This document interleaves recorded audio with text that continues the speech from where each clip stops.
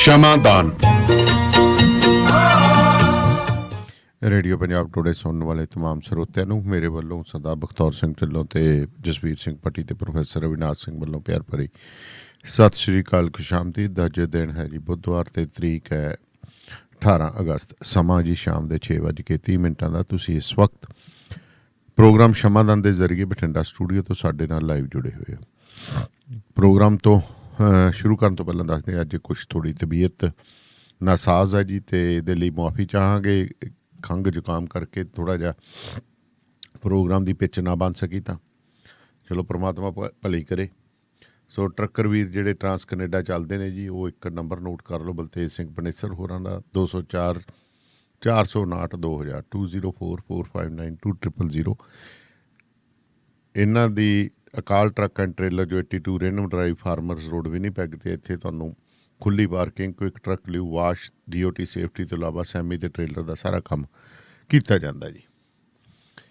Virginia ਸ਼ਹਿਰ ਦੇ ਵਿੱਚ 2020 CDL ਡਰਾਈਵਿੰਗ ਸਕੂਲ ਖੁੱਲ੍ਹ ਗਿਆ ਜੀ, ਜਿਹੜੇ ਇੰਸਟਰਕਟਰ ਪੈਸ਼ਨੇਟ ਅਤੇ ਪ੍ਰੋਫੈਸ਼ਨਲ ਨੇ। ਤੁਹਾਨੂੰ ਫਰੈਂਚ, ਇੰਗਲਿਸ਼ ਅਤੇ ਸਪੈਨਿਸ਼ ਤੋਂ ਇਲਾਵਾ ਪੰਜਾਬੀ, ਹਿੰਦੀ ਅਤੇ ਅਰੈਬਿਕ ਭਾਸ਼ਾਵਾਂ ਦੇ ਵਿੱਚ ਡਰਾਈਵਿੰਗ ਸਿਖਾਉਂਦੇ ਨੇ। ਤੁਸੀਂ ਸੰਪਰਕ ਕਰ ਸਕਦੇ ਹੋ ਸਨੀ ਨਾਲ 5406560985। ਦੂਰ ਦਰਾਡੇ ਤੋਂ ਆਉਣ ਵਾਲੇ ਜਿਹੜੇ ਸਿਖਿਆਰਥੀ ਨੇ ਜਾਂ ਡਰਾਈਵਿੰਗ ਲਰਨਰਸ ਨੇ ਜਿਹੜੇ, ਉਹਨਾਂ ਨੂੰ ਰਿਹਾਇਸ਼ ਸਟੇ ਫਰੀ ਹੈ ਜੀ, ਅਤੇ ਨੇੜੇ ਤੇੜੇ ਦਿਆਂ ਨੂੰ ਪਿਕ ਐਂਡ ਡਰੋਪ ਫਰੀ ਕੀਤਾ ਜਾਏਗਾ। ਸੋ ਕੁਛ ਹੋਰ ਵਪਾਰਕ ਸੁਨੇਹੇ ਤੇ ਫਿਰ ਹਾਜ਼ਰ ਹੁੰਨੇ ਆ। ਜੁੜੇ ਰਹੋ ਰੇਡੀਓ ਪੰਜਾਬ। ਮੈਨੂੰ ਬਸ ਇੱਕ ਗੱਲ ਦੱਸ ਦੇ ਵੀ ਆ ਜਿਹੜੀ ਤੂੰ ਟਰੈਵਲਿੰਗ ਕਰਦਾ ਤੇ ਉਹਦੇ ਤੋਂ ਬਾਅਦ ਫਰੈਸ਼ ਰਹਿਣਾ, ਇਹਦਾ ਰਾਜ਼ ਕੀ ਹੈ? ਇਹਦਾ ਰਾਜ਼ ਹੈ Arlington fuel stop. Arlington fuel stop 1801 pioneer street highway exit 208 ਤੇ, ਜਿੱਥੇ ਤੁਹਾਨੂੰ ਫ੍ਰੀ ਕਾਫੀ, free fax service, free truck parking, ਰੋਟੀ, ਠੇਕਾ, ਲਾਂਡਰੀ, ਸ਼ਾਵਰ ਤੇ ਟਰੱਕਾਂ ਦਾ ਹੋਰ ਵੀ ਸਾਮਾਨ ਆਸਾਨੀ ਨਾਲ ਮਿਲੇਗਾ। ਹੁਣੇ ਕਾਲ ਕਰੋ 360 652 6066 ਯਾਨੀ 3606526066। ਇਹ ਦੋ ਲੋਕੇਸ਼ਨਾਂ ਤੋਂ ਸੇਵਾਵਾਂ ਪ੍ਰਦਾਨ ਕਰਦੇ ਨੇ। Second location Lost Hill travel center 14814 ਐਲੋਮ street, Lost Hills. Phone number 661 797 2354। ਉਹ ਯਾਰ ਕੀ ਸੁਪਨੇ ਦੇਖੇ ਸੀ ਕੈਨੇਡਾ ਆਉਣ ਤੋਂ ਪਹਿਲਾਂ? ਉਹ ਸੁਪਨੇ ਪੂਰੇ ਕਰਨੇ ਆ ਤਾਂ ਡ੍ਰੀਮ ਲਾਈਨਰ ਐਕਸਪ੍ਰੈਸ ਵਾਲਿਆਂ ਨੂੰ ਕਾਲ ਕਰ। ਜੀ ਹਾਂ, dream liner express company Calgary, Alberta, Canada, ਜਿਨ੍ਹਾਂ ਨੂੰ ਸਾਫ਼ ਸੁਥਰੇ ਰਿਕਾਰਡ ਤੇ 2 ਸਾਲਾਂ ਤਜਰਬੇ ਵਾਲੇ ਡਰਾਈਵਰਸ ਦੀ ਲੋੜ ਹੈ। ਇਹਨਾਂ ਕੋਲ ਕੈਲਗਰੀ, ਅਲਬਰਟਾ ਤੋਂ ਕੈਲੀਫੋਰਨੀਆ ਤੇ ਐਰੀਜ਼ੋਨਾ ਦੇ ਸਿੱਧੇ ਰਨ। ਇਹਨਾਂ ਕੋਲ ਡਰਾਈ ਤੇ ਰੀਫਰ ਲੋਡ ਵੀ ਹੈ। ਹੋਮ ਰਿਟਰਨ ਵਿਦਿਨ 5 ਡੇਜ਼, ਬਾਈ ਵੀਕਲੀ ਤੇ ਚੰਗੀ ਤਨਖਾਹ ਦਿੰਦੇ ਆ। ਔਰ ਹਾਂ, ਸਿੰਗਲ ਤੇ ਟੀਮਸ ਦੋਨਾਂ ਨੂੰ ਹਾਇਰ ਕਰਦੇ ਨੇ। ਵਧੇਰੇ ਜਾਣਕਾਰੀ ਲਈ ਕਾਲ 403 404 9501 403 404 9501। ਡ੍ਰੀਮਲਾਈਨਰ express company, Calgary, Alberta, Canada. Trucking ਵਾਲੇ ਵੀਰੋ ਧਿਆਨ ਨਾਲ ਸੁਣੋ। ਟਰੱਕ ਜਿੱਦਾਂ ਦਾ ਵੀ ਚਲਾਉਣੇ ਹੋ, ਮੈਨੂਅਲ ਜਾਂ ਆਟੋਮੈਟਿਕ, ਕੁਇਕ ਟਰੱਕ ਲਿਊਬ ਚੇਤੇ ਆਹੀ ਨਾ ਰੱਖਿਓ। ਟਰੱਕ ਦੀ ਵਧੀਆ ਸਰਵਿਸ ਲਈ ਕੁਇਕ ਟਰੱਕ ਲਿਊਬ। ਲਓ ਜੀ, ਤੀਜੀ ਲੋਕੇਸ਼ਨ ਵੀ ਖੋਲਤੀ ਆ, ਐਗਜ਼ਿਟ 579 ਫਰਮ ਹਾਈਵੇ 401 ਇਨ ਨਾਪਨੀ। ਆਹੋ ਜੀ, ਕੋਈ ਅਪਾਇੰਟਮੈਂਟ ਨਹੀਂ, drive through facility. Exit 579 firm highway 401 in ਨਾਪਨੀ। Quick truck lube, the one stop shop। 5196220660 ਜਾਂ quicktrucklube.com। QTL, because we care। Bathinda the green city ਦੀ ਅਪਾਰ ਸਫਲਤਾ ਤੋਂ ਬਾਅਦ ਹੁਣ ਪੇਸ਼ ਹੈ ਕਨ੍ਹਈਆਜ਼ ਗ੍ਰੀਨ ਸਿਟੀ, ਜਿੱਥੇ ਸਿਕਿਉਰਿਟੀ ਦੇ ਪੁਖਤਾ ਪ੍ਰਬੰਧ, ਖੁੱਲੀਆਂ ਸੜਕਾਂ, ਹਰਾ ਭਰਾ ਵਾਤਾਵਰਣ, ਬਿਜਲੀ ਦੀਆਂ ਅੰਡਰਗਰਾਉਂਡ ਤਾਰਾਂ ਅਤੇ ਖੂਬਸੂਰਤ ਫੁੱਲ ਪੌਦੇ। ਲੈਂਡਸਕੇਪਿੰਗ ਅਤੇ ਨਿਰਮਾਣ ਕਾਰਜ ਚੱਲ ਰਹੇ ਨੇ ਤੇਜ਼ੀ ਨਾਲ। ਇਸ ਤੋਂ ਪਹਿਲਾਂ ਕਿ ਸਾਰੇ ਪਲਾਟ ਬੁੱਕ ਹੋ ਜਾਣ, ਸੰਪਰਕ ਕਰੋ 8556002064 ਅਤੇ 8556 02071। Seco Immigration Services, California Immigration Consultant, registered ਅਤੇ bonded, immigration assistance ਦੇ ਨਾਲ citizenship, work permit, process service, OCI card, family petition, Indian passport, Indian visa ਅਤੇ notary public ਲਈ ਸੰਪਰਕ ਕਰੋ। Seco Immigration Services, Gursharan Sekhon, 22693 Hesperian Boulevard, Suite 250, Hayward, California. Call 510-200-9988। Program Shamadan ਦੇ ਵਿੱਚ ਤੁਹਾਡਾ ਸਵਾਗਤ ਹੈ। ਸਰਦਾਰ ਜਸਵੀਰ ਸਿੰਘ ਭੱਟੀ ਹੋਰੀ ਮੇਰੇ ਨਾਲ ਨੇ। ਭੱਟੀ ਸਾਹਿਬ, ਸਤਿ ਸ਼੍ਰੀ ਅਕਾਲ ਜੀ। ਸਤਿ ਸ਼੍ਰੀ ਅਕਾਲ ਜੀ। ਸੋ ਭੱਟੀ ਸਾਹਿਬ, ਖਬਰਾਂ ਦਾ ਸਿਲਸਿਲਾ ਅੱਗੇ ਵਧਾਈਏ ਤਾਂ ਸਭ ਤੋਂ ਪਹਿਲਾਂ ਗੱਲ ਕਰੀਏ, ਪ੍ਰਧਾਨ ਜੀ ਨੇ 100 ਦਿਨ ਦੀ ਹਜੇ ਯਾਤਰਾ ਸ਼ੁਰੂ ਹੀ ਕੀਤੀ ਸੀ, 99 ਦਿਨ ਵੀ ਨਹੀਂ ਆਪਣੇ ਬਾਕੀ ਨੇ। ਪਹਿਲੇ ਦਿਨ ਹੀ ਕਹਿੰਦੇ ਭੜਥੂ ਪੈ ਗਿਆ ਜੀ, ਬੜਾ ਮੁਸ਼ਕਲ ਨਾਲ ਪੁਲਿਸ ਨੂੰ ਕੱਢਿਆ ਉੱਥੋਂ ਉਹਨਾਂ ਨੂੰ। ਦੇਖੋ ਜੀ, ਪ੍ਰਧਾਨ ਜੀ ਨੂੰ ਪਤਾ ਨਹੀਂ ਸਲਾਹ ਕਿਹਨੇ ਦੇ ਦਿੱਤੀ ਜੀ। ਜਦੋਂ ਅੱਗ ਵੱਧਦੀ ਹੋਈ ਤੇ ਅੱਜ ਜੇ ਆਪਾਂ ਛਾਲ ਮਾਰਾਂਗੇ ਤੇ ਤਾਂ ਫਿਰ ਨੁਕਸਾਨ ਜੋ ਹੋਣਾ ਉਹ ਸਭ ਨੂੰ ਪਤਾ ਹੀ ਹੈ। ਇਸ ਵੇਲੇ ਪਤਾ ਵੀ ਕਿਸਾਨ ਤੇ ਥਾਂ ਵਿਰੋਧ ਕਰਦਾ, ਰੋਕ ਵਿਰੋਧ ਕਰ ਰਹੇ, ਲੇਕਿਨ ਜਿਹੜੀ ਕੱਲ ਉਹਨਾਂ ਪ੍ਰੈਸ ਕੀਤੀ ਹੈ ਬਕਾਇਦਾ ਤੌਰ ਤੇ ਮੁੱਦੇ ਠਾਏ, ਬਿਲਕੁਲ ਜੈਨੂਨ ਠਾਏ ਜੀ।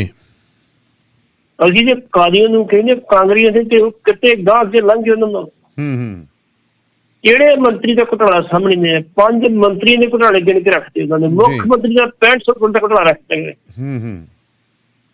ਹੋ ਕੀ ਰਿਹਾ ਸਮਝ ਨਹੀਂ ਆ ਰਹੀ। ਚੰਗਾ ਇਹ ਸੀ ਕਿ ਇਹੋ ਜਿਹੇ ਘੁਟਾਲਿਆਂ ਦੇ ਪਰਦੇ ਫਾਸ ਕਰਕੇ ਉਹਨਾਂ ਮੰਤਰੀਆਂ ਦਾ ਇੱਕ ਘਰਾਓ ਕਰਦੇ ਅਕਾਲੀ ਦਲ ਜਿੱਥੇ ਵੀ ਜਾਂਦੇ ਜੀ। ਤੁਸੀਂ 100 ਦਿਨ ਦੀ ਯਾਤਰਾ ਸ਼ੁਰੂ ਕੀਤੀ, ਤੁਹਾਨੂੰ ਪਤਾ ਵੀ ਥਾਂ ਥਾਂ ਤੇ ਵਿਰੋਧ ਹੋ ਰਿਹਾ।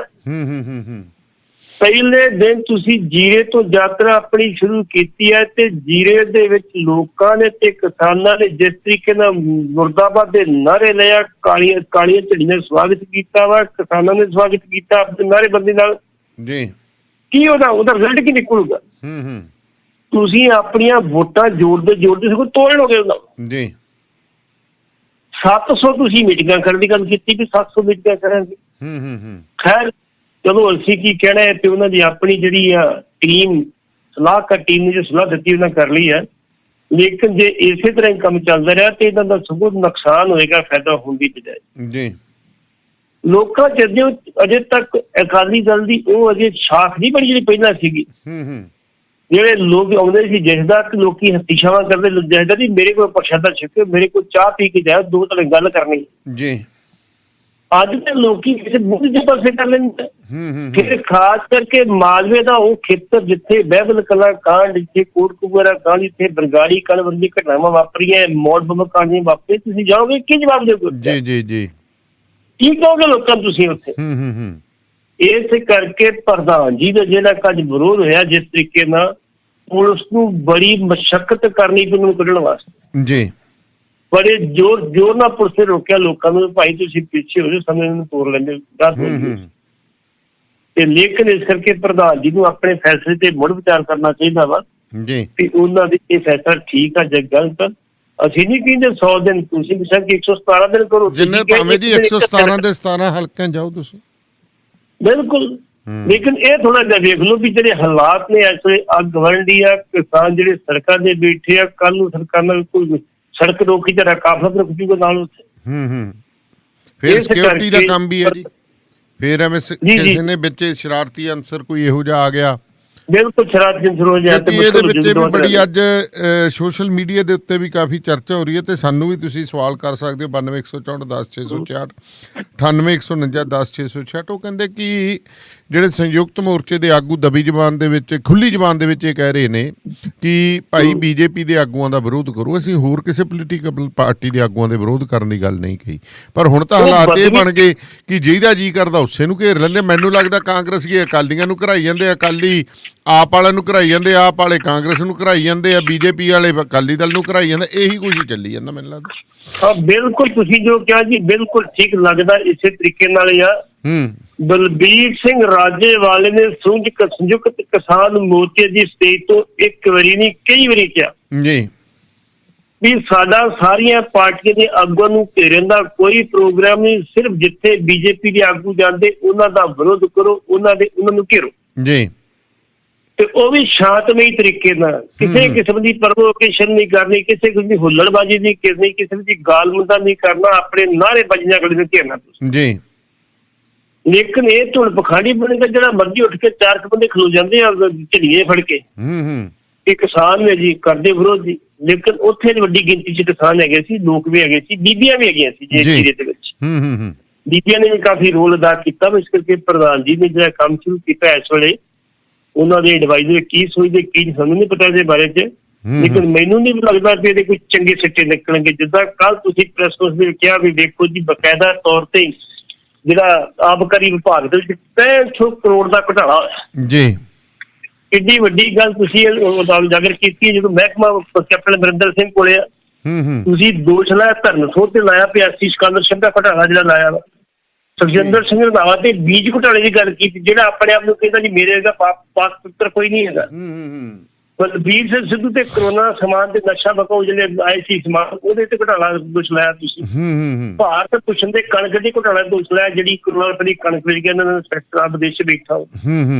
ਸ਼ਿਆਮ ਸੁੰਦਰ ਜਿਹੜਾ ਹੈਗਾ ਵਾ ਅਰੋੜਾ, ਉਹ ਤੇ ਜੇਸੀ ਦੀ ਜ਼ਮੀਨ ਦਾ ਘੁਟਾਲੇ ਦਾ ਵਾ। ਉਹ ਜੇਸੀ ਤੋਂ ਪੁਰਾਣਾ ਹੋ ਗਿਆ, ਨਵਾਂ ਘੁਟਾਲਾ ਉਹ ਸਾਹਮਣੇ ਆ ਗਿਆ 27 ਏਕੜ ਦਾ। ਅੱਛਾ ਜੀ। ਜਿਹਦੇ ਵਿੱਚ 500 ਕਰੋੜ ਦੀ ਲਗਭਗ ਫੈਬਰੀ 500 ਕਰੋੜ ਦੀ। ਤੇ ਜਿਹੜੇ ਮੰਤਰੀ ਦੇਖੋ ਜੀ 500 ਕਰੋੜ ਮਿਲ ਜਾਵੇ, ਇਹਨੂੰ ਕੀ ਲੋੜ ਦੁਬਾਰਾ ਇਲੈਕਸ਼ਨ ਲੜਨ ਦੀ? ਗੱਲ ਤਾਂ ਸਿਆਣੀ ਹੈ, ਘਰੇ ਜਾਓ, ਬਾਹਰ ਫਾਰਮ ਹਾਊਸ ਲਓ, ਨਜ਼ਾਰੇ ਲਓ, ਲੋਕਾਂ ਦੇ ਚੱਕਰ ਘਰਾਂ ਚੱਕਰ ਜ਼ਰੂਰ ਮਿਲਣਾ। ਬਿਲਕੁਲ ਬਿਲਕੁਲ ਬਿਲਕੁਲ। ਨਾਲੇ ਉੱਥੇ ਲਗਭਗ ਸਹੀ ਸਾਬਤ ਹੋ ਜਾਣੇ। ਹਾਂ ਇਸੇ ਕਰਕੇ ਵੇਖੋ ਨਾ, ਇਹ ਜਦੋਂ ਦੋਸ਼ ਲੱਗ ਜਾਂਦਾ, ਜਿਹੜੇ ਬਾਕੀ ਤੇ ਕੋਈ ਫੌਜਦਾਰੀ ਕੇਸ ਹੋਵੇ ਤਾਂ ਉਹਦੀ ਬੰਦੇ ਦਾ ਬਚਾਅ ਹੋ ਜਾਂਦਾ। ਇਹ ਜੇ ਲਿਖਤੀ ਪੜ੍ਹਦੀ ਦੋਸ਼ ਹੁੰਦੇ ਨਾ, ਅਦਾਲਤਾਂ ਦੇ ਕੋਲ ਪਏ ਹੁੰਦੇ ਆ, ਡਿਪਾਰਟਮੈਂਟਾਂ ਕੋਲ ਪਏ ਹੁੰਦੇ ਰਿਕਾਰਡ, ਉਹ ਕਿਤੇ ਚੇਂਜ ਨਹੀਂ ਮੁੜ ਕੇ ਹੁੰਦੇ।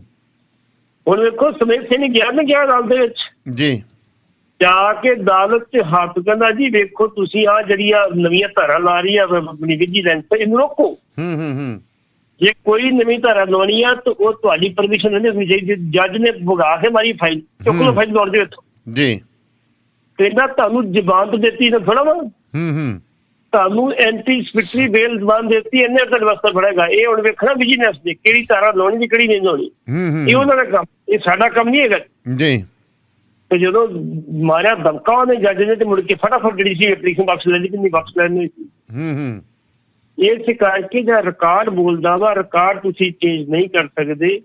ਕੈਪਟਨ ਅਮਰਿੰਦਰ ਸਿੰਘ ਦੇ ਪਿਛਲੀ ਵੀ ਲੱਗੇ ਸੀ 3450 ਕਰੋੜ ਦਾ ਲੁਧਿਆਣੇ ਦਾ ਘੁਟਾਲਾ ਸੀ, ਅੰਮ੍ਰਿਤਸਰ ਦਾ ਘੁਟਾਲਾ ਸੀਗੇ, ਹਜ਼ਾਰਾਂ ਕਰੋੜ ਦੇ ਘੁਟਾਲੇ ਸੀਗੇ ਜੀ। ਇਹਨਾਂ ਲੋਕਾਂ ਨੇ ਪਤਾ ਨਹੀਂ ਜੀ ਮੈਂ ਰੱਖਣੀ ਕਿੱਥੇ, ਨਾਲ ਲੈ ਕੇ ਜਾਣੀ। ਇਸ ਕਰਕੇ ਆ ਜਿਹੜੇ ਘੁਟਾਲੇ ਕੱਲ ਪ੍ਰਧਾਨ ਜੀ ਨੇ ਜਿਹੜੀ ਕੀਤੀ ਪ੍ਰੈਸ ਕਾਨਫਰੰਸ, ਬਿਲਕੁਲ ਸਹੀ ਹੈ। ਉਹਨਾਂ ਨੂੰ ਸਾਬਤ ਕਰਨ ਜੋ ਮੈਂ ਜੀ ਕਿਹਾ ਵੀ ਸਿੱਧੂ ਦੀ ਜਿਹੜੀ ਵਿਜੀਲੈਂਸ ਇਨਕੁਆਇਰੀ ਕੀਤੀ, ਕਿਉਂ ਨਹੀਂ ਉਹ ਜਨਤਕ ਕੀਤੀ ਜਾਂਦੀ? ਉਹ ਜਨਤਕ ਕਰੋ ਤੇ ਕਾਰਵਾਈ ਕਰੋ। ਕੀ ਇਨਕੁਆਇਰੀ ਦੀ ਰਿਪੋਰਟ ਕੀ ਆਈ? ਇਸ ਕਰਕੇ ਉਹ ਉਹਨਾਂ ਦਾ ਪ੍ਰੋਗਰਾਮ ਬਿਲਕੁਲ ਠੀਕ ਸੀ। ਪ੍ਰੈਸ ਕਾਨਫਰੰਸ ਕਰਕੇ ਲੋਕਾਂ ਨੂੰ ਜਾਗਰੂਕ ਕਰੋ, ਉਹ ਬਿਲਕੁਲ ਠੀਕ ਸੀ, ਸਹੀ ਤਰੀਕੇ ਜਾ ਰਹੇ ਸੀ। ਲੇਕਿਨ ਅੱਜ ਦਾ 100 ਦਿਨ ਦਾ ਪ੍ਰੋਗਰਾਮ ਦਿਖ ਲਿਆ ਵਾ ਨਾ, ਇਹਦੇ ਤੇ ਮੈਨੂੰ ਲੱਗਦਾ ਵੀ ਆਪਣਾ ਨੁਕਸਾਨ ਨਾ ਕਰਾ ਬਣੇ। ਜੀ ਜੀ ਜੀ। ਤੇ ਉਧਰ ਮੈਨੇਜਰ ਰਣਜੀਤ ਸਿੰਘ ਦੇ ਕਤਲ ਮਾਮਲੇ ਦੇ ਵਿੱਚ ਕੀ ਅਪਡੇਟ ਹੈ ਜੀ? ਰਾਮ ਰਹੀਮ ਵਾਲੇ ਦੇਖੋ ਜੀ, ਮੇਜਰ ਜਿਹੜਾ ਮੈਨੇਜਰ ਰਣਜੀਤ ਸਿੰਘ ਸੀਗਾ, ਜਦੋਂ ਉਹਨੂੰ ਪਤਾ ਲੱਗਾ ਵੀ ਇੱਥੇ ਤੇ ਬੜਾ ਕੁਛ ਮਾੜਾ ਹੋ ਰਿਹਾ, ਤਾਂ ਉਹਨੇ ਕਿਹਾ ਜੀ ਮੈਂ ਛੱਡ ਕੇ ਜਾਣਾ। ਉਹਨਾਂ ਨੂੰ ਪਤਾ ਸੀ ਵੀ ਇਹਦੇ ਕੋਲ ਰਾਜ ਬੜੇ ਕੱਲ ਨੂੰ ਉਗਲ ਦਿੱਤੇ ਤੇ ਮੁੜ ਕੇ ਸਾਡੇ ਪੱਲੇ ਕੱਖ ਨਹੀਂ ਰਹਿਣਾ ਜੀ।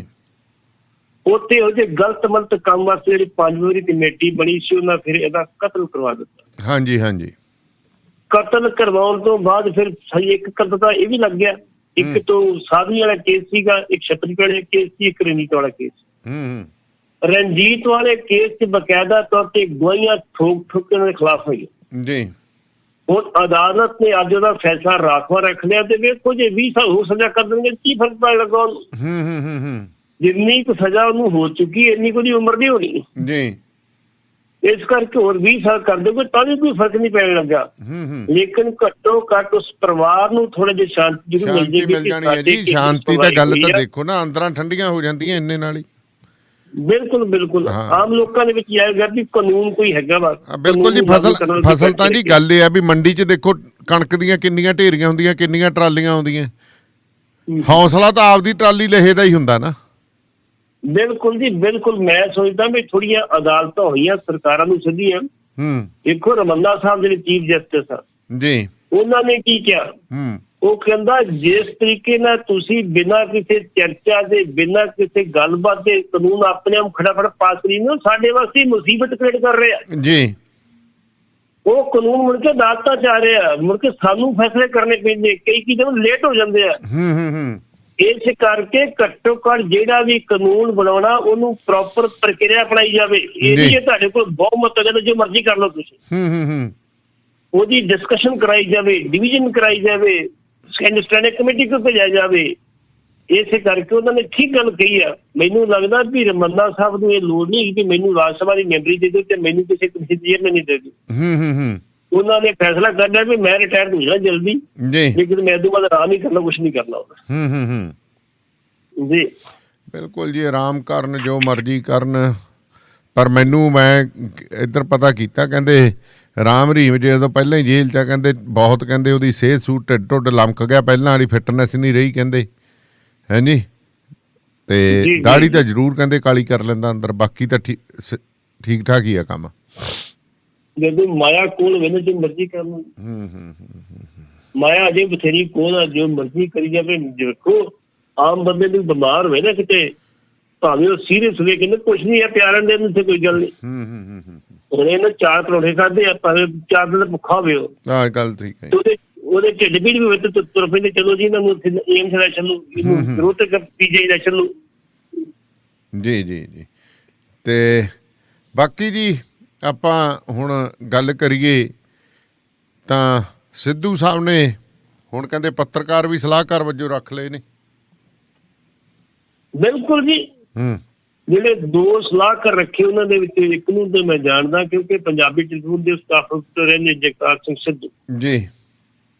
ਦੂਸਰੇ ਨੇ ਡੱਲਾ ਸਾਹਿਬ, ਸੁਰਿੰਦਰ ਸਿੰਘ ਡੱਲਾ, ਸੁਰਿੰਦਰ ਡੱਲਾ ਜੀ, ਸੁਰਿੰਦਰ ਸਿੰਘ ਨਹੀਂ, ਸੁਰਿੰਦਰ ਡੱਲਾ, ਸੁਰਿੰਦਰ ਡੱਲਾ। ਉਹਨਾਂ ਦੋਵਾਂ ਨੂੰ ਉਹਨਾਂ ਨੇ ਬਕਾਇਦਾ ਤੌਰ ਤੇ ਜਿਹੜਾ ਸੀ ਆਪਣੇ ਉਹ ਸਲਾਹਕਾਰ ਨਿਯੁਕਤ ਕਰ ਲਿਆ ਵਾ। ਤੇ ਚੰਗੀ ਗੱਲ ਆ ਵੀ ਸਿੱਧੂ ਸਾਹਿਬ ਨੂੰ ਲੋੜ ਹੈ ਸਲਾਹ ਕਰਾਂ ਦੀ, ਸਲਾਹ ਕੋਈ ਲੈਂਦੇ ਕਿ ਨਹੀਂ ਤੇ ਮੈਨੂੰ ਪਤਾ ਨਹੀਂ ਇਸ ਗੱਲ ਦਾ, ਲੇਕਿਨ ਸਲਾਹ ਕਰਨ ਦਾ ਨਿਯੁਕਤ ਵੀ ਕਰ ਲਿਆ ਉਹਨਾਂ ਨੇ। ਤੇ ਇਹ ਹੀ ਹੈ ਵੀ ਆਈ hair by point the Jagtar Singh and the mister Surinder Dalla as my the media advisor ਜੀ। ਇਸ ਪਹਿਲਾਂ ਉਹ ਜਗਤਾਰ ਭੁੱਲਰ ਦਾ ਨਾਂ ਪਾਤਾ ਸੀ, ਉਹ ਵਿਚਾਰਾ ਹੁਣ ਸਫਾਈਆਂ ਦੇਈ ਜਾਂਦਾ। ਜਗਤਾਰ ਭੁੱਲਰ ਦਾ ਉਹ ਕਹਿੰਦਾ ਭਰਾਵੋ ਮੈਂ ਤਾਂ ਪੱਤਰਕਾਰੀ ਕਰਨੀ ਹੈ, ਮੈਂ ਮੀਡੀਆ ਐਡਵਾਈਜ਼ਰ ਨਹੀਂ ਬਣਨਾ ਕਿਸੇ ਦਾ। ਫਿਰ ਦੂਜਾ ਪ੍ਰੈਸ ਨੋਟ ਆਇਆ ਇਹਨਾਂ ਦਾ, ਉਹ ਪਹਿਲਾਂ ਜਗਤਾਰ ਭੁੱਲਰ ਪਾਤਾ ਸੀ ਨਾਂ ਵਿੱਚ। ਜੀ ਜੀ, ਨਹੀਂ ਹੋਣੇ ਜਿੱਦਕਾ ਜਗਤਾਰ ਸਿੱਧੂ ਹੈ ਜੀ। ਤੁਸੀਂ ਸੁਰਿੰਦਰ ਡੱਲੇ ਦੀ ਗੱਲ ਕੀਤੀ, ਸਰਦਾਰ ਨੇ ਲਿਖਿਆ, ਸਰਦਾਰ ਲਿਖਿਆ, ਸਿੰਘ ਨਹੀਂ ਕਿਤੇ ਲਿਖਿਆ, ਸਿੱਧਾ ਜਗਤਾਰ ਸਿੱਧੂ। ਅੱਛਾ ਜੀ, ਘੱਟੋ ਘੱਟ ਭਾਈ ਨਾਂ ਤੇ ਪੂਰਾ ਲਿਖ ਦਿਓ, ਇਹਨਾਂ ਤੇ ਕੰਮ ਕਰਦੇ ਜੀ। ਇੱਥੇ ਇੱਕ ਵਾਰੀ ਜਥੇਦਾਰ ਅਕਾਲ ਤਖਤ ਨੂੰ ਕਹਿਣਾ ਪੈ ਗਿਆ ਸੀਗਾ, ਪੱਤਰਕਾਰ ਨੂੰ ਮੈਂ ਕਿਹਾ ਸੀ ਬਕਾਇਦਾ ਤੌਰ ਤੇ ਵੀ ਭਾਈ ਤੁਸੀਂ ਸੁਖਬੀਰ ਬਾਦਲ ਨਾਲ ਲਿਖ ਲਓ, ਸੁਖਬੀਰ ਸਿੰਘ ਬਾਦਲ ਲਿਖੋ, ਸਰਦਾਰ ਆ, ਅਕਾਲੀ ਦਲ ਦਾ ਪ੍ਰਧਾਨ ਆ ਜੀ। ਤੇ ਕਿਸੇ ਤੇ ਕੋਈ ਅਸਰ ਹੋਇਆ ਸੀ ਤੇ ਕਿਸੇ ਤੇ ਨਹੀਂ ਕਿਸੇ ਹੋਇਆ ਸੀ, ਅਜੇ ਵੀ ਲੋਕੀ ਸੁਖਬੀਰ ਬਾਦਲ ਲਿਖੀ ਜਾਂਦੇ ਨੇ। ਅੱਜ ਤੁਸੀਂ ਵੇਖੋ ਲਿਖਿਆ ਕਿ ਜੀ ਪ੍ਰਕਾਸ਼ ਬਾਦਲ ਕਿਸੇ ਨੇ ਲਿਖਿਆ, ਕਦੇ ਲਿਖਿਆ, ਉਹ ਪ੍ਰਕਾਸ਼ ਸਿੰਘ ਬਾਦਲ ਹੀ ਲਿਖਦੇ, ਜਿੰਦਾ ਮੇਰਾ ਬਾਦਲ ਲਿਖਦੇ। ਲੇਕਿਨ ਸੁਖਬੀਰ ਬਾਦਲ ਦੇ ਉੱਤੇ ਜਿਹੜਾ ਸੀ ਉਹ ਅੱਜ ਵੀ ਸੁਖਬੀਰ ਬਾਦਲ ਲਿਖਿਆ ਹੁੰਦਾ ਨਾਮ ਤੋਂ ਅਖਬਾਰਾਂ ਦੇ ਵਿੱਚ। ਤੇ ਜਥੇਦਾਰ ਅਕਾਲ ਤਖਤ ਨੂੰ ਨੋਟਿਸ ਲੈਣਾ ਚਾਹੀਦਾ ਤੇ ਬਕਾਇਦਾ ਤੌਰ ਤੇ। ਅੱਛਾ ਜੀ, ਭਾਵੇਂ ਉਹਨਾਂ ਦੀ ਗੱਲ ਕਿਸੇ ਸੁਣੀ ਜਾਂ ਨਾ ਸੁਣੀ, ਲੇਕਿਨ ਨੋਟਿਸ ਜ਼ਰੂਰ ਲਿਆ ਨਾ ਵੀ ਸਿੱਧੂ ਸਿੰਘ ਲਿਖੋ, ਇੱਥੇ ਵੀ ਜਗਤਾਰ ਸਿੰਘ ਦਾ ਨਾਂ ਜਿਹੜਾ ਸਿਰਫ ਸਰਦਾਰ ਜਗਤਾਰ ਸਿੱਧੂ ਲਿਖਿਆ, ਨਾ ਕਿ ਜਗਤਾਰ ਸਿੰਘ ਸਿੱਧੂ ਲਿਖਿਆ। ਜੀ ਜੀ ਬਿਲਕੁਲ ਜੀ। ਤੇ ਇਹ ਹੁਣ ਤੁਸੀਂ ਕੀ ਸਮਝਦੇ ਹੋ ਕਿ ਪੱਤਰਕਾਰਾਂ ਦੀ ਲੋੜ ਕਿਉਂ ਪੈ ਗਈ, ਕਿ ਮੀਡੀਆ ਦੇ ਵਿੱਚ ਕਿਵੇਂ ਵਿਚਰਨਾ ਹੈ ਤੇ ਤੂੰ ਤੜਕ ਬੰਦ ਕਰਨੀ ਪਏਗੀ ਫਿਰ ਇਹਨਾਂ ਨੂੰ? ਦੇਖੋ ਉਹਨਾਂ ਦਾ ਝੁਕਾਅ ਤੇ ਪਹਿਲਾਂ ਵੀ ਥੋੜਾ ਜਿਹਾ ਸਿੱਧੂ ਸਾਹਿਬ ਵਾਲੇ ਪਾਸੇ ਸੀ। ਇੱਕ ਤੇ ਸਿੱਧੂ ਸਾਹਿਬ ਕੋਈ ਰਿਸ਼ਤੇਦਾਰੀ ਵੀ ਹੋ ਸਕਦੀ ਹੈ, ਤੇ ਡੱਲਾ ਸਾਹਿਬ ਦੇ ਮੈਂ ਜਿੱਦੀਆਂ ਉਹਨਾਂ ਦੀ ਸੁਣੀਆਂ ਸੀ, ਰਿਪੋਰਟ ਸੁਣੀਆਂ ਸੀ, ਝੁਕਾਅ ਫਿਰ ਸਿੱਧੂ ਸਾਹਿਬ ਵਾਲੇ ਪਾਸੇ ਉਹਨਾਂ ਦਾ ਹੈਗਾ ਜੀ ਸ਼ੁਰੂ ਤੋਂ। ਅੱਛਾ ਜੀ, ਹੋ ਸਕਦਾ ਪਹਿਲਾਂ ਹੀ ਕੋਈ ਗੱਲਬਾਤ ਚੱਲਦੀ ਹੋਵੇ ਉਹਨਾਂ ਦੀ ਕੋਈ, ਲੇਕਿਨ ਚੰਗੀ ਗੱਲ ਆ, ਨਾਲੇ ਸਾਡੇ ਲੋਕੀ ਜਿਹੜੇ ਵਿਹਲੇ ਬੈਠੇ ਸੀ, ਕੰਮ ਮਿਲ ਗਿਆ, ਉਹਨੂੰ ਤਨਖਾਹ ਮਿਲਿਆ ਕਰੂ ਮਹੀਨੇ ਬਾਅਦ। ਅੱਛਾ ਜੀ, ਤੇ ਜਿੱਦਾਂ ਜਿੰਨੀ ਕੁ ਜੋਗੇ ਸਲਾਹ ਤੇ ਦੇ ਕਰਨਗੇ ਆਪਣੀ। ਜਦੋਂ ਸਲਾਹ ਨਹੀਂ ਦੇਣਗੇ ਘੱਟੋ ਘੱਟ ਤਨਖਾਹ ਤਾਂ ਮਿਲੀ ਸ਼ੁਰੂ ਹੋ ਗਈ ਨਾ, ਜਿਹੜੇ ਵਿਹਲਾ ਬੰਦਾ ਬੈਠਾ ਹੋਵੇ ਘਰ। ਤਨਖਾਹ ਫਿਰ ਕਾਂਗਰਸ ਪਾਰਟੀ ਦੇਊਗੀ ਜੀ? ਬਿਲਕੁਲ, ਕਮੇਟੀ ਦੇਵੇਗੀ ਕਾਂਗਰਸ ਪਾਰਟੀ। ਅੱਛਾ ਜੀ, ਚਲੋ ਕਾਂਗਰਸ ਕੋਲੇ ਪੈਸੇ ਹੋਣਗੇ, ਸਰਕਾਰ ਹੈਗੀ ਹੈ ਹਜੇ ਤੱਕ। ਪੈਸੇ ਆਦਵਾ ਨਹੀਂ ਮੁੱਕਦੇ, ਪੈਸੇ ਜਿੰਨੇ ਮਰਜ਼ੀ ਪੈਸੇ ਕਾਂਗਰਸ ਕੋਲ ਬਾਕੀ ਹੈਗਾ, ਸਾਰਾ ਤਾਂ 70% ਲੁੱਟ ਨਹੀਂ ਕੀਤਾ ਉਹਨਾਂ ਦੀ। ਹਾਂਜੀ ਜੀ, ਅੱਛਾ ਮੈਨੂੰ ਉਹਨਾਂ ਦਾ ਲੁੱਟਣ ਦਾ ਤਰੀਕਾ ਵੱਖਰਾ ਹੁੰਦਾ। ਉਹ ਹਾਰੀ ਸਾਰੀ ਬਦਲੀ ਕਰਾਉਣ ਦੇ ਪੈਸੇ ਨਹੀਂ ਲੈਂਦੇ, ਕਿਸੇ ਦੀ ਛੋਟੇ ਮੋਟੇ ਨਹੀਂ ਲੈਂਦੇ, ਉਹ ਲੁੱਟਦੇ ਆ ਸਰਕਾਰ ਨੂੰ। ਕੋਟੇ ਖਾ ਲੋ, ਫਲਾਣਾ ਖਾ ਲੋ, ਸਬਸਿਡੀ ਖਾ ਲੋ, ਇਹੋ ਜਿਹੀਆਂ ਖਾਂਦੇ ਨੇ, ਜ਼ਮੀਨਾਂ ਵੇਚ ਕੇ ਖਾ ਲੋ, ਇਹੋ ਜਿਹੀ ਚੀਜ਼ਾਂ ਖਾਂਦੇ ਨੇ। ਬਾਕੀ ਜਿਹੜੇ ਆਮ ਬੰਦੇ ਸੀ, ਕਾਲੀਏਸ਼ਨ ਦੀ ਬਿਮਾਰੀ ਸੀ, ਉਹ ਬਦਲੀ ਦੇ ਪੈਸੇ ਲੈ ਦਿੰਦੇ ਜਿੱਥੋਂ ਬਦਾਮ ਹੋ ਜਾਂਦਾ ਜੀ ਜੀ। ਲੇਕਿਨ ਲੁਟੇਰੇ ਵੱਡੇ ਕਾਂਗਰਸੀ ਨੇ, ਜਿਹਦਾ ਮਰਜ਼ੀ ਤੁਸੀਂ ਖਾਤਾ ਖੋਲ ਕੇ ਦੇਖ ਲਓ। ਜੀ ਤੇ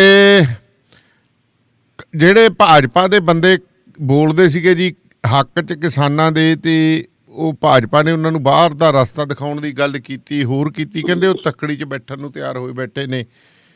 ਤੇ ਭਾਜਪਾ ਜੀ ਜੀ ਜੀ ਜਿਹੜੀ ਗੱਲ ਤੁਸੀਂ ਕਹੀ ਹੈ ਜੀ, ਬਕਾਇਦਾ ਤੌਰ ਤੇ ਕੱਲ ਜਿਹੜੇ ਜੋਸ਼ੀ ਨੇ, ਸਾਡੇ ਅਨੁਜ ਜੋਸ਼ੀ, ਉਹਨਾਂ ਆਪਣੇ ਜਾ ਕੇ ਤਰਨਤਾਰਨ ਜਿਹੜਾ ਜੱਦੀ ਜ਼ਿਲ੍ਹਾ, ਉੱਥੇ ਜਾ ਕੇ ਮੀਟਿੰਗ ਕੀਤੀ ਹੈ। ਅੱਛਾ ਜੀ।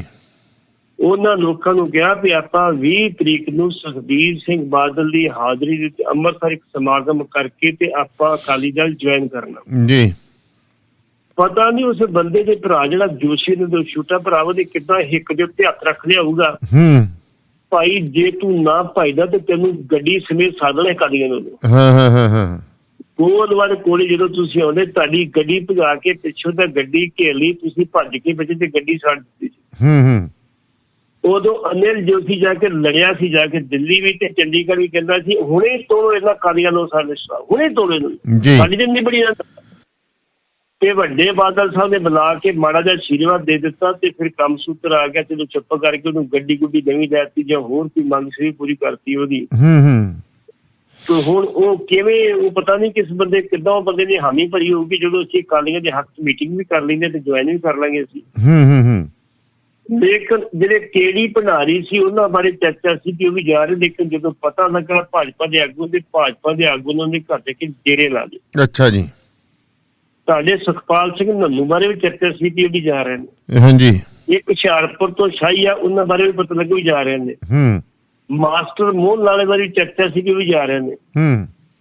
ਜੇ ਇਹੋ ਜਿਹੇ ਲੀਡਰ ਚਲੇ ਗਏ ਤੇ ਭਾਜਪਾ ਦੇ ਪੱਲੇ ਰਹੂਗਾ ਕੀ? ਤੇ ਕਹਿੰਦੇ ਅਸੀਂ 117 ਸੀਟਾਂ ਲੈਣੀ ਤੇ ਸਰਕਾਰ ਬਣੀ ਇੱਥੇ।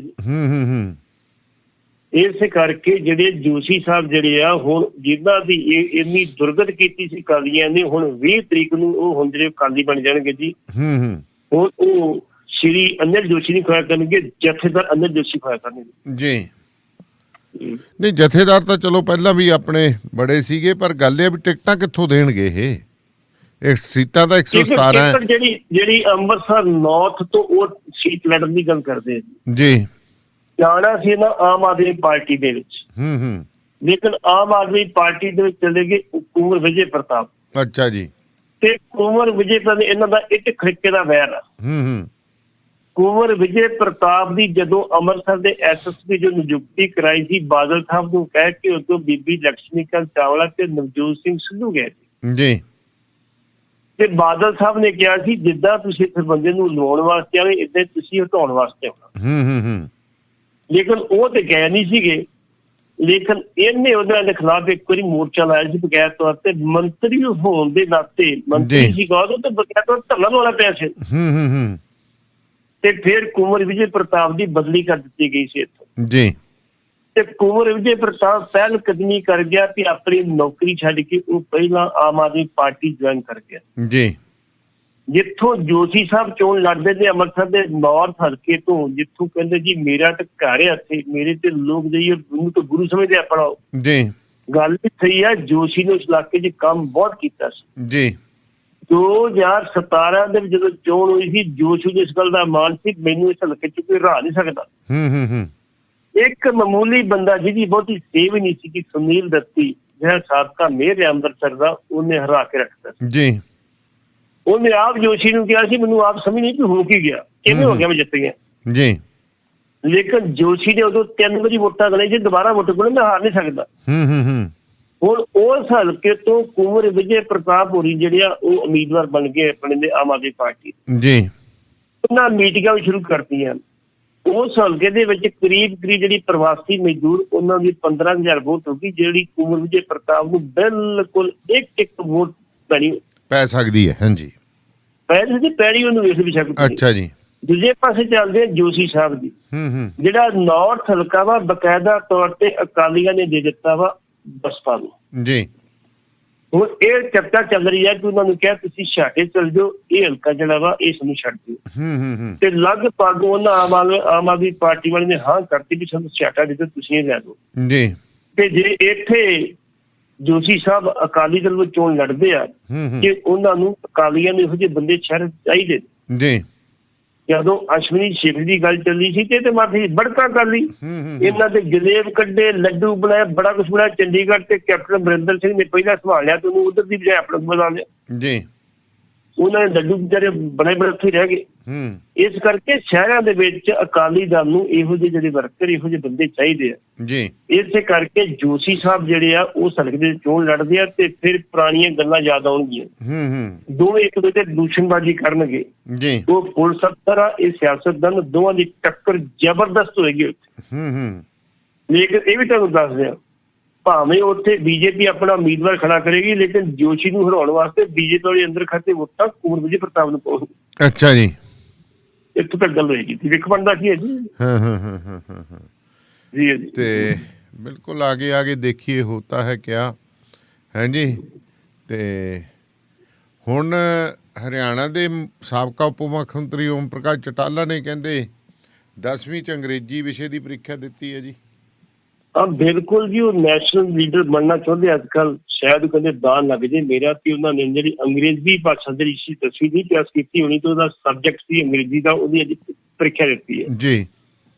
ਤੇ ਪ੍ਰੀਖਿਆ ਤੇ ਕਿਸੇ ਮੇਰੇ ਵਰਗੇ ਸ਼ਾਇਦ ਬਹਿ ਕੇ ਹੋ ਦਿੱਤੀ ਹੋਗੀ, ਕੋਈ ਉਹ ਤੇ ਕੋਈ ਪਿੱਛੇ ਹੋਣੇ ਆ। ਅਮੀਰ ਦਾ ਤੇ ਚੰਗੇ ਨੰਬਰ ਲੱਗੇ ਪਾਸ ਹੋ ਜਾਣਗੇ ਜੀ। ਇੱਕ ਨੇ ਰਿਕਾਰਡ ਇਹ ਕਾਇਮ ਕਰਤਾ ਕਿ ਐਜੂਕੇਸ਼ਨ ਲੈਣ ਦੀ ਜਿਹੜੀ ਕੋਈ ਉਮਰ ਨਹੀਂ ਹੈਗੀ, ਜਦੋਂ ਮਰਜ਼ੀ ਐਜੂਕੇਸ਼ਨ ਤੁਸੀਂ ਲੈ ਸਕਦੇ ਹੋ। ਇਹ ਤੁਹਾਡੀ ਆਪਣੀ ਨਿੱਜੀ ਪ੍ਰਾਪਰਟੀ ਜਿਹੜੀ ਕਿਤੇ ਖੋਹ ਨਹੀਂ ਸਕਦਾ ਜੀ। ਹੋ ਸਕਦਾ ਕੱਲ ਉਹਨਾਂ ਨੂੰ ਵੇਖ ਕੇ ਹੋਰ ਵੀ ਕੋਈ ਲੀਡਰ ਆ ਜਾਣ। ਚੰਗੀ ਗੱਲ ਹੈ ਜੀ। ਮੈਂ ਤਾਂ ਕਹਿੰਦਾ ਇਹਦਾ ਹਜੇ ਰਾਹ ਖੁੱਲੇ ਜੀ। ਬੜੇ ਬੰਦੇ ਨੇ ਜਿਹੜੇ 10ਵੀਂ ਬਾਹਰ ਵਿਦੇਸ਼ਾਂ ਚਲੇ ਜਾਓ ਹੈ ਜੀ। ਇੱਕ ਪਾਸੇ ਦਾਦੀ ਪੇਪਰ ਦੇਈ ਜਾਂਦੀ ਹੁੰਦੇ, ਦੂਜੇ ਪਾਸੇ ਪੋਤਾ ਪੋਤੀ ਦੇਈ ਜਾਂਦੇ ਹੁੰਦੇ। ਇੱਥੇ ਚੰਗੀ ਗੱਲ ਮੈਂ ਕਹਿੰਦਾ ਕਿ ਭਾਰਤ ਦੇ ਵਿੱਚ ਹਜੇ ਥੋੜ੍ਹੀ ਜਿਹੀ ਇਹ ਗੱਲਾਂ ਦੇ ਉੱਤੇ ਹਜੇ ਬੰਦਿਸ਼ਾਂ ਨੇ, ਪਰ ਮੈਂ ਕਹਿੰਦਾ ਕਿ ਨਹੀਂ ਚਾਹੀਦਾ ਕੋਈ ਅਗਰ ਆ ਬੁਢਾਪੇ ਦੇ ਵਿੱਚ ਕਿਸੇ ਵੀ ਉਮਰ ਦੇ ਵਿੱਚ 10ਵੀਂ BA ਕਰਨੀ ਚਾਹੁੰਦਾ ਤਾਂ ਜ਼ਰੂਰ ਮੌਕਾ ਦੇਣਾ ਚਾਹੀਦਾ। ਦੇਖੋ ਸਾਡੇ 60 ਸਾਲ ਤੋਂ ਉਮਰ ਪੜ੍ਹਨੇ ਕਿ ਬੁੱਢਾ ਪਤਾ ਹੈਗਾ, ਸਾਡੇ ਤੋਂ ਕੀ ਕਰਨਾ ਪੜ੍ਹ ਕੇ ਜੀ। ਮੈਂ ਜਦ ਬੁੱਕੇ ਘਰ ਇਸ ਕਰਕੇ ਉਹਨਾਂ ਨੇ ਇਹ ਨਹੀਂ ਮਦਦ ਕੀਤੀ ਇਸ ਉਮਰ ਦੇ ਵਿੱਚ ਵੀ ਜਾ ਕੇ 86 ਸਾਲ ਦੀ ਉਮਰ ਜਾ ਕੇ ਤੁਸੀਂ ਪੇਪਰ ਦੇ ਰਹੇ, ਬੜੀ ਵੱਡੀ ਗੱਲ ਹੈ ਜੀ। ਮੈਂ ਸੋਚਦਾ ਕਿ ਬਹੁਤ ਸੋਹਣੀ ਪ੍ਰਕਿਰਿਆ ਸ਼ੁਰੂ ਕੀਤੀ ਉਹਨਾਂ ਜੀ ਜੀ। ਸੋ ਰੇਡੀਓ ਪੰਜਾਬ ਟੂਡੇ ਦੇ ਪ੍ਰੋਗਰਾਮ ਸ਼ਮਾਦਾਨ ਦੇ ਵਿੱਚ ਤੁਸੀਂ ਇਸ ਵਕਤ ਸਾਡੇ ਨਾਲ ਜੁੜੇ ਹੋਏ ਹੋ ਤੇ ਪ੍ਰੋਗਰਾਮ ਚੱਲ ਰਿਹਾ ਸ਼ਮਾਦਾਨ ਤੇ YouTube ਤੇ Facebook ਪੇਜ ਨੂੰ ਵੀ ਜਦੋਂ ਤੁਸੀਂ ਸੁਣਦੇ ਹੋ ਤਾਂ ਪਲੀਜ਼ ਵੱਧ ਤੋਂ ਵੱਧ ਲਾਈਕ ਜ਼ਰੂਰ ਕਰਿਆ ਕਰੋ। ਇੰਨੀ ਕੁ ਸਾਡੀ ਦਰਖਾਸਤ ਮੰਨਿਆ ਕਰੋ ਜੀ। ਸੋ ਲਾਈਕ ਕਰਦੇ ਹੋ ਤਾਂ ਲਿਸਨਰਸ ਨੂੰ ਤੇ YouTube, ਕਿਉਂਕਿ ਹੁਣ ਫਿਰ YouTube ਦੇ ਉੱਤੇ ਕਾਫੀ ਵੀਰ ਜਿਹੜੇ ਆ ਜੁੜਦੇ ਨੇ ਤੇ ਉਹਨਾਂ ਤੱਕ ਵੀ ਜਿਹੜੀ ਹੈ ਇਹ ਖਬਰਾਂ ਪਹੁੰਚ ਜਾਣ। ਤੇ ਪੱਟੀ ਸਾਹਿਬ ਹੁਣ ਕਹਿੰਦੇ ਮੰਡ ਸਾਹਿਬ ਨੇ ਇੱਕ ਵਾਰੀ ਫੇਰ ਮੰਤਰੀਆਂ ਤੇ ਵਿਧਾਇਕਾਂ ਨੂੰ ਤਲਬ ਕੀਤਾ ਜੀ ਅਕਾਲ ਤਖਤ ਸਾਹਿਬ ਤੇ। ਹੁਣ ਉਹ ਅਕਾਲ ਤਖਤ ਸਾਹਿਬ ਤੇ ਮੰਡ ਸਾਹਿਬ ਦੇ ਅੱਗੇ ਪੇਸ਼ ਹੋਣਗੇ ਜਾਂ ਉੱਥੋਂ ਦੇ ਜਥੇਦਾਰ ਸਾਹਿਬ ਅੱਗੇ ਪੇਸ਼ ਹੋਣਗੇ ਜਾਂ ਅਕਾਲ ਤਖਤ ਤੇ ਪੇਸ਼ ਹੋਣਗੇ? ਸਾਡੀ ਬਦਕਿਸਮਤੀ ਹੈ ਜੀ। ਸਿੱਖ ਪੰਥ ਦੀ ਇਹ ਬੜੀ ਤਕੜੀ ਬਦਕਿਸਮਤੀ ਆ ਕਿ ਅਸੀਂ ਅਕਾਲ ਤਖਤ ਦੀ ਮਰਿਆਦਾ ਤੇ ਨਿਯਮਾਂ ਨੂੰ ਇੱਕ ਢੋਰਾ ਬਣ ਕੇ ਲੱਗ ਰਹੇ ਜੀ। ਅਕਾਲ ਤਖਤ ਮਹਾਨ ਹੈ, ਸਿੱਖ ਪੰਥ ਦੀ ਸ਼ਾਨ, ਇਸ ਸਲੋਗਨ ਨੂੰ ਤੁਸੀਂ ਕਿਉਂ ਦਾਗਦਾਰ ਕਰ ਰਹੇ? ਮੰਡ ਸਾਹਿਬ ਦੀ ਜਦੋਂ ਨਿਯੁਕਤੀ ਹੋਈ ਸੀ ਕਾਰਜਕਾਰੀ ਜਥੇਦਾਰ, ਤੇ ਜਿਹੜੀ ਇਹਨਾਂ ਨੇ 9 ਦਸੰਬਰ 2018 ਨੂੰ ਮੋਰਚਾ ਖਤਮ ਕੀਤਾ ਸੀ, ਜਿਹੜਾ ਅਸਲੀ ਜਥੇਦਾਰ ਬਣਾਇਆ ਸੀ ਇਹਨਾਂ ਨੇ ਜਗਤਾਰ ਸਿੰਘ ਹਮਾਰਾ, ਉਹਨੇ ਉੱਥੋਂ ਕਿਹਾ ਸੀਗਾ ਜੀ ਕਿ ਭਾਈ ਤੁਹਾਡਾ ਕੰਮ ਸੈਟਿਸਫਾਈ ਨਹੀਂ, ਤੁਹਾਡੀ ਨਿਯੁਕਤੀ ਖਾਰਜ ਕੀਤੀ ਜਾਂਦੀ ਹੈ ਤੇ ਮੇਰੀ 5 ਮੈਂਬਰੀ ਕਮੇਟੀ ਕਰੇਗੀ। ਜਦੋਂ ਦੀਵਾਲੀ ਦੇ ਜਾਂ ਵਿਸਾਖੀ ਦੇ ਸੰਦੇਸ਼ ਪੜ੍ਹਨਾ ਹੁੰਦਾ, ਇੱਕ ਜਥੇਦਾਰ ਅਕਾਲ ਤਖਤ ਦੇ ਅੰਦਰ ਸੰਦੇਸ਼ ਪੜ੍ਹਨਾ ਹੁੰਦਾ ਵਾ ਜੀ, ਦੂਜਾ ਜਥੇਦਾਰ ਅਕਾਲ ਤਖਤ ਦੇ ਸਾਹਮਣੇ ਧੱਕਾ ਮੁੱਕ ਜਿੰਦਾਬਾਦ ਮੁਰਦਾਬਾਦ ਦੇ ਵਿੱਚ ਸੰਦੇਸ਼ ਪੜ੍ਹਨਾ ਹੁੰਦਾ, ਪਤਾ ਨਹੀਂ ਕੀ ਪੜ੍ਹਦਾ ਕੀ ਨਹੀਂ ਪੜ੍ਹਦਾ। ਤੇ ਤੀਜਾ ਜਿਹੜਾ ਹਵਾਰੇ ਦੇ ਫਾਦਰ ਬਣੇ ਨੇ, ਕਹਿੰਦੇ ਜੇ ਮੂੰਹ ਬੋਲਿਆ ਪਿਤਾ ਵਾ ਗੁਰਚਰਨ ਸਿੰਘ ਗੋਰੀ, ਉਹ 5 ਮੈਂਬਰੀ ਕਮੇਟੀ ਜਿਹੜੀ ਉਹ ਝੰਡੇ ਬੁੱਝਾਂ ਕੋਲ ਸੰਦੇਸ਼ ਪੜ੍ਹਨੇ ਹੁੰਦੇ, ਪਿੱਛੇ ਹਵਾਰਾ ਦਾ ਸੰਦੇਸ਼। ਹੁਣ ਲੋਕੀ ਕਿਹਦੀ ਗੱਲ ਕਰਨ ਜੀ? ਪਹਿਲੀ ਵਾਰੀ ਹੋਇਆ ਵੀ ਜਿਹੜਾ ਜਸਵਿੰਦਰ ਸਿੰਘ ਗਿੱਲ ਦਾ ਜਥੇਦਾਰ ਅਕਾਲ ਤਖਤ ਨੂੰ ਬਕਾਇਦਾ ਤੌਰ ਤੇ ਫਸੀਲ ਤੇ ਖਲੋਤੇ ਨੂੰ ਵੰਗਾਰ ਕੇ ਗਿਆ। ਮਹਾਰਾਜਾ ਰਣਜੀਤ ਸਿੰਘ ਜਦੋਂ ਆਇਆ ਸੀ ਤੇ ਦਰਬਾਰ ਤੇ ਮੱਥਾ ਨਹੀਂ ਟੇਕ ਦਿੱਤਾ ਕਾਲੀ ਫੂਲਾ ਸਿੰਘ ਨੇ, ਕੋਈ ਨਾ ਪੇਸ਼ ਉਧਰ ਜਾ ਕੇ ਪੇਸ਼ ਹੋ ਕੇ ਨਹੀਂ ਲੱਗ ਜੀ, ਫਿਰ ਤੇਰੇ ਨਾਲ ਗੱਲ ਕਰਾਂਗੇ। ਜਿਹੜੀ ਸਰਕਾਰੀ ਖਾਨੇ 'ਚ ਖਜ਼ਾਨੇ 'ਚ ਰਸਦ ਆਉਂਦੀ ਸੀ ਕੜਾਹ ਪ੍ਰਸ਼ਾਦ ਉਹ ਬੰਦ ਕਰਾਤੀ ਸੀ। ਉੱਥੋਂ ਪਰਚੀ ਸਿਸਟਮ ਸ਼ੁਰੂ ਕੀਤਾ ਵੀ ਸੰਗਤਾਂ ਆਪ ਪਰਚੀ ਕਟਾਉਣਗੇ ਇੱਥੋਂ ਤੇ ਆਪ ਪੈਸੇ ਦੇਣਗੇ ਤੇ ਉਹਦਾ ਕੜਾਹ ਦੇ ਬਣੂ ਜੀ। ਤੇ ਜਦੋਂ ਮਹਾਰਾਜਾ ਰਣਜੀਤ ਸਿੰਘ ਨੇ ਕਹਿਤਾ ਸੀ ਵੇਖੋ ਜੀ ਮੈਂ ਸਜ਼ਾ ਭੁਗਤ ਲਈ ਹੈ ਤੇ ਮੇਰੀ ਉਹਦੀ ਰਜਿਸਟਰੀ ਦੀ ਮੇਰੀ ਉਹ ਬਹਾਲ ਕਰ ਦਿਓ, ਤੇ ਕਹਿੰਦਾ ਬਿਲਕੁਲ ਨਹੀਂ, ਅਕਾਲ ਤਖਤ ਤੋਂ ਆਦੇਸ਼ ਜਾਰੀ ਹੁੰਦੇ ਵਾਪਸ ਨਹੀਂ ਲੈ ਜਾਂਦੇ ਜੀ। ਇਸ ਕਰਕੇ ਉਹ ਬੰਦਾ ਸ਼ਰੇਆਮ ਅਕਾਲ ਤਖਤ ਦੇ ਜਥੇਦਾਰ ਨੂੰ ਫਸੀਲ ਤੇ ਖਲੋਤੇ ਨੂੰ ਮੰਗਾਰ ਕੇ ਗਿਆ ਕਿ ਜਾਂ ਤੈਨੂੰ ਮੈਂ ਜਥੇਦਾਰੀ ਮੰਨਦਾ ਇਹ ਸਾਡੀ ਮਾਨਸਿਕਤਾ ਜੀ। ਲੇਕਿਨ ਇਸ ਤੋਂ ਪਿੱਛੇ ਚੱਲੀਏ, ਤੁਹਾਨੂੰ ਪਤਾ ਬ੍ਰਹਮਪੁਰਾ ਤੇ ਇੱਕ ਆਗੂ ਹੋਰ ਸੀ, ਮੈਨੂੰ ਯਾਦ ਦੂਜਾ ਕਿਹੜਾ ਸੀ, ਇਹਨਾਂ ਅਕਾਲ ਤਖਤ ਤੇ ਜਥੇਦਾਰ ਨੂੰ ਕਮਰੇ ਨੂੰ ਜਾ ਕੇ ਖੰਡੇ ਮਾਰੇ ਸੀ, ਗੰਦੀਆਂ ਗਾਲਾਂ ਕੱਢੀਆਂ ਸੀ ਜੀ। ਕਿ ਉਹਨੇ ਮਾਣਾ ਕੀ ਕੀਤਾ ਸੀ ਗਿਆਨੀ ਪ੍ਰੋਫੈਸਰ ਸਿੰਘ ਨੇ, ਮਨਜੀਤ ਸਿੰਘ ਨੇ, ਉਹਨੇ ਗੱਲ ਕਿਹਾ ਸੀ ਵੀ ਭਾਈ ਵੇਖੋ ਆ ਪੰਥਕ ਏਕਤਾ ਕਰ ਲਓ ਚੰਗੇ ਰਹੋ। ਜਦੋਂ ਵੀ ਅਕਾਲੀ ਪਾਰਟੀ ਦੇ ਸੰਕਟ ਆਉਂਦਾ ਰਿਹਾ ਸਾਰੇ ਉਦੋਂ ਅਕਾਲੀ ਦਲ ਇੱਕ ਹੁੰਦੇ ਰਹੇ ਜੀ। ਜਦੋਂ ਪਾਰਟੀ 1980 ਚ ਹਰੀ ਆ ਉਦੋਂ ਹੈਗੇ ਸੀ ਆਪਣੇ ਤਲਵੰਡੀ ਸਾਹਿਬ ਸੀਗੇ ਆਪਣੇ ਬਕਾਇਦਾ ਤੌਰ ਤੇ ਪ੍ਰਧਾਨ ਜੀ। ਤੇ ਤਲਵੰਡੀ ਸਾਹਿਬ ਨੂੰ ਬਕਾਇਦਾ ਤੌਰ ਤੇ ਸੁਖਦੇਵ ਸਿੰਘ ਭੌਰਾ ਨੇ ਅਕਾਲ ਤਖਤ ਕਿਹਾ, ਜਿਸਨੇ ਨੇ ਕਿਹਾ ਕਿ ਸਾਰੇ ਅਕਾਲੀ ਦਲ ਆਪਣੇ ਆਪਣੇ ਅਸਤੀਫੇ ਦੇ ਦਿਓ ਤਾਂ ਕਿ ਪੰਥਕ ਏਕਤਾ ਕੀਤੀ ਜਾਵੇ ਜੀ। ਤੇ ਤਲਵੰਡੀ ਸਾਹਿਬ ਨੇ ਅਸਤੀਫਾ ਨਹੀਂ ਦਿੱਤਾ ਸੀਗਾ। ਤੇ ਇਹ ਇੱਕ ਸਮਾਗਮ ਹੋਇਆ ਸੀ ਅੰਬਾਲੇ, ਰੈਲੀ ਹੋਈ ਸੀ ਅਕਾਲੀਆਂ ਦੀ, ਇਹ ਸਟੇਜ ਤੇ ਬੋਲਣ ਲੱਗੇ, ਸੰਗਤਾਂ ਨੇ ਬੋਲਣ ਨਹੀਂ ਦਿੱਤਾ ਸੀ, ਤੂੰ ਕਹਿੰਦਾ ਅਕਾਲ ਤਖਤ ਦੇ ਕਿਹਦਾ ਪੇਸ਼ ਹੋ ਗਿਆ। ਇੰਨਾ ਸਤਿਕਾਰ ਸੀ ਅਕਾਲ ਤਖਤ ਦੇ ਜਥੇਦਾਰ ਜੀ। ਮੁੜ ਕੇ ਨੇ ਟੋੜੇ ਨੂੰ ਕਿਹਾ ਸੀ ਵੀ ਮੈਨੂੰ ਮੇਰੀ ਬੇਇੱਜ਼ਤੀ ਬੜੀ ਕੀਤੀ ਹੈ ਭੌਰੇ ਨੇ, ਇਹਨੂੰ ਲਾ ਦੇ ਤੇ ਮੈਂ ਅਸਤੀਫਾ ਦੇ ਦਿੰਦਾ ਜੀ। ਤੇ ਜਥੇਦਾਰ ਗੁਰਚਰਨ ਸਿੰਘ ਟੋੜਾ ਬਾਰੇ ਜਿਹੜਾ ਭੌਰਾ ਕਹਿੰਦਾ ਹੁੰਦਾ ਜੀ, ਜਬ ਤੱਕ ਟੋੜਾ ਤਬ ਤੱਕ ਭੌਰਾ। ਤੇ ਉਹਨੂੰ ਮੁੜ ਕੇ ਅਗਲਿਆਂ ਨੇ ਪ੍ਰਸ਼ਨਾਨ ਕਰਦੇ ਨੂੰ ਕਸ਼ਹਿਰੇ ਨੂੰ ਬਦਲ ਦਿੱਤਾ, ਸਾਈਨ ਕਰਦੇ ਸੀ ਫਟਾਫਟ। ਅੱਛਾ ਜੀ। 10 ਵਜੇ ਤੋਂ ਸਾਈਨ ਕਰਾਏ ਸੀ, 4 ਵਜੇ ਤੋਂ ਪਹਿਲਾਂ ਪਿਤਾ ਦੇ ਕੋਲ ਮਕਾਨ ਖਾਲੀ ਕਰਾ ਲਿਆ ਸੀ। ਇਹ ਹਾਲ ਸੀਗੀ। ਤੇ ਜਥੇਦਾਰ ਉਹ ਜਥੇਦਾਰ ਸੀ, ਇਹਨੂੰ ਲੋਕਾਂ ਨੇ ਰੋਕਦਾ ਸੀ ਵੀ ਜਥੇਦਾਰ ਕੋਈ ਜਾ ਪਹਿਲਾਂ ਤੈਨੂੰ ਉਹਨੇ ਤਨਖਾਹੀਆ ਕਰ ਦਿੱਤਾ ਵੀ ਤੂੰ ਅਸਤੀਫਾ ਦੇ ਦਿੱਤਾ। ਇਸੇ ਕਰਕੇ ਜਥੇਦਾਰ ਸਰਕਾਰ ਸੰਗਤਾਂ ਕਰਦੀਆਂ ਨੇ, ਲੇਕਿਨ ਜਥੇਦਾਰਾਂ ਦੀ ਤਰੁੱਟੀਆਂ ਹੋਣ ਕਰਕੇ ਅੱਜ ਹਾਲਾਤ ਇਹ ਹੋਏ ਪਏ ਵੀ ਤਿੰਨ ਜਥੇਦਾਰ ਬਣਾਏ ਸਾਡੇ। ਕੌਣ ਜ਼ਿੰਮੇਵਾਰ ਦੇ ਵਾਸਤੇ, ਕਿਉਂ ਨਹੀਂ ਸਾਡੀ ਲੀਡਰਸ਼ਿਪ ਦੇ ਬਾਰੇ ਸੋਚਦੀ ਕੋਈ ਨਹੀਂ ਜੀ। ਇਸੇ ਕਰਕੇ ਜੀ ਜਿਹੜੀ ਜਥੇਦਾਰਾਂ ਦੀ ਗੱਲ ਮੰਡ ਸਾਹਿਬ ਬੇਸ਼ੱਕ ਜੋ ਮਰਜ਼ੀ ਕਹੀ ਜਾਣ, ਮੰਡ ਸਾਹਿਬ ਨੂੰ ਜੋ ਲਾ ਦਿੱਤਾ ਗਿਆ ਜੀ ਵੀ ਕਹੀ ਜਾਂਦੇ ਮੈਂ ਤਾਂ ਵੇਖੋ ਜੀ ਕੋਈ ਸਿਆਸਤ ਨਹੀਂ ਕਰਨੀ ਕਿਸੇ ਕਿਸਮ ਦੀ, ਮੈਂ ਜਥੇਦਾਰ 1 ਕਰੋੜ 48 ਲੱਖ ਰੁਪਇਆ ਇਕੱਠਾ ਹੋਇਆ ਸੀਗਾ ਜਦੋਂ ਮੋਰਚਾ ਲੱਗਾ ਸੀਗਾ। 22 ਲੱਖ ਸੰਗਤੇ ਮੇਰੇ ਕੋਲ ਤੁਹਾਡਾ ਪਿਆ ਜਦੋਂ ਮਰਜ਼ੀ ਲੈ ਜਿੱਥੇ ਮਰਜ਼ੀ ਵਰਤ ਗਏ। ਦਾਨੇਵਾਲੀ ਸਾਹਿਬ ਜਿਹੜੇ ਸਾਡੇ ਨੌਜਵਾਨ ਅੰਦਰ ਬੈਠੇ ਨੇ ਜਿਹਨਾਂ ਦੇ ਵਿੱਚ ਉਹਨਾਂ ਦੇ ਪਰਿਵਾਰ ਕਹਿੰਦੇ ਆ ਸਾਡੇ ਕੋਲ ਪੈਸੇ ਨਹੀਂ ਹੈਗੇ ਚੰਗੇ ਵਕੀਲ ਕਰਨ ਵਾਸਤੇ। ਆਹੀ ਤਾਂ ਇੱਕ ਸਭ ਤੋਂ ਵੱਡਾ ਦੁੱਖ ਆ ਨਾ ਜੀ। ਹੁਣ ਦੇਖੋ ਉਹੀ ਗੱਲਾਂ ਕਰਦੇ ਆ, ਹੁਣ ਦੇਖੋ ਉਹਦੀ ਬੋਲ ਪੈਂਦੇ ਬੈਠੇ ਕਈ ਵੀ ਨਹੀਂ ਜੀ ਇਹ ਬੰਦੇ ਆ ਜਿਹੜੇ ਅਸਲ ਬੰਦੇ ਆ ਤਾਂ ਉਹ ਤਾਂ ਅੰਦਰ ਬੈਠੇ ਨੇ। ਜੀ ਜੀ ਜੀ ਜੀ। ਹਾਂ ਤੇ ਇਹਦਾ ਮੰਤਰੀ ਨੇ ਕੀ ਕਿਹਾ ਸੀ ਇਹਨਾਂ ਨੂੰ? ਉਹਨੇ ਕਿਹਾ ਸੀ ਮੰਡ ਸਾਹਿਬ ਤੁਸੀਂ ਅਕਾਲ ਤਖਤ ਦੀ ਬਜਾਏ ਕਿਸੇ ਹੋਰ ਗੁਰਦੁਆਰੇ ਰੱਖੋ, ਤੁਹਾਡੇ ਕੋਲ ਆ ਜਾਵਾਂਗੇ, ਆਪਣਾ ਸਪਸ਼ਟੀਕਰਨ ਵੀ ਦੇ ਜਾਵਾਂਗੇ, ਸਭ ਕੁਝ ਕਰ ਜਾਵਾਂਗੇ। ਅਕਾਲ ਤਖਤ ਤੇ ਸ਼੍ਰੋਮਣੀ ਕਮੇਟੀ ਦਾ ਤਣਾਅ ਪੈਦਾ ਹੋਊਗਾ, ਤੁਸੀਂ ਉੱਥੇ ਆਓਗੇ, ਇੱਥੇ ਜਾਵਾਂਗੇ, ਉਹਨਾਂ ਦੀ ਲੱਠ ਮਾਰ ਫੌਜ ਆਊਗੀ, ਤੂੰ ਝਗੜਾ ਹੋਊਗਾ, ਕੀ ਫਾਇਦਾ ਹੁੰਦਾ ਜੀ। ਉਹ ਕਹਿੰਦਾ ਨਹੀਂ ਜੀ ਅਕਾਲ ਤਖਤ ਤੇ ਆਓ। ਮੈਨੂੰ ਮੰਡ ਸਾਹਿਬ ਇਹ ਦੱਸ ਦੇਣ ਵੀ ਅੱਜ ਤੱਕ ਜਿੰਨੇ ਇਹਨਾਂ ਕੋਈ ਮਾੜੇ ਮੋਟੇ ਚੰਗੇ ਮਾੜੇ ਫੈਸਲੇ ਕੀਤੇ, ਇੱਕ ਫੈਸਲਾ ਦਿਨ ਅਕਾਲ ਤਖਤ ਦੇ ਵਿੱਚ ਕੀਤਾ ਹੋਵੇ। ਫੈਸਲਾ ਤੇ ਆ ਕੇ ਬਾਅਦ ਤੁਸੀਂ ਜਿਹੜਾ ਉਹ ਪਲਾਜੇ ਸੁਣਾਉਂਦੇ ਹੋ ਆਪਣਾ, ਇਹ ਸੁਣ ਲਓ ਤੁਸੀਂ ਕੀ ਕੀਤਾ ਉੱਥੇ, ਤੇ ਮੀਟਿੰਗ ਜਿਹੜੀ ਕਿੱਥੇ ਹੁੰਦੀ ਹੈ। ਇਸੇ ਕਰਕੇ ਬਾਬਾ ਦਾਦੂਵਾਲ ਤੇ ਜਿਹੜਾ ਅਮਰੀਕ ਸਿੰਘ ਸੜਕ ਤੇ ਕਿ ਸਾਡੀ ਹੋਂਦ ਹੀ ਨਹੀਂ ਹੈਗੀ, ਤਾਂ ਅਸੀਂ ਕੀ ਕਰਨਾ ਇੱਥੇ। ਤਾਂ ਤੁਸੀਂ ਅਜੇ ਵੀ ਹੁਣ ਦਾ ਪ੍ਰਗਟਾਵਾ ਕਰੀਂਦੇ ਸੋ ਤਾਂ ਕਾਹਦੀ ਹੁੰਦਾ ਨਹੀਂ ਹੈਗੀ ਜੀ। ਮੈਂ ਸੋਚਦਾ ਕਿ ਸ਼੍ਰੋਮਣੀ ਕਮੇਟੀ ਨੂੰ ਬਕਾਇਦਾ ਤੌਰ ਤੇ ਇਹਨਾਂ ਦੇ ਖਿਲਾਫ ਜਿਹੜਾ ਇੱਕ ਨੋਟਿਸ ਦੇਣਾ ਚਾਹੀਦਾ ਵੀ ਤੁਸੀਂ ਅਕਾਲ ਤਖਤ ਦੇ ਪੈੜ ਦੀ ਦੁਰਵਰਤੋਂ ਕਰ ਰਹੇ ਜੀ।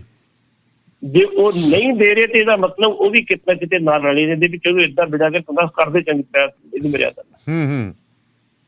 ਇਸ ਕਰਕੇ ਉਹਨਾਂ ਨੇ 20 ਤਰੀਕ ਨੂੰ ਫੇਰ ਬੁਲਾ ਲਿਆ ਤੇ ਉਹਨਾਂ ਪੇਸ਼ ਤੇ ਹੋਣਾ ਨਹੀਂ 20 ਤਰੀਕ ਨੂੰ। ਹੋਣਾ ਤਾਂ ਹੈ ਨਹੀਂ। ਇਹ ਕਹਿ ਦੇਣਗੇ ਤਨਖਾਹੀਏ ਕਰਾ ਦਿੱਤੇ ਜਾਂਦੇ ਨੇ 500-6 ਦਿਨ ਛੇਕ ਦਿਓ, ਤੁਹਾਨੂੰ ਪੁੱਛਦਾ ਕੌਣ ਛੇਕ ਦਿਓ, ਕੀ ਕਰੋਗੇ ਤੁਸੀਂ ਜਾ ਕੇ ਜੀ।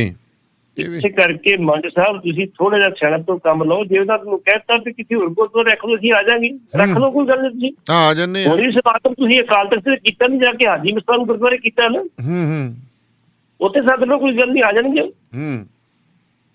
ਜੀ। ਇਹ ਵੈਸੇ ਹੋ ਕੀ ਰਿਹਾ ਪੱਟੀ ਸਾਹਿਬ, ਇਹ ਬੜਾ ਫਿਕਰ ਵਾਲੀ ਗੱਲ ਹੈ।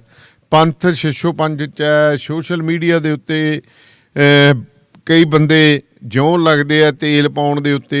ਨਵੇਂ ਮੰਡੀਰ ਜਿਹੜੀ ਖੜੀ ਹੋਈ ਆ ਉਹ ਪਤਾ ਨਹੀਂ ਕੀ ਕੁਛ ਬੋਲੀ ਜਾਂਦੀ, ਉਹਨਾਂ ਨੂੰ ਇਹ ਨਹੀਂ ਪਤਾ ਕਿ ਜਿਨ੍ਹਾਂ ਨੇ ਉਦੋਂ ਉਹਨਾਂ ਦੇ ਪੁੜੇ ਸੇਕ ਤੇ, ਮੈਂ ਨਹੀਂ ਕਹਿੰਦਾ ਚਲੋ ਕੌਮਾਂ ਦੇ ਪਿੱਛੇ ਬੰਦੇ ਸ਼ਹਾਦਤਾਂ ਵੀ ਪਾਉਂਦੇ ਆ, ਕਮਜ਼ੋਰ ਦਿਲ ਨਹੀਂ ਹੁੰਦੇ, ਪਰ ਜਿਹੜੇ ਹਜੇ ਜੇਲ੍ਹਾਂ 'ਚ ਬੈਠੇ ਉਹਨਾਂ ਦੀ ਸਾਰ ਤਾਂ ਲੈ ਲਓ। ਉਹ ਸੜ ਕੇ ਮੱਚ ਗਏ, ਏਜੰਸੀਆਂ ਦੇ ਬੰਦੇ ਬਾਹਰ ਨਿਕਲ ਗਏ।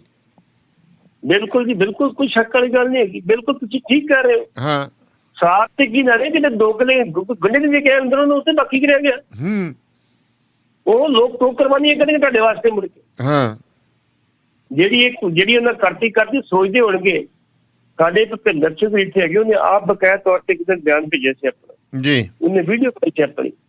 ਕਹਿੰਦਾ ਇੱਕ ਕੁਰਬਾਨੀ ਵਾਲਾ ਪਰਿਵਾਰ ਸੀ, ਉਹਨਾਂ ਦੀ ਇੱਕ ਮਾਤਾ ਬਸੀ ਸੀ, ਉਹਦੇ ਕੋਲੇ ਗਿਆ ਜੀ, ਉਹਦਾ ਸਾਰਾ ਪਰਿਵਾਰ ਸ਼ਹੀਦ ਹੋ ਗਿਆ। ਉਹ ਮਾਤਾ ਮੈਨੂੰ ਕਹਿੰਦੀ ਭੁਪਿੰਦਰ ਸਿੰਘ ਕਾਕਾ, ਤੂੰ ਮੇਰੇ ਬੱਚਿਆਂ ਵਰਗਾ, ਤੂੰ ਛੱਡ ਦੇ ਸਾਰੇ ਕੰਮ, ਤੇਰੀ ਨੌਕਰੀ ਸਰਕਾਰੀ ਚਲੀ ਗਈ, ਸਭ ਕੁਝ ਚਲੇ ਗਿਆ, ਤੇਰਾ ਘਰ ਦਾ ਮੁੱਢ ਜੇ ਪਾਸੇ ਲੱਗੇ, ਤੂੰ ਕਿਹੜੇ ਪਾਸੇ ਪਿਆ? ਛੱਡ ਦੇ, ਚੰਗਾ ਰਹੇਂਗੇ ਇਸ ਗੱਲ ਤੈਨੂੰ ਮੈਂ ਤੈਨੂੰ ਨਸੀਹਤ ਕਰਦੀ, ਛੱਡ ਦੇ ਇਸ ਗੱਲ ਜੀ।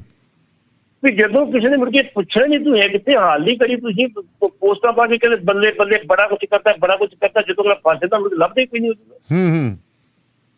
ਇਸ ਕਰਕੇ ਮਾਨ ਸਾਹਿਬ ਨੂੰ ਇਹ ਚਾਹੀਦਾ ਵੀ ਇੱਥੇ ਵਿਚਾਰ ਕਰਨ ਬਕਾਇਆ ਤੌਰ ਤੇ। ਤੁਹਾਨੂੰ ਨਹੀਂ ਮੰਨਦਾ, ਤੁਹਾਨੂੰ ਪਤਾ ਮਾਨ ਸਾਹਿਬ ਨੇ ਕਹਿ ਦਿੱਤਾ ਸੀਗਾ ਜਦੋਂ 99 ਦੇ ਵਿੱਚ, ਦੇਖੋ ਜੀ ਮੈਂ ਕਿਰਪਾਨ ਤੋਂ ਕਿਸੇ ਅੰਦਰ ਨਹੀਂ ਜਾ ਸਕਦਾ ਜੀ, ਨੁਕਸਾਨ ਕਿੰਨਾ ਹੋਇਆ ਉਹਦਾ। ਮਾਨ ਸਾਹਿਬ ਜਦੋਂ ਦੂਜੀ ਵਾਰੀ ਜਿੱਤੇ, ਅੰਦਰ ਗਏ ਤੇ ਇਹਨਾਂ ਬੜੇ ਵਧੀਆ ਮੁੱਦੇ ਉਠਾਏ। ਉਹਨਾਂ ਮੁੱਦਿਆਂ ਦਾ ਅੱਜ ਤੱਕ ਭਾਰਤ ਸਰਕਾਰ ਜਵਾਬ ਨਹੀਂ ਦੇ ਸਕੀ ਜੀ। ਜਿਸ ਤਰ੍ਹਾਂ ਧਰਮਵੀਰ ਗਾਂਧੀ ਨੇ ਮੁੱਦੇ ਉਠਾਏ ਸੀ ਨਾ, ਉਹਦੀ ਕਿਸੇ ਚਿੱਠੀ ਦਾ ਜਵਾਬ ਸਰਕਾਰ ਨੇ ਤੱਕ ਨਹੀਂ ਦਿੱਤਾ ਜੀ।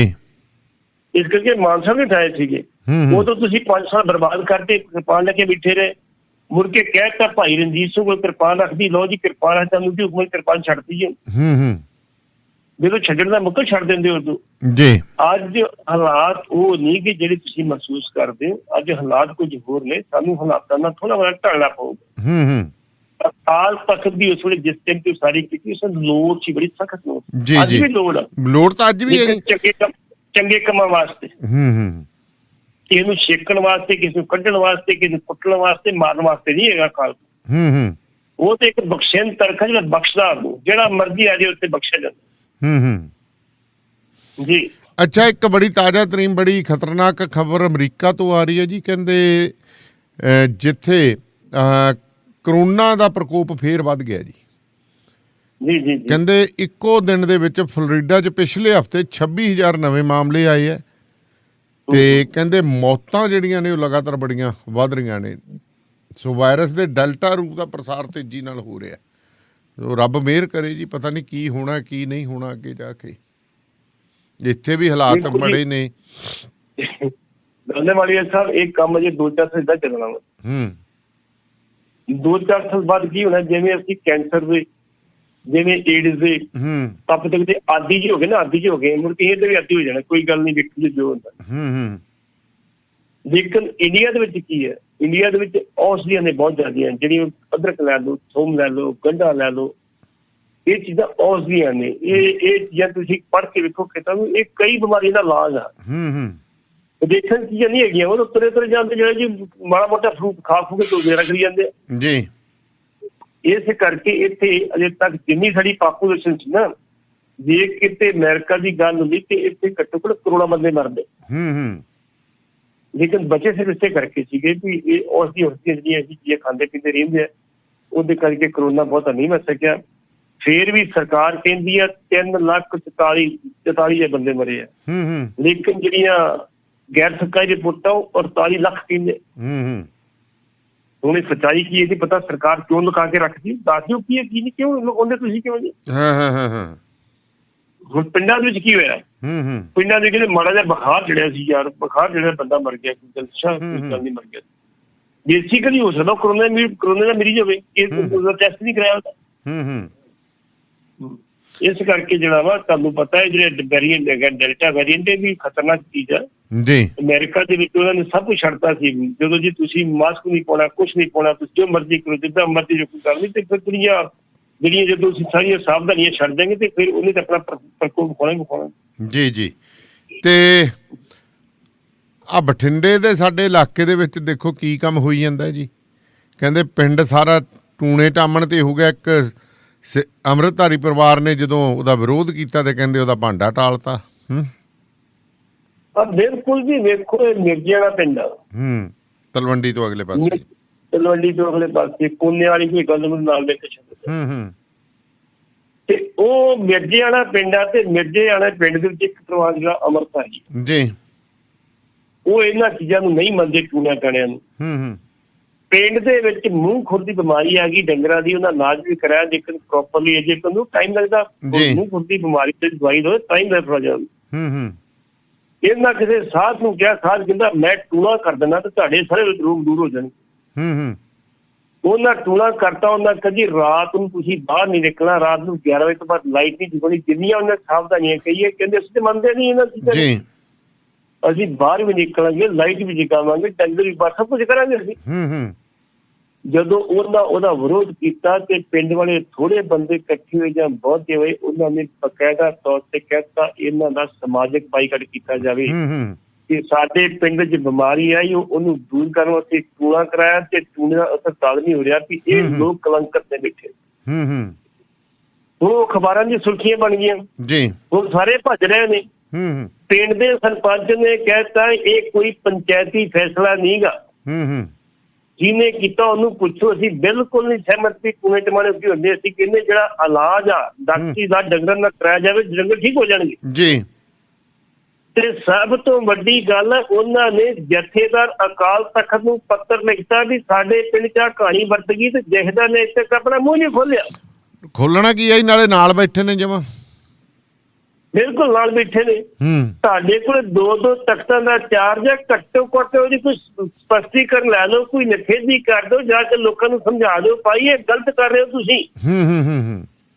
ਟੂਣੇ ਟਾਵਣ ਕੋਈ ਨਹੀਂ ਹੈਗੇ ਦੁਨੀਆ ਦੇ ਚੰਦ ਤੇ ਪਹੁੰਚ ਗਈ ਤੁਸੀਂ ਅਜੇ ਵੀ ਇੱਥੇ ਜੀ ਜੀ। ਜਿਹੜਾ ਉਹ ਮੁੰਡਾ ਰਜੇਸ਼ ਸੀ ਨਾ ਜਦੋਂ ਪਹਿਲੀ ਵਾਰੀ ਗਿਆ ਸੀ ਚੰਦ ਦੇ ਉੱਤੋਂ ਯਾਦ ਹੋਏਗਾ ਉਦੋਂ ਪੰਡਤਾਂ ਨੇ ਕਿਹਾ ਜੀ ਨਹੀਂ ਇਹ ਤਾਂ ਚੰਦ ਵੀ ਹੋਰ ਹੈ ਚੰਦ ਦੀ ਅਸੀਂ ਗੱਲ ਕਰਦੇ ਦੇਵਤੇ ਜੀ ਉਹ ਤਾਂ ਚੰਦ ਹੋ ਰਹੇਗਾ ਇਹ ਚੰਦ ਹੋ ਰਹੇਗਾ ਜੀ। ਅੱਜ ਉਹ ਮੰਨ ਕੇ ਨਿਕਲਦੇ ਨਹੀਂ ਚੰਦ ਉਹੀ ਹੈਗਾ।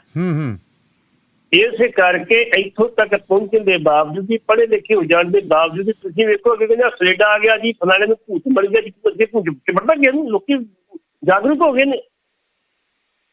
ਇਹਨਾਂ ਲੋਕਾਂ ਨੂੰ ਜਾਗਰੂਕਤਾ ਕਦੋਂ ਹੀ ਨਹੀਂ ਪਤਾ। ਇਹਦੇ ਤੇ ਜਥੇਦਾਰ ਕੋਲ ਜੇ ਪੱਤਰ ਆਇਆ ਸੀ ਬਕਾਇਦਾ ਤੌਰ ਤੇ ਉਹਦੀ ਜਾਂਚ ਕਰਾ ਕੇ ਤੁਹਾਡੇ ਉੱਥੇ ਗੁਆਂਢ ਤੇ ਹੈਗਾ ਉਹਨਾਂ ਲੋਕਾਂ ਨਾਲ ਰਾਬਤਾ ਕਰੋ ਉਹਨੂੰ ਸਮਝਾਓ ਵੀ ਟੂਣੇ ਟਾਣੇ ਕੁਛ ਨਹੀਂ ਹੁੰਦੇ ਇਹ ਸਿਰਫ ਵਹਿਮ ਨਾ ਪਾਲੋ ਨਾ ਬੇੜਾ ਕਰ ਕਰੋ। ਜਿਹੜੇ ਵਿਚਾਰੇ ਉਹ ਪਰਿਵਾਰ ਜਿਹੜਾ ਬੈਠਾ ਅੰਮ੍ਰਿਤਧਾਰੀ ਉਹਨਾਂ ਦੀ ਜਾ ਕੇ ਤੁਸੀਂ ਸਮਝ ਸੁਰਤ ਲਓ ਵੀ ਹਾਂ ਤੁਹਾਨੂੰ ਕੁਛ ਨਹੀਂ ਨਾਲ ਅਸੀਂ ਖੜੇ ਹਾਂ ਜੀ ਕੋਈ ਗੱਲ ਚਿੰਤਾ ਨਾ ਕਰੋ ਜੀ ਜੀ ਜੀ। ਸੋ ਬਹੁਤ ਬਹੁਤ ਸ਼ੁਕਰੀਆ ਪੱਟੀ ਸਾਹਿਬ ਤੁਹਾਡਾ ਮਿਹਰਬਾਨੀ ਸ਼ੁਕਰੀਆ ਮਿਹਰਬਾਨੀ। ਸੋ ਪ੍ਰੋਗਰਾਮ ਸ਼ਮਾਦਾਨ ਇਸੇ ਤਰ੍ਹਾਂ ਜਾਰੀ ਰਹੇਗਾ ਸੋ ਜੁੜੇ ਰਹੋ ਰੇਡੀਓ ਪੰਜਾਬ ਟੂਡੇ ਨਾਲ। ਇੱਕ ਬ੍ਰੇਕ ਤੋਂ ਬਾਅਦ ਚਲਾਉਣਾ ਸਿੱਖ ਕੇ ਕਰੋ ਕਮਾਈਆਂ 2020 CDL driving school Fredericksburg Virginia ਵਿਖੇ ਜਿੱਥੇ CDL ਕਲਾਸ A B ਤੇ P ਦੀ training cars buses box truck commercial tractor trailer ਵੀ ਚਲਾਉਣੇ ਸਿਖਾਏ ਜਾਂਦੇ ਨੇ। ਇੱਥੇ ਨਾ ਸਿਰਫ ਪੰਜਾਬੀ ਹਿੰਦੀ ਅੰਗਰੇਜ਼ੀ ਉਰਦੂ ਤੇ ਸਪੈਨਿਸ਼ ਵਿੱਚ ਗੱਲਬਾਤ ਕਰਨ ਦੀ ਸਹੂਲਤ ਹੈ ਸਗੋਂ ਰਿਹਾਇਸ਼ ਦਾ ਵੀ ਪ੍ਰਬੰਧ ਹੈ। ਅੱਜ ਹੀ ਸੰਪਰਕ ਕਰੋ ਸਨੀ ਨੂੰ 5406560985 ਤੇ। ਓਏ ਮੇਰੇ ਵੀਰ ਮੈਨੂੰ ਬਸ ਇੱਕ ਗੱਲ ਦੱਸ ਦੇ ਵੀ ਆ ਜਿਹੜੀ ਤੂੰ ਟਰੈਵਲਿੰਗ ਕਰਦਾ ਤੇ ਉਹਦੇ ਤੋਂ ਬਾਅਦ ਫਰੈਸ਼ ਰਹਿਣਾ ਇਹਦਾ ਰਾਜ਼ ਕੀ ਹੈ? ਇਹਦਾ ਰਾਜ਼ ਹੈ Arlington fuel stop. Arlington fuel stop 1801 pioneer street highway exit 208 ਤੇ ਜਿੱਥੇ ਤੁਹਾਨੂੰ ਫ੍ਰੀ ਕਾਫੀ free fax service free truck parking ਰੋਟੀ ਠੇਕਾ ਲਾਂਡਰੀ ਸ਼ਾਵਰ ਤੇ ਟਰੱਕਾਂ ਦਾ ਹੋਰ ਵੀ ਸਾਮਾਨ ਆਸਾਨੀ ਨਾਲ ਮਿਲੇਗਾ। ਹੁਣੇ ਕਾਲ ਕਰੋ 360 652 6066 ਯਾਨੀ 3606526066 ਇਹ ਦੋ ਲੋਕੇਸ਼ਨਾਂ ਤੋਂ ਸੇਵਾਵਾਂ ਪ੍ਰਦਾਨ ਕਰਦੇ ਨੇ। Second location Lost Hill travel center 14814 ਐਲੋਮ street Lost Hills. Phone number 6061 797 2354। ਉਹ ਯਾਰ ਕੀ ਸੁਪਨੇ ਦੇਖੇ ਸੀ ਕੈਨੇਡਾ ਆਉਣ ਤੋਂ ਪਹਿਲਾਂ। ਉਹ ਸੁਪਨੇ ਪੂਰੇ ਕਰਨੇ ਆ ਤਾਂ ਡ੍ਰੀਮ ਲਾਈਨਰ ਐਕਸਪ੍ਰੈਸ ਵਾਲਿਆਂ ਨੂੰ ਕਾਲ ਕਰ। ਜੀ ਹਾਂ, ਡ੍ਰੀਮਲਾਈਨਰ express company Calgary Alberta Canada, ਜਿਨ੍ਹਾਂ ਨੂੰ ਸਾਫ਼ ਸੁਥਰੇ ਰਿਕਾਰਡ ਤੇ 2 ਸਾਲਾ ਤਜਰਬੇ ਵਾਲੇ ਡਰਾਈਵਰਸ ਦੀ ਲੋੜ ਹੈ। ਇਹਨਾਂ ਕੋਲ ਕੈਲਗਰੀ ਅਲਬਰਟਾ ਤੋਂ ਕੈਲੀਫੋਰਨੀਆ ਤੇ ਐਰੀਜ਼ੋਨਾ ਦੇ ਸਿੱਧੇ ਰਨ। ਇਹਨਾਂ ਕੋਲ ਡਰਾਈ ਤੇ ਰੀਫਰ ਲੋਡ ਵੀ ਹੈ। ਹੋਮ ਰਿਟਰਨ ਵਿਦਿਨ 5 ਡੇਜ਼, ਬਾਈ ਵੀਕਲੀ ਤੇ ਚੰਗੀ ਤਨਖਾਹ ਦਿੰਦੇ ਆ।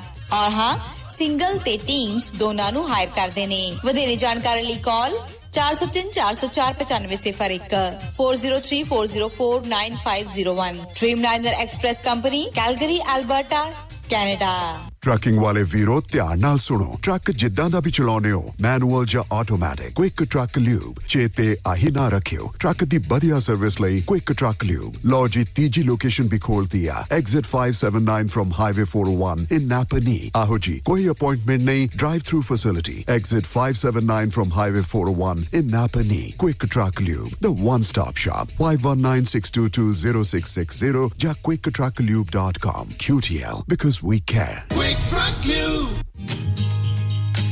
ਬਠਿੰਡਾ ਦੀ ਗ੍ਰੀਨ ਸਿਟੀ ਦੀ ਅਪਾਰ ਸਫਲਤਾ ਤੋਂ ਬਾਅਦ ਹੁਣ ਪੇਸ਼ ਹੈ ਕਨ੍ਹਈਆਸ ਗ੍ਰੀਨ ਸਿਟੀ, ਜਿੱਥੇ ਸਿਕਿਉਰਿਟੀ ਦੇ ਪੁਖਤਾ ਪ੍ਰਬੰਧ, ਖੁੱਲੀਆਂ ਸੜਕਾਂ, ਹਰਾ ਭਰਾ ਵਾਤਾਵਰਣ, ਬਿਜਲੀ ਦੀਆਂ ਅੰਡਰਗਰਾਉਂਡ ਤਾਰਾਂ ਅਤੇ ਖੂਬਸੂਰਤ ਫੁੱਲ ਪੌਦੇ।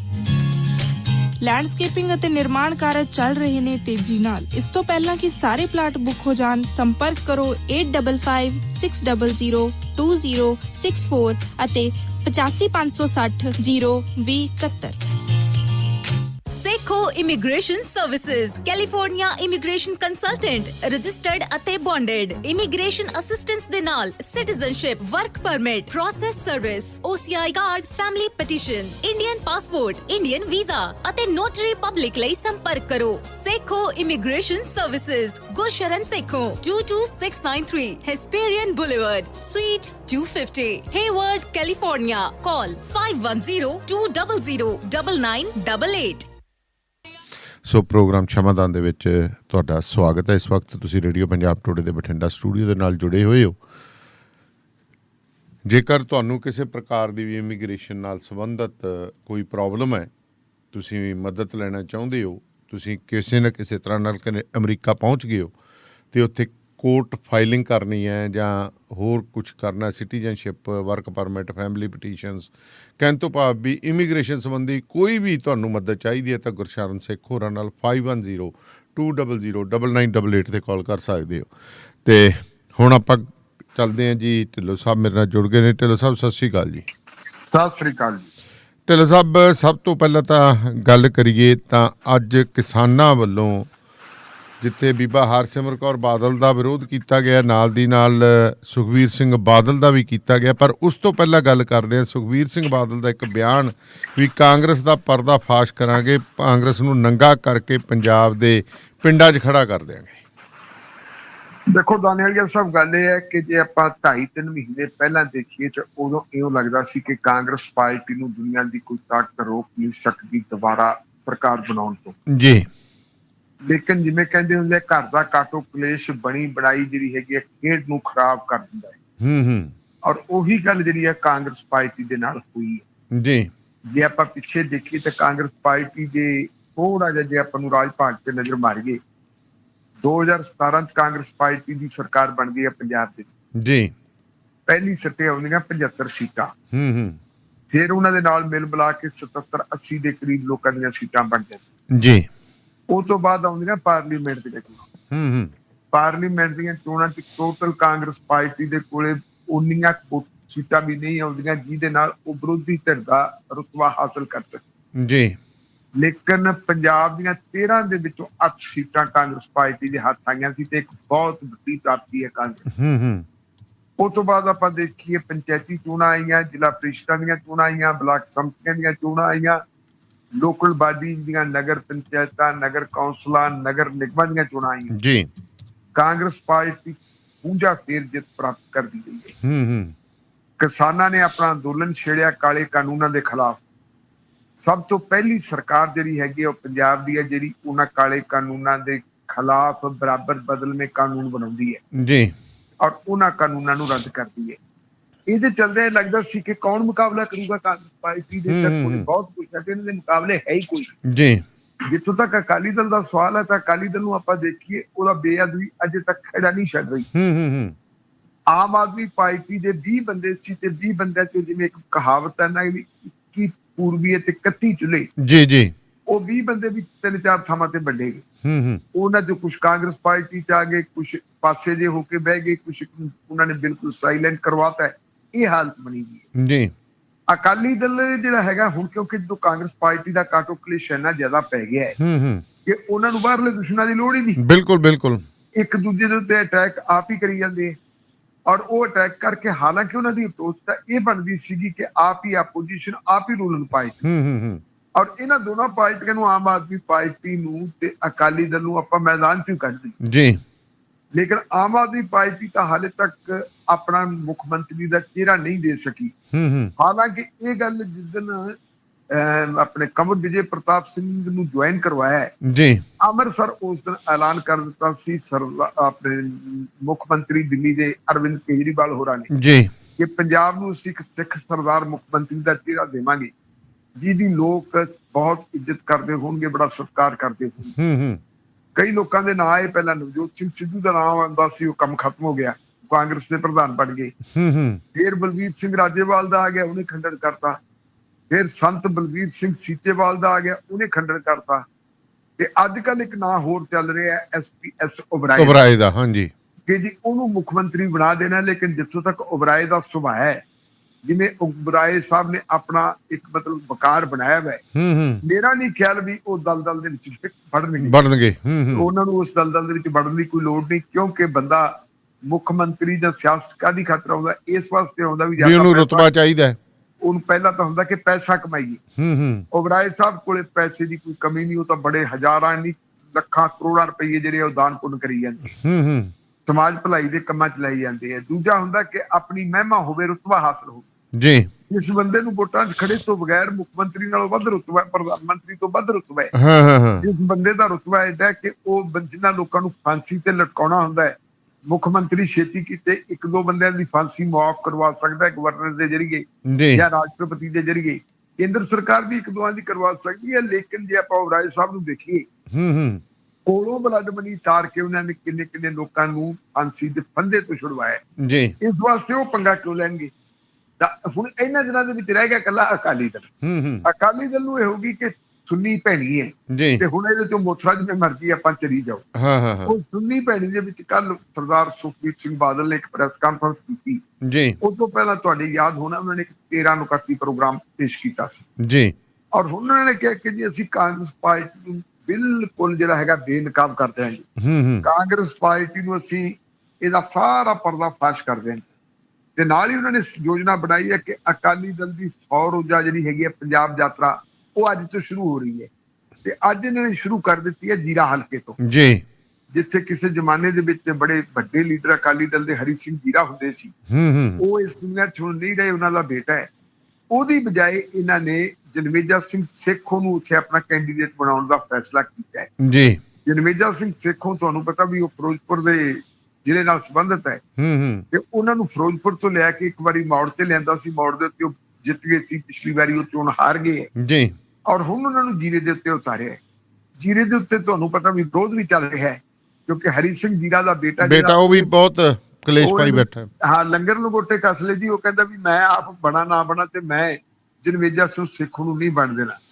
ਇਹ ਤੋਂ ਪਹਿਲਾਂ ਜੇ ਆਪਾਂ ਦੇਖੀ ਤਾਂ ਜਗਮੀਤ ਸਿੰਘ ਬਰਾੜ ਨੇ ਕਾਂਗਰਸ ਪਾਰਟੀ ਨੂੰ ਫਤਿਹ ਬੁਲਾ ਕੇ ਅਕਾਲੀ ਦਲ ਜੁਆਇਨ ਕਰ ਲਿਆ।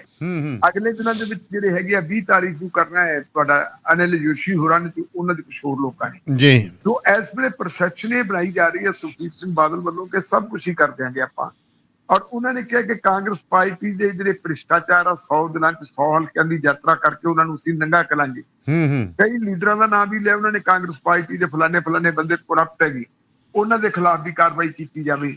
ਫਿਰ ਉਹ ਕਹਿੰਦੇ ਜੀ ਅਸੀਂ ਇੱਕ ਚਾਰਜ ਸ਼ੀਟ ਵੀ ਦਾਇਰ ਕੀਤੀ ਹੈ ਕਾਂਗਰਸ ਪਾਰਟੀ ਦੇ ਖਿਲਾਫ ਜੀ। ਰਾਮਿਆਲੀਆ ਸਾਹਿਬ ਬਾਕੀ ਗੱਲਾਂ ਠੀਕ ਹੈ ਸਾਰੀਆਂ, ਲੇਕਿਨ ਆ ਚਾਰਜ ਸ਼ੀਟ ਵਾਲੀ ਗੱਲ ਮੇਰੇ ਨਹੀਂ ਹਜ਼ਮ ਹੁੰਦੀ। ਇਹ ਤਾਂ ਪੁਲਿਸ ਕਰਦੀ ਹੁੰਦੀ ਹੈ।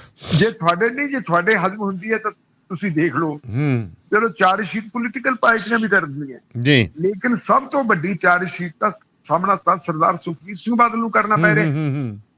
ਉਹਨਾਂ ਦੇ ਖਿਲਾਫ ਜਿਹੜੀਆਂ ਪੁਲਿਸ ਨੇ ਚਾਰਜ ਸ਼ੀਟਾਂ ਦਾ ਹਾਲੇ ਤੱਕ ਪੇਸ਼ ਨਹੀਂ ਕੀਤੀਆਂ, ਜਿਨ੍ਹਾਂ ਚਾਰਜ ਸ਼ੀਟਾਂ 'ਚ ਮਾੜਾ ਮੋਟਾ ਇਸ਼ਾਰਾ ਕੀਤਾ ਸੀ ਉਹ ਚਾਰਜ ਸ਼ੀਟਾਂ ਅਦਾਲਤ ਨੇ ਰੱਦ ਕਰ ਦਿੱਤੀਆਂ। ਲੇਕਿਨ ਇੱਕ ਗੱਲ ਸਾਨੂੰ ਮੰਨਣੀ ਪੈਣੀ ਹੈ ਕਿ ਜਨਤਾ ਦੀ ਕਚਹਿਰੀ ਦੇ ਵਿੱਚ ਜਿਹੜੀ ਜਨਤਾ ਨੇ ਉਹਨਾਂ ਦੇ ਖਿਲਾਫ ਚਾਰਜ ਸ਼ੀਟ ਪੇਸ਼ ਕੀਤੀ ਹੈ ਜੀ, ਗੁਰੂ ਗ੍ਰੰਥ ਸਾਹਿਬ ਦੀ ਬੇਅਦਬੀ ਕਰਨ ਵਾਲਿਆਂ ਨੂੰ ਸਜ਼ਾਵਾਂ ਨਾ ਦੇਣ ਦੀ, ਉਹਦਾ ਹਿਸਾਬ ਕਿਤਾਬ ਤਾਂ ਉਹ ਅਜੇ ਤੱਕ ਦੇ ਨਹੀਂ ਸਕੇ। ਜੀ ਜੀ, ਇੱਕ ਗੱਲ ਕਹਿੰਦੇ ਆ ਸਾਰੇ ਅਕਾਲੀ ਦਲ ਵਾਲੇ ਕਿ ਜਿਹਨੇ ਗੁਰੂ ਗ੍ਰੰਥ ਸਾਹਿਬ ਦੀ ਬੇਅਦਬੀ ਕੀਤੀ ਹੈ ਜਾਂ ਕਰਵਾਈ ਹੈ ਉਹਦਾ ਕੱਖ ਨਾ ਰਹੇ। ਮੈਂ ਨਹੀਂ ਇਹ ਇਲਜ਼ਾਮ ਲਾਉਂਦਾ ਕਿ ਬਾਦਲ ਪਰਿਵਾਰ ਨੇ ਜਾਂ ਅਕਾਲੀ ਦਲ ਨੇ ਬੇਅਦਬੀ ਕਰਵਾਈ, ਜੀ, ਮੈਂ ਨਹੀਂ ਇਹ ਇਲਜ਼ਾਮ ਲਾਉਂਦਾ ਕਿ ਅਕਾਲੀ ਦਲ ਵਾਲਿਆਂ ਨੇ ਬੇਅਦਬੀ ਕੀਤੀ ਹੈ। ਲੇਕਿਨ ਇਹ ਇਲਜ਼ਾਮ ਤਾਂ ਸਾਰੀ ਦੁਨੀਆ ਲਾਉਂਦੀ ਹੈ ਨਾ ਕਿ ਡੇਰਾ ਸੱਚਾ ਸੌਦਾ ਵਾਲੇ ਨੂੰ ਮਾਫ ਕਿਹਨੇ ਕੀਤਾ? ਹਾਂਜੀ, ਪੰਜ ਸਿੰਘ ਸਾਹਿਬਾਨ ਨੇ। ਪੰਜ ਸਿੰਘ ਸਾਹਿਬਾਨ ਤੋਂ ਕਿਹਨੇ ਮਾਫ ਕਰਵਾਇਆ? ਇਹ ਗੱਲ ਤਾਂ ਜਥੇਦਾਰ ਸਾਹਿਬ ਆਪਣੇ ਗੁਰਮੁਖ ਸਿੰਘ ਹੁਣੀ ਦੱਸੀ ਜਾਂਦੇ ਆ, ਭਾਈ ਗੁਰਮੁਖ ਸਿੰਘ ਹੁਣੀ ਜੀ, ਜਿਹੜੇ ਤਖਤ ਸ੍ਰੀ ਤਖਤ ਦਮਦਮਾ ਸਾਹਿਬ ਦੇ ਐਕਟਿੰਗ ਜਥੇਦਾਰ ਹੁੰਦੇ ਸੀ ਕਿ ਸਾਨੂੰ ਚੰਡੀਗੜ੍ਹ ਬੁਲਾ ਕੇ ਜਿਹੜਾ ਦੁਨਿਆਵੀ ਤਖਤ ਤੋਂ ਅਕਾਲ ਤਖਤ ਨੂੰ ਤੇ ਦੂਜੇ ਤਖਤਾਂ ਦੇ ਜਥੇਦਾਰਾਂ ਨੂੰ ਹੁਕਮ ਦਿੱਤਾ ਗਿਆ ਸੀ ਕਿ ਇਹਨੂੰ ਮਾਫ ਕਰੋ। ਜੀ, ਜਦੋਂ ਕਿਸੇ ਨੇ ਮਾਫ ਨਾ ਕੀਤਾ, ਜਿਹੜਾ 90 ਲੱਖ ਰੁਪਏ ਦੇ ਇਸ਼ਤਿਹਾਰ ਦਿੱਤੇ ਸੀ ਜੀ, ਉਹ ਕਿਹਦੇ ਹੁਕਮ ਤੇ ਦਿੱਤੇ? ਔਰ ਇਹ ਸਾਰਾ ਕੁਝ ਜਿਹੜਾ ਹੋਇਆ ਇਹਦਾ ਹਿਸਾਬ ਕਿਤਾਬ ਕੌਣ ਦੇਊਗਾ? ਸਭ ਤੋਂ ਵੱਡੀ ਚਾਰਜ ਸ਼ੀਟ ਤਾਂ ਇਹ ਪਈ ਹੈ ਜੀ, ਇਸ ਚਾਰਜ ਸ਼ੀਟ ਦਾ ਕੋਈ ਹਿਸਾਬ ਕਿਤਾਬ ਨਹੀਂ। ਸੋ ਇਹ ਪੋਲੀਟੀਕਲ ਜਿਹੜੀ ਹੈਗੀ ਆ, ਮੈਂ ਕਹੂੰਗਾ ਬਿਆਨਬਾਜ਼ੀ ਹੁੰਦੀ ਹੈ, ਔਰ ਪੋਲੀਟੀਕਲ ਬਿਆਨਬਾਜ਼ੀ ਉਦੋਂ ਜਿਹੜੀ ਹੈਗੀ ਹੈ ਥੋੜੀ ਜਿਹੀ ਸਾਰਥਕ ਲੱਗਦੀ ਹੈ ਬੰਦੇ ਨੂੰ ਕਿ ਮੇਰੀ ਗੱਲ ਬਣ ਸਕਦੀ ਹੈ ਜੀ, ਜਦੋਂ ਜਿਹੜੀ ਉਹਨਾਂ ਦਾ ਵਿਰੋਧ ਕਰਨ ਵਾਲੀ ਮੁੱਖ ਧਿਰ ਹੈ ਉਹਦਾ ਘਰ ਪਾਟੋ ਧਾੜ ਹੋਵੇ ਜੀ, ਰਿਜ਼ਲਟ ਕੁਛ ਵੀ ਆ ਸਕਦੀ ਹੈ, ਲੋਕ ਵੋਟਾਂ ਪਾ ਸਕਦੇ ਹੈ, ਐਂਟੀ ਇਨਕੰਬੈਂਸੀ ਆਪਣੀ ਥਾਂ ਦੇ ਉੱਤੇ ਹੈ, ਕਾਂਗਰਸ ਪਾਰਟੀ ਦੀ ਨਾਅਹਲੀਅਤ ਆਪਣੀ ਥਾਂ ਦੇ ਉੱਤੇ ਹੈ, ਉਹਨਾਂ ਦੀ ਫੁੱਟ ਆਪਣੀ ਥਾਂ ਦੇ ਉੱਤੇ ਹੈ। ਲੇਕਿਨ ਜੇ ਕਹਿ ਦਈਏ ਅਕਾਲੀ ਦਲ ਪਾਕ ਸਾਫ਼ ਹੈ ਤਾਂ ਉਹ ਨਹੀਂ ਹੈ। ਇਹਦੇ ਉਲਟ ਭਾਵੇਂ ਅਸੀਂ ਆਮ ਆਦਮੀ ਪਾਰਟੀ ਨੂੰ ਜਿੰਨਾ ਮਰਜ਼ੀ ਹੈ ਬਲੇਮ ਕਰੀ ਜਾਂਦੇ ਜੀ, ਲੇਕਿਨ ਆਮ ਆਦਮੀ ਪਾਰਟੀ ਦੇ ਤੇ ਇਸ ਕਿਸਮ ਦਾ ਕੋਈ ਇਲਜ਼ਾਮ ਨਹੀਂ ਲੱਗਦਾ। ਸੋ ਬਾਦਲ ਸਾਹਿਬ ਨੇ ਕਹਿਤਾ ਠੀਕ ਹੈ, ਉਹਨਾਂ ਦੀ ਧੰਨ ਭਾਗ ਉਹਨਾਂ ਨੂੰ ਮੁਬਾਰਕਾਂ ਹੋਣ, ਉਹਨਾਂ ਨੇ ਆਪਣੀ ਕੰਪੇਨ ਸ਼ੁਰੂ ਕੀਤੀ ਹੈ। ਔਰ ਇਹ ਤੁਹਾਨੂੰ ਪਤਾ ਜੇ ਰਾਜਨੀਤਿਕ ਬੰਦੇ ਇਸ ਕਿਸਮ ਦੀਆਂ ਗੱਲਾਂ ਨਾ ਕਰਨ ਤਾਂ ਕਦੇ ਗੱਡੀ ਨਹੀਂ ਚੱਲਦੀ ਜੀ। ਨਾਲੇ ਪਤਾ ਹੁੰਦਾ ਸਾਰਾ ਕੁਝ, ਜੇ ਇੰਨੀ ਦਲੇਰੀ ਨਾ ਰੱਖਣ ਬਿਆਨਾਂ ਦੇ ਵਿੱਚ ਫਿਰ ਤਾਂ ਗੱਲ ਖਿੱਲਰ ਗਈ। ਉਹਨਾਂ ਨੇ ਆਪਣੇ ਕਾਡਰ ਨੂੰ ਵੀ ਉਤਸ਼ਾਹਿਤ ਕਰਨਾ ਹੁੰਦਾ ਹੈ। ਅੱਜ ਕੱਲ ਤੁਸੀਂ ਦੇਖੋ ਵੀ ਕਿਉਂਕਿ ਜਿਹੜਾ ਪ੍ਰਸ਼ਾਂਤ ਕਿਸ਼ੋਰ ਨੂੰ ਲੈ ਕੇ ਆਂਦਾ ਸੀ ਕਾਂਗਰਸ ਪਾਰਟੀ ਵਾਲੇ ਨੇ, ਉਹ ਤਾਂ ਪੰਜਾਬ ਵਾਲਾ ਕੰਮ ਛੱਡ ਗਿਆ ਤੇ ਸੰਜੀਵ ਗੋਲੂ ਉਹ ਜਿਹੜਾ ਹੈਗਾ ਇਹਨਾਂ ਨੇ ਇੱਕ ਸਟ੍ਰੈਟਜਿਸਟ ਰੱਖਿਆ ਹੋਇਆ। ਮੇਰਾ ਖਿਆਲ ਜਿਹੜੀ ਸਟ੍ਰੈਟਜੀ ਬਣਾ ਕੇ ਦਿੰਦੇ ਆ ਤੇ ਉਹਦੇ ਮੁਤਾਬਕ ਹੀ ਸਾਰਾ ਕੁਝ ਚੱਲਦਾ ਹੈ। ਅੱਜ ਕੱਲ ਤੁਸੀਂ ਕਿਸੇ ਵੀ ਇਹਦਾ ਸਾਰਿਆਂ ਨੇ ਹੀ ਰੱਖ ਲਏ ਜੀ ਢਿੱਲੋਂ ਸਾਹਿਬ। ਨਹੀਂ ਉਹਦੇ ਚ ਜਿਹਨੇ ਕੰਮ ਸ਼ੁਰੂ ਕੀਤਾ ਨਾ, ਤੁਸੀਂ ਇਹ ਦੇਖੋ ਕਿ ਸੁਖਬੀਰ ਸਿੰਘ ਬਾਦਲ ਦੀ ਅੱਜ ਇੱਕ ਹਰ ਜਿਹੜਾ ਹੈਗਾ ਟੀਵੀ ਚੈਨਲ ਤੇ ਪੰਜਾਬੀ ਪ੍ਰੋਗਰਾਮ ਚੱਲਦੇ ਹੈ, ਇਹਨਾਂ ਦੀਆਂ ਐਡਸ ਚੱਲਦੀ ਜੀ, ਚੱਲੀ ਜਾਂਦੀਆਂ ਖੁੱਲ ਕੇ, ਇੰਟਰਵਿਊਆਂ ਦੇ ਰਹੇ ਨੇ, ਆਪਦੇ ਹਮ ਖਿਆਲੀ ਪੱਤਰਕਾਰਾਂ ਨੂੰ ਇੰਟਰਵਿਊਆਂ ਦੇ ਰਹੇ ਹੈ। ਤੇ ਨਾਲ ਤੁਸੀਂ ਦੇਖੋ ਕਿ ਜਿਹੜੀ ਹੈ ਜਿਵੇਂ ਜਦੋਂ ਕਿਸੇ ਬੰਦੇ ਦੀ ਇੰਟਰਵਿਊ ਲੈਣੀ ਹੁੰਦੀ ਹੈ, ਜਦੋਂ ਕਿਸੇ ਬੰਦੇ ਦੀ ਐਡਵਰਟਾਈਜ਼ ਦੇਣੀ ਹੁੰਦੀ ਹੈ, ਉਹਦੀ ਪ੍ਰਸਾਰਿਤ ਕਰਨੀ ਹੁੰਦੀ ਹੈ, ਉਸ ਤੋਂ ਪਹਿਲਾਂ ਉਹਦਾ ਪ੍ਰੋਪਰ ਮੇਕਅਪ ਹੁੰਦਾ ਹੈ, ਉਹਨੂੰ ਐ ਬਣਾਇਆ ਜਾਂਦਾ, ਸ਼ਿੰਗਾਰਿਆ ਜਾਂਦਾ ਹੈ, ਉਹਦੀ ਬਾਡੀ ਲੈਂਗੁਏਜ ਹੈ ਜਿਹੜੀ ਉਹ ਤਿਆਰ ਕਰਵਾਈ ਜਾਂਦੀ ਹੈ ਕਿ ਤੁਸੀਂ ਇਸ ਤਰੀਕੇ ਦੇ ਬਣਨਾ ਤੇ ਐ ਹੋਣਾ। ਅੱਜ ਕੱਲ੍ਹ ਸੁਖਬੀਰ ਸਿੰਘ ਬਾਦਲ ਦੀ ਜਿਹੜੀ ਬਾਡੀ ਲੈਂਗੁਏਜ ਹੈ ਉਹ ਵੀ ਹਮਲਾਵਰ ਹੈ ਤੇ ਉਹ ਆਪਣੇ ਮਤਲਬ ਆਪ ਵੀ ਹਮਲਾਵਰ ਹੈ। ਇਹਦਾ ਹੁਣ ਕਾਂਗਰਸ ਪਾਰਟੀ ਜਾਂ ਆਮ ਆਦਮੀ ਕਿਵੇਂ ਮੁਕਾਬਲਾ ਕਰਦੀ ਹੈ ਇਹ ਤਾਂ ਉਹਨਾਂ ਤੇ ਨਿਰਭਰ ਹੈ। ਪਰ ਅੱਜ ਦੀ ਘੜੀ ਆਪਾਂ ਇਹ ਕਹਿ ਸਕਦੇ ਹਾਂ ਕਿ ਕੰਪੇਨ ਚਲਾਉਣ ਦੇ ਮਾਮਲੇ ਦੇ ਵਿੱਚ ਸੁਖਬੀਰ ਸਿੰਘ ਬਾਦਲ ਤੇ ਉਹਨਾਂ ਦਾ ਦਲ ਬਾਕੀਆਂ ਨਾਲੋਂ ਮੂਹਰੇ ਹੈ ਜੀ। ਤੇ ਉਹ ਤਾਂ ਚਲੋ ਮੂਹਰੇ ਤਾਂ ਹੈ, ਪਰ ਇੱਧਰ ਕਿਸਾਨਾਂ ਨੇ ਇਹਨਾਂ ਨੂੰ ਮੂਹਰੇ ਲਾ ਲਿਆ ਜੀ, ਹਰਸਿਮਰਤ ਬਾਦਲ ਹੋਣ ਤੇ ਭਾਵੇਂ ਸੁਖਬੀਰ ਸਿੰਘ ਬਾਦਲ। ਦੇਖੋ ਦਾਨੇਵਾਲੀਆ ਸਾਹਿਬ, ਕਿਸਾਨ ਜਿਹੜੇ ਹੈਗੇ ਪੋਟਾ ਦੁਖੀ ਕਿਸਾਨ ਹੁਣ ਉਹ ਨਹੀਂ ਰਹੇ ਅੱਗੇ ਵਾਲੀ ਗੱਲ ਵੀ ਅਸੀਂ ਤਾਂ ਜੀ ਤੁਹਾਡੀ ਖਾਤਰ ਜੇਲਾਂ ਕੱਟ ਰਹੇ ਹਾਂ, ਅਸੀਂ ਤਾਂ ਜੀ ਪੰਥ ਦੀ ਖਾਤਰ ਇਹ ਕੁਝ ਕਰ ਲਿਆ। ਤੁਸੀਂ ਦੇਖੋ ਕਿੰਨਾ ਲੰਬਾ ਸਮਾਂ ਹੋ ਗਿਆ। ਸਰਦਾਰ ਪ੍ਰਕਾਸ਼ ਸਿੰਘ ਬਾਦਲ ਨੂੰ ਅਕਾਲੀ ਦਲ ਵਾਲਿਆਂ ਨੇ ਤੇ ਉਹਨਾਂ ਦੇ ਸਮਰਥਕਾਂ ਨੇ ਪੰਜਾਬ ਦਾ ਨੈਲਸਨ ਮੰਡੇਲਾ ਬਣਾ ਕੇ ਪੇਸ਼ ਕੀਤਾ ਹੋਇਆ ਕਿ ਜਿੰਨਾ ਸਰਦਾਰ ਪ੍ਰਕਾਸ਼ ਸਿੰਘ ਬਾਦਲ ਨੇ ਕਸ਼ਟ ਸਹਿ, ਇਹਨਾਂ ਹੋਰ ਕਿਸੇ ਵੀ ਲੀਡਰ ਨੇ ਕਸ਼ਟ ਨਹੀਂ ਸਹਿਆ। ਨੈਲਸਨ ਮੰਡੇਲਾ ਨੇ 27 ਵਰੇ ਕੈਦ ਕੱਟੀ ਜੀ, ਔਰ ਉਹ 27 ਵਰੇ ਜਿਹੜੀ ਕੈਦ ਕੱਟੀ ਹੈ ਉਹਨਾਂ ਨੇ ਇਕਾਂਤ ਕਾਲ ਕੋਠੜੀ ਦੇ ਵਿੱਚ ਕੱਟੀ ਹੈ ਜੀ। ਸਰਦਾਰ ਪ੍ਰਕਾਸ਼ ਸਿੰਘ ਬਾਦਲ ਦਾ ਕਹਿੰਦੇ ਜੀ ਇਹਨਾਂ ਨੇ 17 ਵਰੇ ਜਿਹੜੀ ਹੈਗੀ ਹੈ ਕੈਦ ਕੱਟੀ ਹੈ, ਲੇਕਿਨ ਮੈਂ 17 ਵਰੇ ਕੀ ਜੇ 7 ਵਰੇ ਵੀ ਸਾਬਤ ਕਰ ਦੇਣ ਤਾਂ ਮੈਂ ਪੱਤਰਕਾਰਤਾ ਛੱਡ ਦੂੰਗਾ। ਰਿਕਾਰਡ ਪਿਆ ਕਿਉਂਕਿ 1957 ਦੇ ਵਿੱਚ ਇਹਨਾਂ ਨੇ ਆਪਣਾ ਸਿਆਸੀ ਜੀਵਨ ਸ਼ੁਰੂ ਕੀਤਾ। ਪਹਿਲੀ ਵਾਰੀ ਇਹਨਾਂ ਨੇ ਜਿਹੜੀ ਹੈਗੀ ਚੋਣ ਲੜੀ ਹੈ। ਉਸ ਤੋਂ ਬਾਅਦ ਜਿਹੜੀ ਹੈਗੀ ਪੰਜਾਬੀ ਸੂਬੇ ਦਾ ਮੋਰਚਾ ਚੱਲਦਾ ਹੈ, ਫਿਰ ਐਮਰਜੈਂਸੀ ਦਾ ਮੋਰਚਾ ਚੱਲਦਾ ਹੈ, ਪੰਜਾਬੀ ਬੋਲੀ ਦਾ ਮੋਰਚਾ ਚੱਲਦਾ ਹੈ, ਦਿੱਲੀ ਦੀ ਗੁਰਦੁਆਰਾ ਕਮੇਟੀ ਦਾ ਮੋਰਚਾ ਚੱਲਦਾ ਹੈ ਕਮੇਟੀ ਬਣਾਉਣ ਵਾਸਤੇ, ਫਿਰ ਧਰਮ ਯੁੱਧ ਮੋਰਚਾ ਚੱਲਦਾ। ਇਹਨਾਂ ਸਾਰੇ ਮੋਰਚਿਆਂ ਨੂੰ ਮਿਲਾ ਕੇ ਪ੍ਰਕਾਸ਼ ਸਿੰਘ ਬਾਦਲ ਦੀ ਸਜ਼ਾ ਦੇਖ ਲਓ 4.5 ਸਾਲ ਦੀ ਬਣ ਗਈ। ਤੋਂ ਇਹ ਕਹੀ ਜਾਂਦੇ ਕਿ ਜੀ ਕਿਸਾਨਾਂ ਦੇ ਮਸੀਹਾ ਅਸੀਂ, ਉਹਨਾਂ ਨੂੰ ਮਸੀਹਾ ਬਣਾਇਆ ਜਾਂਦਾ ਹੈ। ਲੋਕ ਇਹ ਗੱਲ ਮੰਨਦੇ ਰਹੇ ਆ ਪਹਿਲਾਂ ਵੀ ਸੱਚਮੁੱਚ ਹੀ ਮਸੀਹਾ ਜੀ ਹੈਗੇ ਹੈ, ਲੋਕ ਇਹ ਮੰਨਦੇ ਰਹੇ ਕਿ ਸੱਚਮੁੱਚ ਹੀ ਇਹ ਨੈਲਸਨ ਮੰਡੇਲਾ ਸਾਹਿਬ ਹੈ। ਲੇਕਿਨ ਜਿਹੜੀ ਹਕੀਕਤ ਹੈ, ਹਕੀਕਤ ਤਾਂ ਲੋਕਾਂ ਦੇ ਸਾਹਮਣੇ। ਕੌਣ ਨਹੀਂ ਇਸ ਗੱਲ ਨੂੰ ਜਾਣਦਾ ਕਿ ਜਦੋਂ 3 ਖੇਤੀ ਕਾਨੂੰਨਾਂ ਤੋਂ ਪਹਿਲਾਂ 3 ਆਰਡੀਨੈਂਸ ਆਏ ਹੈ, ਉਹ ਆਰਡੀਨੈਂਸ ਕੈਬਨਿਟ ਨੇ ਪਾਸ ਕੀਤੇ ਹੈ ਔਰ ਕੈਬਨਿਟ ਨੇ ਪਾਸ ਕਰਕੇ ਪ੍ਰਵਾਨਗੀ ਲਈ ਭੇਜਿਆ ਰਾਸ਼ਟਰਪਤੀ ਕੋਲੇ। ਰਾਸ਼ਟਰਪਤੀ ਨੇ ਉਹਨੂੰ ਪ੍ਰਵਾਨਗੀ ਦਿੱਤੀ ਹੈ ਔਰ ਉਸ ਬੀਬੀ ਹਰਸਿਮਰਤ ਕੌਰ ਬਾਦਲ, ਸਰਦਾਰ ਸੁਖਬੀਰ ਸਿੰਘ ਬਾਦਲ ਕਹਿੰਦੇ ਵੀ ਅਸੀਂ ਇਹਨਾਂ ਦੀ ਹਮਾਇਤ ਨਹੀਂ ਕੀਤੀ। ਬੀਬਾ ਜੀ ਇਹ ਗੱਲ ਕਹਿੰਦੀ ਹੈ ਕਿ ਮੈਂ ਉਹਦਾ ਵਿਰੋਧ ਕੀਤਾ ਸੀ ਔਰ ਜਦੋਂ ਕਾਨੂੰਨ ਬਣਨ ਲੱਗੇ ਪਾਰਲੀਮੈਂਟ ਦੇ ਵਿੱਚ ਉਹ ਕਹਿੰਦੀ ਵੀ ਮੈਂ ਉਦੋਂ ਅਸਤੀਫਾ ਦਿੱਤਾ ਸੀ, ਮੈਂ ਤਾਂ ਉਹਦਾ ਹਿੱਸਾ ਨਹੀਂ ਰਹੀ ਸੀ ਕੈਬਨਿਟ ਦਾ। ਸਰਦਾਰ ਸੁਖਬੀਰ ਸਿੰਘ ਬਾਦਲ ਕਹਿੰਦੇ ਜੀ ਅਸੀਂ ਪਾਰਲੀਮੈਂਟ ਦੇ ਵਿੱਚ ਉਹਦਾ ਵਿਰੋਧ ਕੀਤਾ। ਕਾਂਗਰਸ ਪਾਰਟੀ ਦੇ ਤੇ ਇਲਜ਼ਾਮ ਲਾਉਂਦੇ ਹੈ ਕਿ ਮਿਸਟਰ ਰਾਹੁਲ ਗਾਂਧੀ ਤੇ ਉਹਦੀ ਮਾਤਾ ਸੋਨੀਆ ਗਾਂਧੀ ਉਹ ਦੇਸ਼ ਤੋਂ ਬਾਹਰ ਚਲੇ ਗਏ ਸੀ। ਦੂਜਾ ਕਹਿੰਦੇ ਕਿ ਜਦੋਂ ਇਹ ਕਾਨੂੰਨ ਆਇਆ ਕਾਂਗਰਸ ਵਾਲਿਆਂ ਨੇ ਵਿਰੋਧ ਨਹੀਂ ਕੀਤਾ, ਉਹਨਾਂ ਨੇ ਬਾਈਕਾਟ ਕਰਤਾ ਸੀ। ਇਹ ਇਲਜ਼ਾਮ ਲੱਗਦੇ ਉਹਨਾਂ ਦੇ। ਪਰ ਵੱਡੀ ਗੱਲ ਇਹ ਹੈ ਕਿ ਜਿਹੜਾ ਸੋਸ਼ਲ ਮੀਡੀਆ ਬੋਲੀ ਜਾਂਦਾ ਹੈ, ਜਿਹੜਾ ਰਿਕਾਰਡ ਬੋਲੀ ਜਾਂਦਾ ਹੈ ਕਿ ਇਹਨਾਂ ਨੇ ਇਹਨਾਂ 3 ਕਾਲੇ ਕਾਨੂੰਨਾਂ ਦੀ ਹਮਾਇਤ ਕੀਤੀ ਸੀ ਆਰਡੀਨੈਂਸਾਂ ਦੀ। ਜਿਹੜਾ ਪਹਿਲਾ ਰੂਪ ਸੀ 3 ਕਾਲੇ ਕਾਨੂੰਨਾਂ ਦਾ ਪਹਿਲਾ ਰੂਪ ਆਰਡੀਨੈਂਸਾਂ ਦੀ ਹਮਾਇਤ ਕੀਤੀ। ਜਿੰਨੇ ਇਹਨਾਂ ਦੇ ਬੁਲਾਰੇ ਹੈ ਉਹ ਟੀਵੀ ਚੈਨਲਾਂ ਤੇ ਆ ਕੇ ਬਹਿਸਾਂ ਕਰਦੇ ਰਹੇ, ਉਹਦੇ ਹੱਕ ਵਿੱਚ ਦਲੀਲਾਂ ਦਿੰਦੇ ਰਹੇ। ਸਰਦਾਰ ਸੁਖਬੀਰ ਸਿੰਘ ਬਾਦਲ ਨੇ ਚੰਡੀਗੜ੍ਹ ਦੇ ਵਿੱਚ ਪ੍ਰੈਸ ਕਾਨਫਰੰਸ ਕੀਤੀ। ਉਹਨਾਂ ਨੇ ਕਿਹਾ ਜੀ ਮੈਨੂੰ ਜਿਹੜਾ ਹੈਗਾ ਸਾਡੇ ਖੇਤੀਬਾੜੀ ਮੰਤਰੀ ਨੇ ਅਸ਼ੋਰ ਕੀਤਾ ਹੈ ਕਿ ਤੁਹਾਨੂੰ ਜਿਹੜੀ ਹੈਗੀ ਆ MSP ਪੂਰਾ ਮਿਲੂਗਾ। ਉਹ MSP ਪੂਰਾ ਮਿਲਣ ਦੀ ਗੱਲ ਕਰਦੇ, ਲੇਕਿਨ ਕਾਲੇ ਕਾਨੂੰਨਾਂ ਨੂੰ ਕਹਿੰਦੇ ਆ ਕਿਸਾਨਾਂ ਦੇ ਹੱਕ ਦੇ ਵਿੱਚ ਹੈ। ਬੀਬਾ ਹਰਸਿਮਰਤ ਬਾਦਲ ਕਹਿੰਦੀ ਹੈ ਕਿ ਆਪੋਜੀਸ਼ਨ ਵਾਲਿਆਂ ਨੇ, ਖਾਸ ਕਰਕੇ ਕਾਂਗਰਸ ਵਾਲਿਆਂ ਨੇ ਤੇ ਆਪ ਵਾਲਿਆਂ ਨੇ ਲੋਕਾਂ ਦੇ ਵਿੱਚ ਭਰਮ ਭੁਲੇਖਾ ਪੈਦਾ ਕੀਤਾ ਹੈ। ਸਭ ਤੋਂ ਵੱਡੀ ਗੱਲ ਕਿਸਾਨਾਂ ਦੇ ਮਸੀਹਾ ਸਰਦਾਰ ਪ੍ਰਕਾਸ਼ ਸਿੰਘ ਬਾਦਲ ਦੇ ਮੂੰਹੋਂ ਵੀ ਇਹ ਕਹਾਤਾ। ਉਹਨਾਂ ਦੀ ਵੀ ਇੱਕ ਵੀਡੀਓ ਜਿਹੜੀ ਹੈ ਵਾਇਰਲ ਕਰਵਾ ਦਿੱਤੀ ਕਿ ਇਹ ਤੋਂ ਵਧੀਆ ਜਿਹੜਾ ਹੈਗਾ ਕਾਨੂੰਨ ਕੋਈ ਹੋਰ ਹੋ ਹੀ ਨਹੀਂ ਸਕਦੇ। ਉਹ ਕਹਿੰਦੇ ਵੀ ਅਕਾਲੀ ਦਲ ਦੇ ਹੁੰਦਿਆਂ ਕਿਵੇਂ ਹੋ ਸਕਦਾ ਵੀ ਕਿਸਾਨਾਂ ਦੇ ਵਿਰੋਧ ਦੇ ਵਿੱਚ ਇਹ ਸਾਰਾ ਕੁਝ ਹੋ ਜੇ। ਉਹਨਾਂ ਨੇ ਵੀ ਪੂਰੀ ਇਹਦੀ ਹਮਾਇਤ ਕੀਤੀ। ਇਹ ਸਾਰੀਆਂ ਗੱਲਾਂ ਆਪਣੀ ਥਾਂ ਦਿੱਤੀ, ਪਰ ਕਿਉਂਕਿ ਹੁਣ ਜਿਹੜਾ ਜਨਤਾ ਦਾ ਪ੍ਰੈਸ਼ਰ ਇੰਨਾ ਜ਼ਿਆਦਾ ਬਣ ਗਿਆ ਕਿ ਕੋਈ ਵੀ ਪੋਲੀਟੀਕਲ ਪਾਰਟੀ ਉਹਨਾਂ ਕਾਨੂੰਨਾਂ ਦੀ ਹਮਾਇਤ ਕਰਨ ਦੇ ਸਮਰੱਥ ਨਹੀਂ ਰਹੀ। ਭਾਰਤੀ ਜਨਤਾ ਪਾਰਟੀ ਨੇ ਬਣਾਈ ਹੈ, ਉਹਦੀ ਹਾਲਤ ਕੀ ਹੋਈ ਪਈ ਹੈ ਪੰਜਾਬ ਦੇ ਵਿੱਚ। ਮਲੋਟ ਚ ਉਹਨਾਂ ਦੇ MLA ਅਰੁਣ ਰੰਗ ਨਾਲ ਕੀ ਹੋਇਆ ਬਸ ਤੁਸੀਂ ਦੇਖ ਲਓ। ਪਿੱਛੇ ਜਿਹੜੀਆਂ ਲੋਕਲ ਬਾਡੀ ਦੀਆਂ ਚੋਣਾਂ ਹੋਈਆਂ BJP ਦੀ ਕੀ ਸਥਿਤੀ ਸੀ। BJP ਦੇ ਲੋਕਾਂ ਨੂੰ ਤਾਂ ਮਰਨੇ ਪਰਨੇ ਤੇ ਵੀ ਨਹੀਂ ਲੋਕ ਜਾਣ ਦਿੰਦੇ, ਉਹਨਾਂ ਦੇ ਲੀਡਰਾਂ ਨੂੰ ਹੈ। ਔਰ ਇਸੇ ਤਰੀਕੇ ਜਦੋਂ ਪ੍ਰੈਸ਼ਰ ਬਿਲਡ ਹੋਇਆ ਤੇ ਅਕਾਲੀ ਦਲ ਨੂੰ NDA ਤੋਂ ਬਾਹਰ ਆਉਣਾ ਪੈ ਗਿਆ, ਬੀਬੀ ਜੀ ਨੂੰ ਅਸਤੀਫਾ ਦੇਣਾ ਪੈ ਗਿਆ। ਲੇਕਿਨ ਹੁਣ ਜਦੋਂ ਪਿੰਡਾਂ 'ਚ ਜਾਂਦੇ ਉਹ ਕਹਿੰਦੇ ਜੀ ਅਸੀਂ ਅਫਸੋਸ ਕਰਨ ਜਾਂਦੇ ਹਾਂ। ਇੱਥੇ ਆ ਹੋ ਗਿਆ ਮਾਨਸਾ ਜ਼ਿਲ੍ਹੇ ਦੇ ਵਿੱਚ ਬੀਬਾ ਜੀ ਗਏ ਹੈ, ਖਾਸ ਕਰਕੇ ਬੁਢਲਾਡਾ ਇਲਾਕੇ ਦੇ ਵਿੱਚ। ਉੱਥੇ ਕਈ ਮੌਤਾਂ ਜਿਹੜੀਆਂ ਹੈਗੀਆਂ ਅਕਾਲੀ ਪਰਿਵਾਰਾਂ ਦੇ ਵਿੱਚ ਹੋਈਆਂ। ਕੁਛ ਲੋਕ ਜਿਹੜੇ ਬਿਮਾਰ ਠਮਾਰ ਹੋਏ ਹੈ, ਉਹ ਬੀਬਾ ਜੀ ਕਦੇ ਕਿਸੇ ਪਿੰਡ ਜਾਂਦੇ ਆ, ਕਦੇ ਕਿਸੇ ਪਿੰਡ ਜਾਂਦੇ। ਮੈਂ ਅਫਸੋਸ ਕਰਨ ਜਾਂਦੇ। ਅਫਸੋਸ ਕਰਨ ਵੇਲੇ ਕੁਝ ਲੋਕ ਇਕੱਠੇ ਹੋ ਜਾਂਦੇ, ਕੋਈ VIP ਆਉਂਦਾ ਹੈ। ਕਿਸਾਨਾਂ ਦਾ ਇਹ ਦੋਸ਼ ਹੈ ਕਿ ਨਾ ਅਫਸੋਸ ਦਾ ਹੈ, ਲੇਕਿਨ ਅਫਸੋਸ ਦੇ ਪਰਦੇ ਦੇ ਥੱਲੇ ਨੁੱਕੜ ਮੀਟਿੰਗਾਂ ਕੀਤੀਆਂ ਜਾ ਰਹੀਆਂ।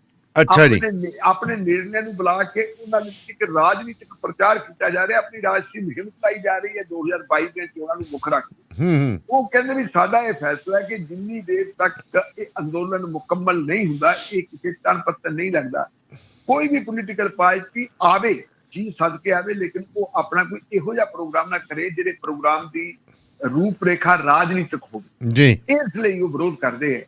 ਕੱਲ ਵੀ ਜਦੋਂ ਮਾਨਸਾ ਦੇ ਵਿੱਚੋਂ ਗਏ ਹੈ, ਮਾਨਸਾ ਦੇ ਵਿੱਚ ਕਈ ਪਿੰਡਾਂ 'ਚ ਉਹਨਾਂ ਦਾ ਵਿਰੋਧ ਹੋਇਆ ਹੈ। ਅਕਾਲੀ ਦਲ ਦੇ ਜਿਹੜੇ ਹੈਗੇ ਲੀਡਰ ਹੈ ਉਹ ਵੀ, ਕਿਉਂਕਿ ਜਦੋਂ ਸ਼ਾਇਦ ਇਕੱਲੇ ਬੀਬਾ ਜੀ ਜਾਂਦੇ ਦਾ ਵਿਰੋਧ ਨਾ ਹੁੰਦਾ, ਜਦੋਂ ਉਹਨਾਂ ਨੇ ਦੇਖ ਲਿਆ ਕਿ ਅਕਾਲੀ ਦਲ ਦੇ ਲੀਡਰ ਵੀ ਨਾਲ ਆਉਂਦੇ, ਅੱਗੇ ਪਿੱਛੇ ਤੁਰੇ ਆਉਂਦੇ ਵੀ ਉਹ ਆ ਗਏ ਜੀ, ਫਲਾਣੇ ਦੀ ਕਾਰ ਆ ਗਈ ਜੀ, ਤਿਨਕੇ ਦੀ ਕਾਰ ਆ ਗਈ, ਤੇ ਉਹਨਾਂ ਨੂੰ ਪਤਾ ਕਿ ਫਿਰ ਜੇ ਅਫਸੋਸ ਕਰਨਾ ਉਹਨਾਂ ਦਾ ਇਕੱਲਾ ਬੰਦਾ ਵੀ ਕਰ ਸਕਦਾ। ਬਿਲਕੁਲ ਉਹਨਾਂ ਦੇ ਨਾਲ ਉਹਨਾਂ ਦਾ ਸਟਾਫ ਹੈ, ਉਹਨਾਂ ਦੀ ਸਿਕਿਉਰਿਟੀ ਹੈ ਨਹੀਂ ਬਹੁਤ ਹੈ। ਬਾਕੀ ਲੀਡਰਾਂ ਨੂੰ ਇਕੱਠੇ ਕਰਨ ਦੀ ਕੀ ਲੋੜ ਹੈ। ਇੰਨੇ ਮੇਰਾ ਹੁਣ ਜਿਹੜਾ ਮੇਰਾ ਕਹਿਣਾ ਸੀ ਕਿ ਜਿਵੇਂ ਲੋਕ ਪਹਿਲਾਂ ਮੰਨਦੇ ਰਹੇ ਕਿ ਸੱਚਮੁੱਚ ਹੀ ਨੈਲਸਨ ਮੰਡੇਲਾ ਹੈ, ਉਹ ਲੋਕਾਂ ਨੂੰ ਸਾਫ਼ ਹੋ ਗਿਆ ਕਿ ਨਾ ਭਾਵੇਂ ਮਹਾਨੇ ਕੁਛ ਵੀ ਕਰੀ ਯਾਰ, ਕੰਪੇਨ ਚਲਾਉਂਦੇ ਆ ਰਾਜਨੀਤਿਕ ਕੰਪੇਨ। ਹੁਣ ਕਿਸਾਨ ਨਹੀਂ ਚੱਲਣ ਦੇਣਗੇ। ਪੰਜਾਬ ਦਾ ਕਿਸਾਨ ਬਹੁਤ ਸੁਚੇਤ ਹੋ ਗਿਆ, ਔਰ ਜਿਹੜਾ ਕਿਸਾਨ ਸਮੁੱਚੇ ਦੇਸ਼ ਦੇ ਕਿਸਾਨਾਂ ਦੀ ਅਗਵਾਈ ਕਰ ਰਿਹਾ ਇਸ ਮਾਮਲੇ ਦੇ ਵਿੱਚ, ਜਿਨ੍ਹਾਂ ਕਿਸਾਨਾਂ ਨੂੰ ਪੰਜਾਬ ਨਹੀਂ, ਭਾਰਤ ਨਹੀਂ, ਦੁਨੀਆ ਦੇ ਵਿੱਚ ਲੋਕ ਮਾਨਤਾ ਦੇ ਰਹੇ, ਵੱਖ-ਵੱਖ ਪਾਰਲੀਮੈਂਟਾਂ ਦੇ ਵਿੱਚ ਉਹਨਾਂ ਤੇ ਬਹਿਸ ਹੋਈ ਹੈ। ਤੇ ਜੇ ਉਹਨਾਂ ਦੇ ਆਪਣੇ ਆਗੂ ਪਿੰਡਾਂ 'ਚ ਜਾਣਗੇ, ਵੈਸੇ ਮੈਂ ਇਸ ਗੱਲ ਦੇ ਹੱਕ 'ਚ ਨਹੀਂ ਕਿ ਜੇ ਕੋਈ ਕਿਸੇ ਦੁੱਖ ਸੁੱਖ ਦੇ ਵਿੱਚ ਜਾਂਦਾ ਤੁਸੀਂ ਉਹਦਾ ਵਿਰੋਧ ਕਰੋ, ਉਹਦਾ ਵਿਰੋਧ ਨਹੀਂ ਕਰਨਾ ਚਾਹੀਦਾ। ਪਰ ਜਿਹੜੀ ਇਹ ਲੀਡਰਾਂ ਨੂੰ ਵੀ ਇਹ ਚਾਹੀਦਾ ਕਿ ਜਦੋਂ ਕਿਸਾਨ ਐਡੀ ਵੱਡੀ ਐਜੀਟੇਸ਼ਨ ਕਰ ਰਹੇ ਆ, ਅੰਦੋਲਨ ਲੜ ਰਹੇ ਹੈ, ਉਹਨਾਂ ਨੂੰ ਚਾਹੀਦਾ ਕਿ ਉਹ ਗੁਰੇਜ਼ ਕਰਨ ਥੋੜਾ ਜਿਹਾ, ਗੁਰੇਜ਼ ਕਰਨ ਰਾਜਨੀਤੀ ਤੋਂ, ਰਾਜਨੀਤੀ ਨਾ ਕਰਨ ਭਾਈ। ਜਦੋਂ ਅਗਲੇ ਕਹਿੰਦੇ ਵੀ ਸਾਡੀ ਪਰ ਗੱਲ ਇੱਕ ਢਿੱਲੋਂ ਸਾਹਿਬ, ਜਿਸ ਢੰਗ ਦੇ ਨਾਲ ਸਵਾਲ ਉੱਠ ਰਹੇ ਨੇ ਵੀ ਸਭ ਤੋਂ ਵੱਡੀ ਗੱਲ ਇਹ ਹੈ ਕਿ ਸਾਰੇ ਹੀ ਰਾਜਨੀਤਿਕ ਪਾਰਟੀਆਂ ਦਾ ਵਿਰੋਧ ਚੱਲ ਪਿਆ, ਤਾਂ ਫਿਰ ਪਾਰਟੀ ਕਿਹੜੀ ਆਊਗੀ? ਫਿਰ ਕਿਹਦੇ ਨਾਲ ਕਿਸਾਨਾਂ ਦੇ ਸੁਰ ਮਿਲਣਗੇ? ਕਿਤੇ ਇਹ ਤਾਂ ਨਹੀਂ ਵੀ ਇਹ ਪੋਲੀਟੀਕਲ ਪਾਰਟੀਆਂ ਕਿਸਾਨਾਂ ਦੀ ਆੜ ਦੇ ਵਿੱਚ ਇੱਕ ਦੂਜੇ ਦਾ ਵਿਰੋਧ ਕਰਾ ਰਹੀਆਂ ਹੋਣ, ਕਿਉਂਕਿ ਸੰਯੁਕਤ ਮੋਰਚਾ ਤਾਂ ਸਿਰਫ ਬੀਜੇਪੀ ਦਾ ਵਿਰੋਧ ਦਾ ਸੱਦਾ ਦਿੰਦਾ। ਨਹੀਂ, ਉਹਦੇ ਚ ਦੇਖੋ ਗੱਲ ਹੈ ਕਿ ਵੀ ਉਹ ਬਿਲਕੁਲ ਸੰਯੁਕਤ ਮੋਰਚੇ ਨੇ ਬੀਜੇਪੀ ਦੇ ਵਿਰੋਧ ਦਾ ਸੱਦਾ ਦਿੱਤਾ ਜਨਤਕ ਤੌਰ ਤੇ, ਲੇਕਿਨ 32 ਜਥੇਬੰਦੀਆਂ ਪੰਜਾਬ ਦੀਆਂ ਜੀ, 32 ਜਥੇਬੰਦੀਆਂ ਦੇ ਵਿੱਚੋਂ ਵੱਖ-ਵੱਖ ਜਥੇਬੰਦੀਆਂ ਦੇ ਵੱਖ-ਵੱਖ ਆਗੂ ਹੈ। ਫਿਰ ਕਈ ਲੀਡਰਾਂ ਦਾ ਆਪਣਾ ਸੁਭਾਅ ਹੁੰਦਾ ਹੈ। ਪੰਜਾਬੀ ਸੁਭਾਅ ਬਾਰੇ ਆਪਾਂ ਜਾਣਦੇ ਹਾਂ। ਸਾਡੀ ਹਾਲਤ ਵੀ ਹੁੰਦੀ ਹੈ ਕਿ ਜੇ ਕਈ ਵਾਰੀ ਮਤਲਬ ਆਪਾਂ ਪਿੰਡ ਦੇ ਵਿੱਚ ਹਲਕਾ ਕੁੱਤਾ ਆ ਜੇ, ਹਲਕੇ ਕੁੱਤੇ ਦੇ ਮਗਰ ਲੋਕ ਡਾਂਗਾ ਲੈ ਕੇ ਪੈ ਜਾਂਦੇ ਆ, ਉਦੋਂ ਸਾਰਾ ਪਿੰਡ ਇਕੱਠਾ ਹੋ ਜਾਂਦਾ, ਉਦੋਂ ਸਾਰਾ ਪਿੰਡ ਇਕੱਠਾ, ਦੁਸ਼ਮਣੀਆਂ ਭੁੱਲ ਜਾਂਦਾ, ਦੁਸ਼ਮਣੀਆਂ ਭੁੱਲ ਜਾਂਦਾ। ਤੇ ਜੇ ਕਈ ਵਾਰੀ ਕੁੱਤੇ ਦੇ ਮੂੰਹ ਚੋਂ ਲਾਲਾ ਟਿਕਦੀਆਂ ਹੁਣ, ਤਾਂ ਮੇਰੇ ਵਰਗਾ ਜਿਹਨੇ ਕਦੇ ਕੁੱਤੇ ਦੇ ਡਲੀ ਨਹੀਂ ਮਾਰੀ ਹੁੰਦੀ, ਉਹ ਵੀ ਡਾਂਗ ਚੱਕ ਕੇ ਭੱਜ ਪੈਂਦਾ। ਇਹ ਸਾਡੇ ਲੋਕਾਂ ਦੀ ਫਿਤਰਤ ਹੈਗੀ। ਕੁਛ ਲੋਕ ਇਸ ਕਿਸਮ ਦੇ ਹੈਗੇ ਆ ਵੀ ਹੇਵੜੋ ਭਜਾ ਕੇ ਕੋਈ ਸਿਆਸੀ ਲੀਡਰਾਂ ਨੂੰ, ਕਈ ਉਹ ਤਮਾਸ਼ਬੀਨ ਹੁੰਦੇ, ਉਹ ਤਮਾਸ਼ਬੀਨ ਤਮਾਸ਼ਾ ਵੀ ਕਰਦੇ। ਇਸ ਗੱਲ ਤੋਂ ਗੁਰੇਜ਼ ਕਰਨਾ ਚਾਹੀਦਾ। ਲੇਕਿਨ 32 ਜਥੇਬੰਦੀਆਂ ਉਹ ਇਹ ਕਹਿੰਦੇ ਆ ਕਿ ਆਪਾਂ ਨੂੰ ਇੰਨਾ ਚਾਹੀਦਾ। ਅਜੇ ਇਲੈਕਸ਼ਨ ਤਾਂ ਦੂਰ ਹੈ ਨਾ, ਉਹ ਕਹਿੰਦੇ ਇਲੈਕਸ਼ਨ ਦੂਰ ਪਿਆ ਹੈ। ਹਾਂਜੀ, ਅਜੇ ਇਲੈਕਸ਼ਨ ਕਈ ਮਹੀਨੇ ਪਏ ਆ। ਤੁਸੀਂ ਇੰਨੀ ਪਹਿਲਾਂ ਜੇ ਕੰਪੇਨ ਚਲਾਓਗੇ, ਇਹਦੇ ਨਾਲ ਕਿਸਾਨ ਧੜਿਆਂ 'ਚ ਵੰਡੇ ਜਾਣਗੇ। ਵੀ ਕਾਲੀਆਂ ਵਾਲੇ ਕਿਸਾਨ ਕਾਲੀਆਂ ਵਾਲੇ ਪਾਸੇ ਚਲੇ ਜਾਣਗੇ, ਕਾਂਗਰਸ ਵਾਲੇ ਕਾਂਗਰਸ ਵਾਲੇ ਪਾਸੇ, ਆਪ ਵਾਲੇ ਪਾਸੇ। ਇਹਦਾ ਸਾਨੂੰ ਨੁਕਸਾਨ ਹੋਊ, ਸਾਡੀ ਲਹਿਰ ਨੂੰ ਨੁਕਸਾਨ ਹੁੰਦਾ। ਤੁਸੀਂ ਲਹਿਰ ਦਾ ਨੁਕਸਾਨ ਨਾ ਕਰੋ। ਉਹਨਾਂ ਦਾ ਉਹ ਮਕਸਦ ਕਹਿੰਦੇ ਆ ਵੀ ਉਹ ਆਓ, ਅਸੀਂ ਵਿਚਰੋ, ਸਾਰਾ ਕੁਝ ਕਰੋ। ਇਲੈਕਸ਼ਨ ਜਦੋਂ ਆਇਆ, ਤੁਸੀਂ ਇਲੈਕਸ਼ਨ ਦੀ ਅਨਾਉਂਸਮੈਂਟ ਹੁੰਦੀ ਹੈ, ਉਦੋਂ ਜੋ ਮਰਜ਼ੀ ਕਰੋ, ਉਦੋਂ ਨਹੀਂ ਸੀ ਤੁਹਾਨੂੰ ਰੋਕਾਂ। ਜੀ ਜੀ, ਚਲੋ ਅੱਗੇ ਦੇਖਦੇ ਹਾਂ ਜੀ। ਕਾਰਨ ਕੀ ਹੈ ਕਿ ਜਾਂ ਤਾਂ ਪਹਿਲਾਂ ਜਾਂ ਕਿਸਾਨ ਨਾ ਹੰਭ ਜਾਣ ਤੇ ਜਾਂ ਸਿਆਸਤਦਾਨ ਨਾ ਹੰਭ ਜਾਣ, ਇਹ ਵੀ ਇੱਕ ਗੱਲ ਹੈ। ਹਾਂਜੀ ਹਾਂਜੀ, ਮਗਰ ਲੱਗ ਕੇ। ਤੇ ਪ੍ਰਗਟ ਸਿੰਘ ਨੇ ਅਹੁਦਾ ਸੰਭਾਲ ਲਿਆ ਜੀ, ਤੇ ਨਾਲ ਦੀ ਨਾਲ ਜਿਵੇਂ ਮੈਂ ਪੱਟੀ ਸਾਹਿਬ ਵੀ ਗੱਲ ਕਰਕੇ ਨੇ, ਹੁਣ ਪੱਤਰਕਾਰ ਵੀ ਜਿਹੜੇ ਨੇ ਉਹਨਾਂ ਨੂੰ ਵੀ ਆਪਦੇ ਬਣਾ ਲਿਆ ਜੀ ਸਲਾਹਕਾਰ ਸਿੱਧੂ ਸਾਹਿਬ ਨੇ। ਦੇਖੋ ਦਾਨੇਲੀਆ ਸਾਹਿਬ, ਕੋਈ ਜਿਹਨੂੰ ਮਰਜ਼ੀ ਸਲਾਹਕਾਰ ਬਣਾ ਲਿਆ, ਆਪਾਂ ਸਲਾਹਕਾਰ ਬਣਾਉਣ ਤੋਂ ਤਾਂ ਕਿਸੇ ਨੂੰ ਰੋਕ ਨਹੀਂ। ਬਿਲਕੁਲ ਸਿਆਣੀ ਗੱਲ ਹੈ ਜੀ।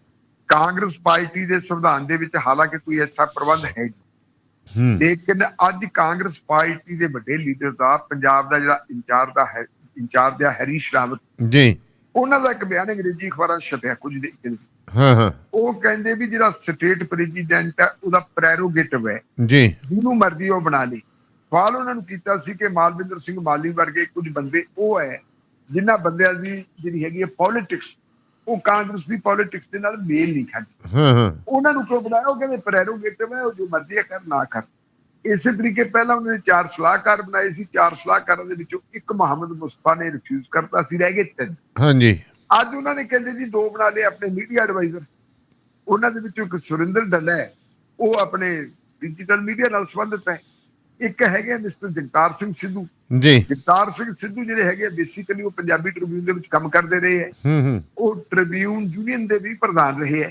ਤਾਂ ਮੇਰੇ ਖਿਆਲ ਮੁਤਾਬਕ ਉਹ ਸ਼ਾਇਦ ਪ੍ਰੈਸ ਕਲੱਬ, ਜਿਹੜਾ ਚੰਡੀਗੜ੍ਹ ਦਾ ਪ੍ਰੈਸ ਕਲੱਬ ਆ, ਉਹਦੇ ਵਿੱਚ ਵੀ ਸਰਗਰਮ ਭੂਮਿਕਾ ਨਿਭਾਉਂਦੇ ਰਹੇ ਹੈ। ਉਹਨਾਂ ਨੂੰ ਵੀ ਉਹਨਾਂ ਨੇ ਆਪਣਾ ਐਡਵਾਈਜ਼ਰ ਬਣਾਇਆ, ਉਹ ਆਪ ਦੀ ਥਾਂ ਦਿੱਤੀ ਹੈ। ਚਲੋ ਉਹ ਇੱਕ ਵੱਖਰੀ ਗੱਲ ਹੈ। ਲੇਕਿਨ ਜਿੱਥੋਂ ਤੱਕ ਇਹਨਾਂ ਦਾ ਸੰਬੰਧ ਹੈ ਆਪਣਾ ਪ੍ਰਗਟ ਸਿੰਘ ਹੋਣਾ ਦਾ, ਪ੍ਰਗਟ ਸਿੰਘ ਹੋਣਾ ਨੇ ਕੱਲ ਕਾਂਗਰਸ ਭਵਨ ਦੇ ਵਿੱਚ ਚਾਰਜ ਲੈਣਾ ਸੀ। ਉਸ ਵੇਲੇ ਸਰਦਾਰ ਨਵਜੋਤ ਸਿੰਘ ਸਿੱਧੂ ਨੇ ਪੰਜਾਬ ਦੇ 117 ਹਲਕਿਆਂ ਤੋਂ ਜਿੰਨੇ ਵੀ ਉਮੀਦਵਾਰ ਹੈ, ਜਿਹੜੇ ਚਾਹੇ ਜਿੱਤੇ ਤੇ ਚਾਹੇ ਹਾਰੇ ਹੈ, ਸਭ ਨੂੰ ਕਿਹਾ ਸੀ ਕਿ 117 ਦੇ 17 ਹਲਕਿਆਂ ਦੇ ਜਿਹੜੇ ਪ੍ਰਤੀਨਿਧ ਹਲਕਾ ਇੰਚਾਰਜ MLA ਉਹ ਇੱਥੇ ਆਉਣ। ਆਏ ਆ, ਬਹੁਤ ਸਾਰੇ ਬੰਦੇ ਆਏ। ਉਹਦੇ ਵਿੱਚ ਸੁਖਜਿੰਦਰ ਸਿੰਘ ਰੰਧਾਵਾ ਵੀ ਆਇਆ, ਤ੍ਰਿਪਤਰਜਿੰਦਰ ਸਿੰਘ ਬਾਜਵਾ ਵੀ ਆਏ ਹੈ, ਉਹਦੇ ਵਿੱਚ ਭਾਰਤ ਭੂਸ਼ਣ ਆਸ਼ੂ ਵੀ ਸੀ, ਉਹਦੇ ਵਿੱਚ ਕੁਝ ਹੋਰ ਲੋਕ ਵੀ ਸੀਗੇ। ਲੇਕਿਨ ਜੇ ਜ਼ਿਆਦਾਤਰ ਆਪਾਂ ਬੰਦੇ ਦੇਖੀਏ ਤਾਂ ਜ਼ਿਆਦਾਤਰ ਕੈਬਨਿਟ ਦੇ ਮੈਂਬਰ ਵੀ ਪੂਰੇ ਨਹੀਂ ਗਏ।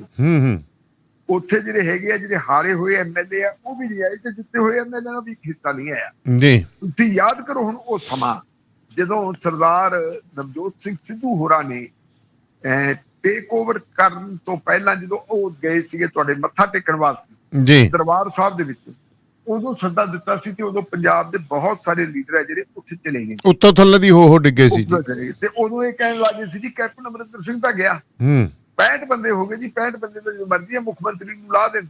ਪਿਛਲੇ ਦਿਨਾਂ ਦੇ ਵਿੱਚ ਸਰਦਾਰ ਨਵਜੋਤ ਸਿੰਘ ਸਿੱਧੂ ਨੇ ਇਹ ਵੀ ਗੱਲ ਕਹੀ ਸੀ ਕਿ ਬਿਜਲੀ ਵਾਲੇ ਸਮਝੌਤੇ ਜਾਂ ਰੱਦ ਕਰ ਦੇਵੇ ਮੁੱਖ ਮੰਤਰੀ। ਜੇ ਮੁੱਖ ਮੰਤਰੀ ਨਹੀਂ ਕਰੂਗਾ ਤਾਂ ਫਿਰ ਐਮਐਲਏ ਫੈਸਲਾ ਕਰਨਗੇ। ਲੇਕਿਨ ਹੁਣ ਤੁਸੀਂ ਦੇਖੋ ਕਿ 1 ਮਹੀਨੇ ਦੇ ਵਿੱਚ ਹੀ ਇਹ ਕਿੰਨਾ ਕੁ ਫਰਕ ਪੈ ਰਿਹਾ ਹੈ। ਇਹ ਆਪਦੀ ਥਾਂ ਤੇ। ਵੱਖਰੀ ਗੱਲ ਇਹ ਹੈ ਕਿ ਸਰਦਾਰ ਜਿਹੜੇ ਹੈਗੇ ਪ੍ਰਗਟ ਸਿੰਘ ਹੋਣੀ, ਪ੍ਰਗਟ ਸਿੰਘ ਦਾ ਇੱਕ ਆਪਣਾ ਵਕਾਰ ਹੈ।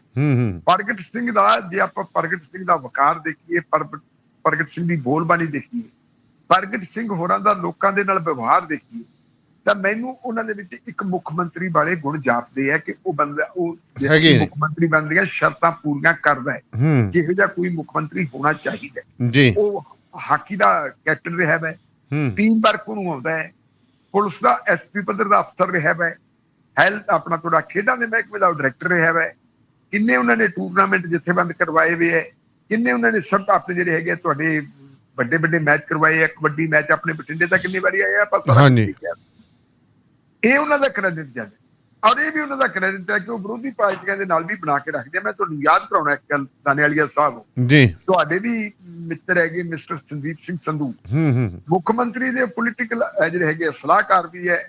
ਔਰ ਉਹ ਕਾਂਗਰਸ ਪਾਰਟੀ ਦੇ ਪ੍ਰੈਜ਼ੀਡੈਂਟ ਜਿਹੜੇ ਆਪਣੇ ਸੀ ਜਾਖੜ ਸਾਹਿਬ ਜੀ, ਉਹਨਾਂ ਦੇ ਨਾਲ ਕਾਂਗਰਸ ਪਾਰਟੀ ਦੀ ਜਿਹੜੀ ਹੈਗੀ ਜਥੇਬੰਦਕ ਜਿਹੜੀ ਹੈਗੀ ਹੈ ਭੂਮਿਕਾ ਵੀ ਨਿਭਾਉਂਦੇ ਰਹੇ। ਮੇਰੇ ਖਿਆਲ ਮੁਤਾਬਕ ਉਹ ਕਾਂਗਰਸ ਭਵਨ ਦੇ ਜਿਹੜੇ ਹੈਗੇ ਦਫ਼ਤਰ ਦੇ ਇੰਚਾਰਜ ਵੀ ਬੈਠੇ ਰਹੇ। ਹਾਂਜੀ, ਆਰਗੇਨਾਈਜੇਸ਼ਨ ਉਹੀ ਹੁੰਦੇ ਸੀ। ਪਿਛਲੇ ਦਿਨਾਂ ਦੇ ਵਿੱਚ ਉਹਨਾਂ ਦਾ ਇੱਕ ਜ਼ਿਕਰ ਹੋਇਆ ਸੀ ਕਿ ਜਦੋਂ ਇਹਨਾਂ ਦੀ ਕਾਟੋ ਕਲੇਸ਼ ਕਾਂਗਰਸ ਦਾ ਜ਼ਿਆਦਾ ਵੱਧ ਗਿਆ ਸੀ ਤੇ ਉਦੋਂ ਇੱਕ ਪ੍ਰੈਸ ਕਾਨਫਰੰਸ ਕੀਤੀ ਸੀ ਪ੍ਰਗਟ ਸਿੰਘ ਹੋਰਾਂ ਨੇ ਜੀ। ਪ੍ਰਗਟ ਸਿੰਘ ਹੋਰਾਂ ਨੇ ਕਿਹਾ ਸੀ ਕਿ ਮੈਨੂੰ ਧਮਕੀ ਮਿਲੀ ਹੈ ਔਰ ਧਮਕੀ ਮੈਨੂੰ ਕਿਸੇ ਹੋਰ ਨੇ ਨਹੀਂ ਦਿੱਤੀ, ਮੈਨੂੰ ਸੰਦੀਪ ਸਿੰਘ ਸੰਧੂ ਨੇ ਦਿੱਤੀ ਹੈ ਜੀ। ਤੇ ਨਾਲ ਉਹਨਾਂ ਨੇ ਕਿਹਾ ਸੀ ਕਿ ਸੰਦੀਪ ਸਿੰਘ ਸੰਧੂ ਆਪਣੇ ਲੈਵਲ ਤੇ ਤਾਂ ਕੁਝ ਕਰ ਨਹੀਂ ਸਕਦਾ, ਜੋ ਮੁੱਖ ਮੰਤਰੀ ਨੇ ਕਿਹਾ ਤੇ ਉਹ ਮੈਨੂੰ ਕਿਹਾ। ਉਹਨੇ ਵਿਜੀਲੈਂਸ ਵਾਲਿਆਂ ਦਾ ਜ਼ਿਕਰ ਵੀ ਕੀਤਾ ਸੀ ਕਿ ਮੈਨੂੰ ਇਹ ਧਮਕੀ ਦਿੱਤੀ ਗਈ ਹੈ ਕਿ ਜਾਂ ਤਾਂ ਤੂੰ ਆਪਣੇ ਆਪ ਨੂੰ ਠੀਕ ਕਰ ਲਾ, ਹਲਕਾ ਹੋ ਜਾ, ਕੰਪੇਨ ਬੰਦ ਕਰ ਦੇ, ਤੇ ਨਹੀਂ ਫਿਰ ਤੈਨੂੰ ਟੰਗਾ ਨਹੀਂ। ਇਹ ਗੱਲ ਕਹੀ ਸੀ। ਇਹ ਤੁਹਾਡੇ ਯਾਦ ਹੈ ਜਨਤਕ ਤੌਰ ਤੇ ਉਹਨਾਂ ਨੇ ਗੱਲ ਕਹੀ? ਹਾਂ, ਬਿਲਕੁਲ ਬਿਲਕੁਲ। ਔਰ ਉਸ ਤੋਂ ਬਾਅਦ ਜਿਹੜਾ ਹੈਗਾ ਉਹਨਾਂ ਨੇ ਇਹ ਕਿਹਾ ਸੀ ਕਿ ਇਹਨੇ ਤਾਂ ਸੁਨੇਹਾ ਦਿੱਤਾ ਤੇ ਨਾਲ ਉਹਨਾਂ ਨੇ ਭਰਤਿੰਦਰ ਸਿੰਘ ਚਹਿਲ ਨੂੰ ਟਾਰਗੇਟ ਕੀਤਾ ਸੀ ਕਿ ਭਰਤਿੰਦਰ ਸਿੰਘ ਚਹਿਲ ਜਿਵੇਂ ਕਰਦਾ ਕਰਾਉਂਦਾ ਹੈ ਵਿਜੀਲੈਂਸ ਵਾਲੇ ਉਵੇਂ ਕਹਿੰਦੇ ਕਹਾਉਂਦੇ ਆ, ਉਹ ਕਹਾਉਂਦੇ। ਇਹ ਗੱਲਾਂ ਉਹਨਾਂ ਨੇ ਆਪਣੇ ਲੈਵਲ ਤੇ ਕਹੀਆਂ ਸੀ। ਲੇਕਿਨ ਕੱਲ ਤੁਸੀਂ ਦੇਖੋ ਉਹਨਾਂ ਦੀ ਜਿਹੜੀ ਪ੍ਰਵਾਨਤਾ ਹੈ ਆਪਣੀ ਪ੍ਰਗਟ ਸਿੰਘ ਹੋਰਾਂ ਦੀ ਜੀ, ਕਿ ਕੱਲ ਜਦੋਂ ਉਹ ਚਾਰਜ ਲੈ ਰਹੇ ਸੀ ਤੇ ਚਾਰਜ ਦੇ ਉੱਤੇ ਦਸਤਖਤ ਵੀ ਸੰਦੀਪ ਸੰਧੂ ਕਰਵਾ ਰਹੇ ਸੀ। ਇਹ ਇੱਕ ਬਹੁਤ ਵੱਡੀ ਕੁਆਲਿਟੀ ਹੈ ਬੰਦੇ ਦੀ। ਖੈਰ ਉਹਨਾਂ ਨੇ ਲਿਆ, ਚਾਰਜ ਲਿਆ, ਸਾਰਾ ਕੁਛ ਹੈ। ਕਿਉਂਕਿ ਪਹਿਲਾ ਦਿਨ ਹੈ। ਅੱਜ ਉਹਨਾਂ ਨੇ ਮੇਰਾ ਖਿਆਲ ਕਾਂਗਰਸ ਪਾਰਟੀ ਦੇ ਭਵਨ ਦੇ ਵਿੱਚ ਕੁਝ ਸਮਾਂ ਗੁਜ਼ਾਰਿਆ ਵੀ ਹੈ ਤੇ ਮੇਰੇ ਖਿਆਲ ਮੁਤਾਬਕ ਹੈ ਚੰਗਾ ਬੰਦਾ ਹੈ। ਤੇ ਚੰਗਾ ਬੰਦਾ ਚਾਹੇ ਕਿਸੇ ਵੀ ਪਾਰਟੀ ਦੇ ਵਿੱਚ ਹੋਵੇ, ਜੇ ਚੰਗਾ ਬੰਦਾ ਪੋਲਿਟਿਕਸ ਦੇ ਵਿੱਚ ਆਉਂਦਾ, ਪੋਲਿਟਿਕਸ ਦੇ ਵਿੱਚ ਉਹ ਪ੍ਰਮੋਟ ਹੁੰਦਾ ਹੈ ਜੀ, ਇਹਨੂੰ ਆਪਾਂ ਜੀ ਆਇਆਂ ਕਹਾਂਗੇ ਕਿਉਂਕਿ ਅਸੀਂ ਚਾਹੁੰਦੇ ਹਾਂ ਪੰਜਾਬ ਦਾ ਭਲਾ, ਪੰਜਾਬੀਅਤ ਦਾ ਭਲਾ, ਦੇਸ਼ ਦਾ ਭਲਾ। ਦੇਸ਼ ਦਾ ਭਲਾ ਕਰਨ ਵਾਲਾ ਬੰਦਾ ਕਿਸੇ ਵੀ ਪਾਰਟੀ 'ਚ ਹੋ ਸਕਦਾ। ਉਹ ਅਕਾਲੀ ਦਲ 'ਚ ਵੀ ਹੋ ਸਕਦੇ, ਉਹ ਆਮ ਆਦਮੀ ਪਾਰਟੀ 'ਚ ਵੀ ਹੋ ਸਕਦੇ ਹੈ। ਪਰ ਹੁਣ ਤੱਕ ਮੇਰੀ ਸਮਝ ਇਹ ਹੈ ਕਿ ਹੁਣ ਤੱਕ ਜਿੰਨੇ ਵੀ ਅਹੁਦੇਦਾਰ ਚੁਣੇ ਹੈ ਜੀ ਸਰਦਾਰ ਨਵਜੋਤ ਸਿੰਘ ਸਿੱਧੂ ਨੇ, ਉਹਨਾਂ ਦੇ ਵਿੱਚ ਜੇ ਆਪਾਂ ਕਰੇ ਕਿਸੇ ਬੰਦੇ ਨੂੰ ਵੇਖੀਏ ਜ਼ਿਆਦਾ ਮਤਲਬ ਜਿਹੜਾ ਮਕਬੂਲ ਆਦਮੀ ਦੇ ਲੋਕ ਜਿਨ੍ਹਾਂ ਦੇ ਮਤਲਬ ਦੁਸ਼ਮਣ ਤਾਂ ਹਰੇਕ ਬੰਦੇ ਦਾ ਹੁੰਦਾ ਹੈ, ਲੇਕਿਨ ਦੁਸ਼ਮਣਾਂ ਦੇ ਨਾਲੋਂ ਜੇ ਕਿਸੇ ਦੇ ਦੋਸਤ ਜ਼ਿਆਦਾ ਹੋਣ ਤਾਂ ਉਹ ਚੰਗੀ ਗੱਲ ਹੁੰਦੀ ਹੈ ਜੀ। ਇਹ ਜਿਹੜੇ ਪ੍ਰਗਟ ਸਿੰਘ ਹੋਰੀ ਉਹ ਆਉਂਦੇ ਜਿਨ੍ਹਾਂ ਨੇ ਦੋਸਤੀਆਂ ਬਣਾਈਆਂ ਤੇ ਦੋਸਤ ਇਹਨਾਂ ਦੇ ਨਾਲ ਖੜੇ ਹੈ, ਉਹਨਾਂ ਦੀ ਇੱਕ ਰਾਜਨੀਤਿਕ ਸਮਝ ਵੀ ਹੈਗੀ ਹੈ, ਸਮਾਜਿਕ ਸੂਝ ਵੀ ਹੈਗੀ ਇਹਨਾਂ ਨੂੰ, ਔਰ ਇੱਕ ਟੀਮ ਵਰਕ ਦਾ ਵੀ ਉਹਨਾਂ ਨੂੰ ਜਿਹੜਾ ਹੈਗਾ ਤਜਰਬਾ ਹੈ। ਟੀਮ ਦੀ ਉਹ ਅਗਵਾਈ ਵੀ ਕਰਦੇ ਰਹੇ, ਟੀਮ ਦੇ ਉਹ ਮੈਂਬਰ ਵੀ ਰਹੇ ਹੈ। ਔਰ ਵੱਡੀ ਗੱਲ ਜਿਹੜੀ ਉਹਨਾਂ ਨੇ ਆਪਣੇ ਭਾਸ਼ਣ ਦੇ ਵਿੱਚ ਵੀ ਕਹੀ ਹੈ ਨਾ ਕਿ ਕਾਂਗਰਸ ਪਾਰਟੀ ਨੂੰ ਰਲ ਮਿਲ ਕੇ ਚੱਲਣਾ ਚਾਹੀਦਾ, ਨੇੜੇ ਆ ਗਈਆਂ ਚੋਣਾਂ ਨੇੜੇ ਆ ਗਈਆਂ, ਉਹਦਾ ਮੁਕਾਬਲਾ ਕਰਨਾ ਚਾਹੀਦਾ। ਪੱਤਰਕਾਰਾਂ ਨੇ ਪੁੱਛਿਆ, ਕਿਸੇ ਇੱਕ ਦੋ ਬੰਦੇ ਨੇ ਪੁੱਛਿਆ, ਉਹਨਾਂ ਨੇ ਕਿਹਾ ਵੀ ਕੋਈ ਗੱਲ ਨਹੀਂ, ਸਾਡਾ ਕਿਸੇ ਨਾਲ ਕੋਈ ਵਿਰੋਧ ਨਹੀਂ ਹੈ। ਲੇਕਿਨ ਉਹਨਾਂ ਨੇ ਕਿਹਾ ਕਿ ਮੈਂ ਭਾਵੇਂ ਬਣ ਗਿਆ। ਉਹਨਾਂ ਨੂੰ ਫਿਰ ਇੱਕ ਗੱਲ ਪੁੱਛੀ ਗਈ ਕਿ ਤੁਹਾਡੇ ਮੁੱਦਿਆਂ ਦਾ ਕੀ ਬਣੇ। ਉਹ ਇਹ ਵੀ ਪੁੱਛਿਆ ਗਿਆ ਕਿ ਜੇ ਪਹਿਲਾਂ ਜੀ ਨਵਜੋਤ ਸਿੰਘ ਸਿੱਧੂ ਨੇ ਮੁੱਖ ਮੰਤਰੀ ਦੇ ਖਿਲਾਫ ਰੌਲਾ ਪਾਇਆ ਤੈਨੂੰ ਪ੍ਰਧਾਨ ਬਣਾਤਾ ਜੀ, ਤੁਸੀਂ ਰੌਲਾ ਬਣਾਇਆ ਤੁਹਾਨੂੰ ਜਨਰਲ ਸੈਕਟਰੀ ਬਣਾਤਾ, ਤੇ ਤੁਹਾਡੇ ਮੁੱਦੇ ਕਿੱਧਰ ਗਏ? ਉਹਨੇ ਕਿਹਾ ਵੀ ਮੇਰੇ ਮੁੱਦੇ ਮੈਂ ਬਰਕਰਾਰ ਉਹਨਾਂ ਮੁੱਦੇ ਮੈਂ ਗਾਹੇ ਬਗਾਹੇ ਜਿਹੜੀਆਂ ਚਿੱਠੀਆਂ ਪਹਿਲਾਂ ਲਿਖੀਆਂ ਰਹੀਆਂ ਉਹਨਾਂ ਦੇ ਉੱਤੇ ਬਰਕਰਾਰ ਆ। ਔਰ ਅਗਾਂਹ ਵਾਸਤੇ ਮੈਂ ਲਿਖੂੰਗਾ ਜਿੱਥੋਂ ਤੱਕ ਪੰਜਾਬ ਦੇ ਭਲੇ ਦਾ ਸਵਾਲ ਹੈ, ਕਾਂਗਰਸ ਪਾਰਟੀ ਦੇ ਭਲੇ ਦਾ ਸਵਾਲ ਹੈ, ਲੋਕਾਂ ਦੇ ਭਲੇ ਦਾ ਸਵਾਲ ਹੈ, ਮੈਂ ਉਹਨਾਂ ਮੁੱਦਿਆਂ ਦੇ ਉੱਤੇ ਖੜਾ ਰਹੂੰਗਾ। ਇਹ ਵੀ ਮੈਂ ਸਮਝਦਾ ਇੱਕ ਮਤਲਬ ਜਿਹੜੀ ਹੈਗੀ ਵਧੀਆ ਗੱਲ ਹੈ। ਪਰ ਵੱਡੀ ਗੱਲ ਇਹ ਹੈ ਉਹਨਾਂ ਨੇ ਜਿਹੜੀ ਪਹਿਲੀ ਵਾਰ ਮੈਂ ਦੇਖਿਆ ਨਵੀਂ ਟੀਮ ਦੇ ਬਣਨ ਤੋਂ ਬਾਅਦ ਕਦੇ ਜਿਹੜਾ ਹੈਗਾ ਨਵਜੋਤ ਸਿੰਘ ਸਿੱਧੂ ਨੇ ਨਹੀਂ ਕਿਹਾ ਵੀ ਕਾਂਗਰਸ ਪਾਰਟੀ ਤੇ ਸਰਕਾਰ ਨੂੰ ਲੈ ਕੇ ਮਿਲ ਕੇ ਚੱਲਣਾ ਹੈ। ਉਹ ਹਮੇਸ਼ਾ ਜਿਹੜਾ ਟੇਢਾ ਘੋਟਣਾ ਉਡਾਉਣ ਵਾਲੀ ਗੱਲ ਕਰਦੇ ਹੈ ਜੀ। ਲੇਕਿਨ ਪ੍ਰਗਟ ਸਿੰਘ ਹੋਰਾਂ ਨੇ ਕਿਹਾ ਵੀ ਸਰਕਾਰ ਨੂੰ ਤੇ ਪਾਰਟੀ ਨੂੰ ਮਿਲ ਕੇ ਵੀ ਟੇਢਾ ਘੋਟਣਾ ਨਾ ਰਲਾ, ਟੇਢਾ ਘੋਟਣਾ ਨਹੀਂ, ਵੀ ਤਜਰਬੇਕਾਰ ਬੰਦੇ ਜਿਹੜੇ ਹੈਗੇ ਆ, ਜਿਹੜੇ ਸੀਨੀਅਰ ਬੰਦੇ ਉਹਨਾਂ ਦੇ ਤਜਰਬੇ ਦਾ ਵੀ ਅਸੀਂ ਫਾਇਦਾ ਉਠਾਵਾਂਗੇ ਔਰ ਜਿਹੜੀ ਹੈਗੀ ਹੈ ਨਵੀਂ ਲੀਡਰਸ਼ਿਪ ਯੂਥ ਹੈ, ਯੂਥ ਨੂੰ ਵੀ ਅਸੀਂ ਥਾਂ ਦੇਵਾਂਗੇ। ਬਿਲਕੁਲ ਪੱਟੀ ਸਾਹਿਬ ਆਪਣੇ ਸੌਰੀ ਢਿੱਲੋਂ ਸਾਹਿਬ, ਜਿਵੇਂ ਆਪਾਂ ਆਖੀਏ ਕਿ ਆਪਾਂ ਸਿਆਸੀ ਸਮੀਕਰਨ ਜਿਹੜੇ ਨੇ ਉਹਨਾਂ ਦੇ ਉੱਤੇ ਲਗਾਤਾਰ ਆਪਾਂ ਗੱਲ ਕਰ ਰਹੇ ਹਾਂ, ਕਿਉਂਕਿ ਜੇ ਤਮਾਮ ਆਪਾਂ ਖਬਰਾਂ ਕਰੀਏ ਤਾਂ ਸਿਆਸੀ ਸਮੀਕਰਨਾਂ 'ਤੇ ਹੀ ਆਉਂਦੀਆਂ।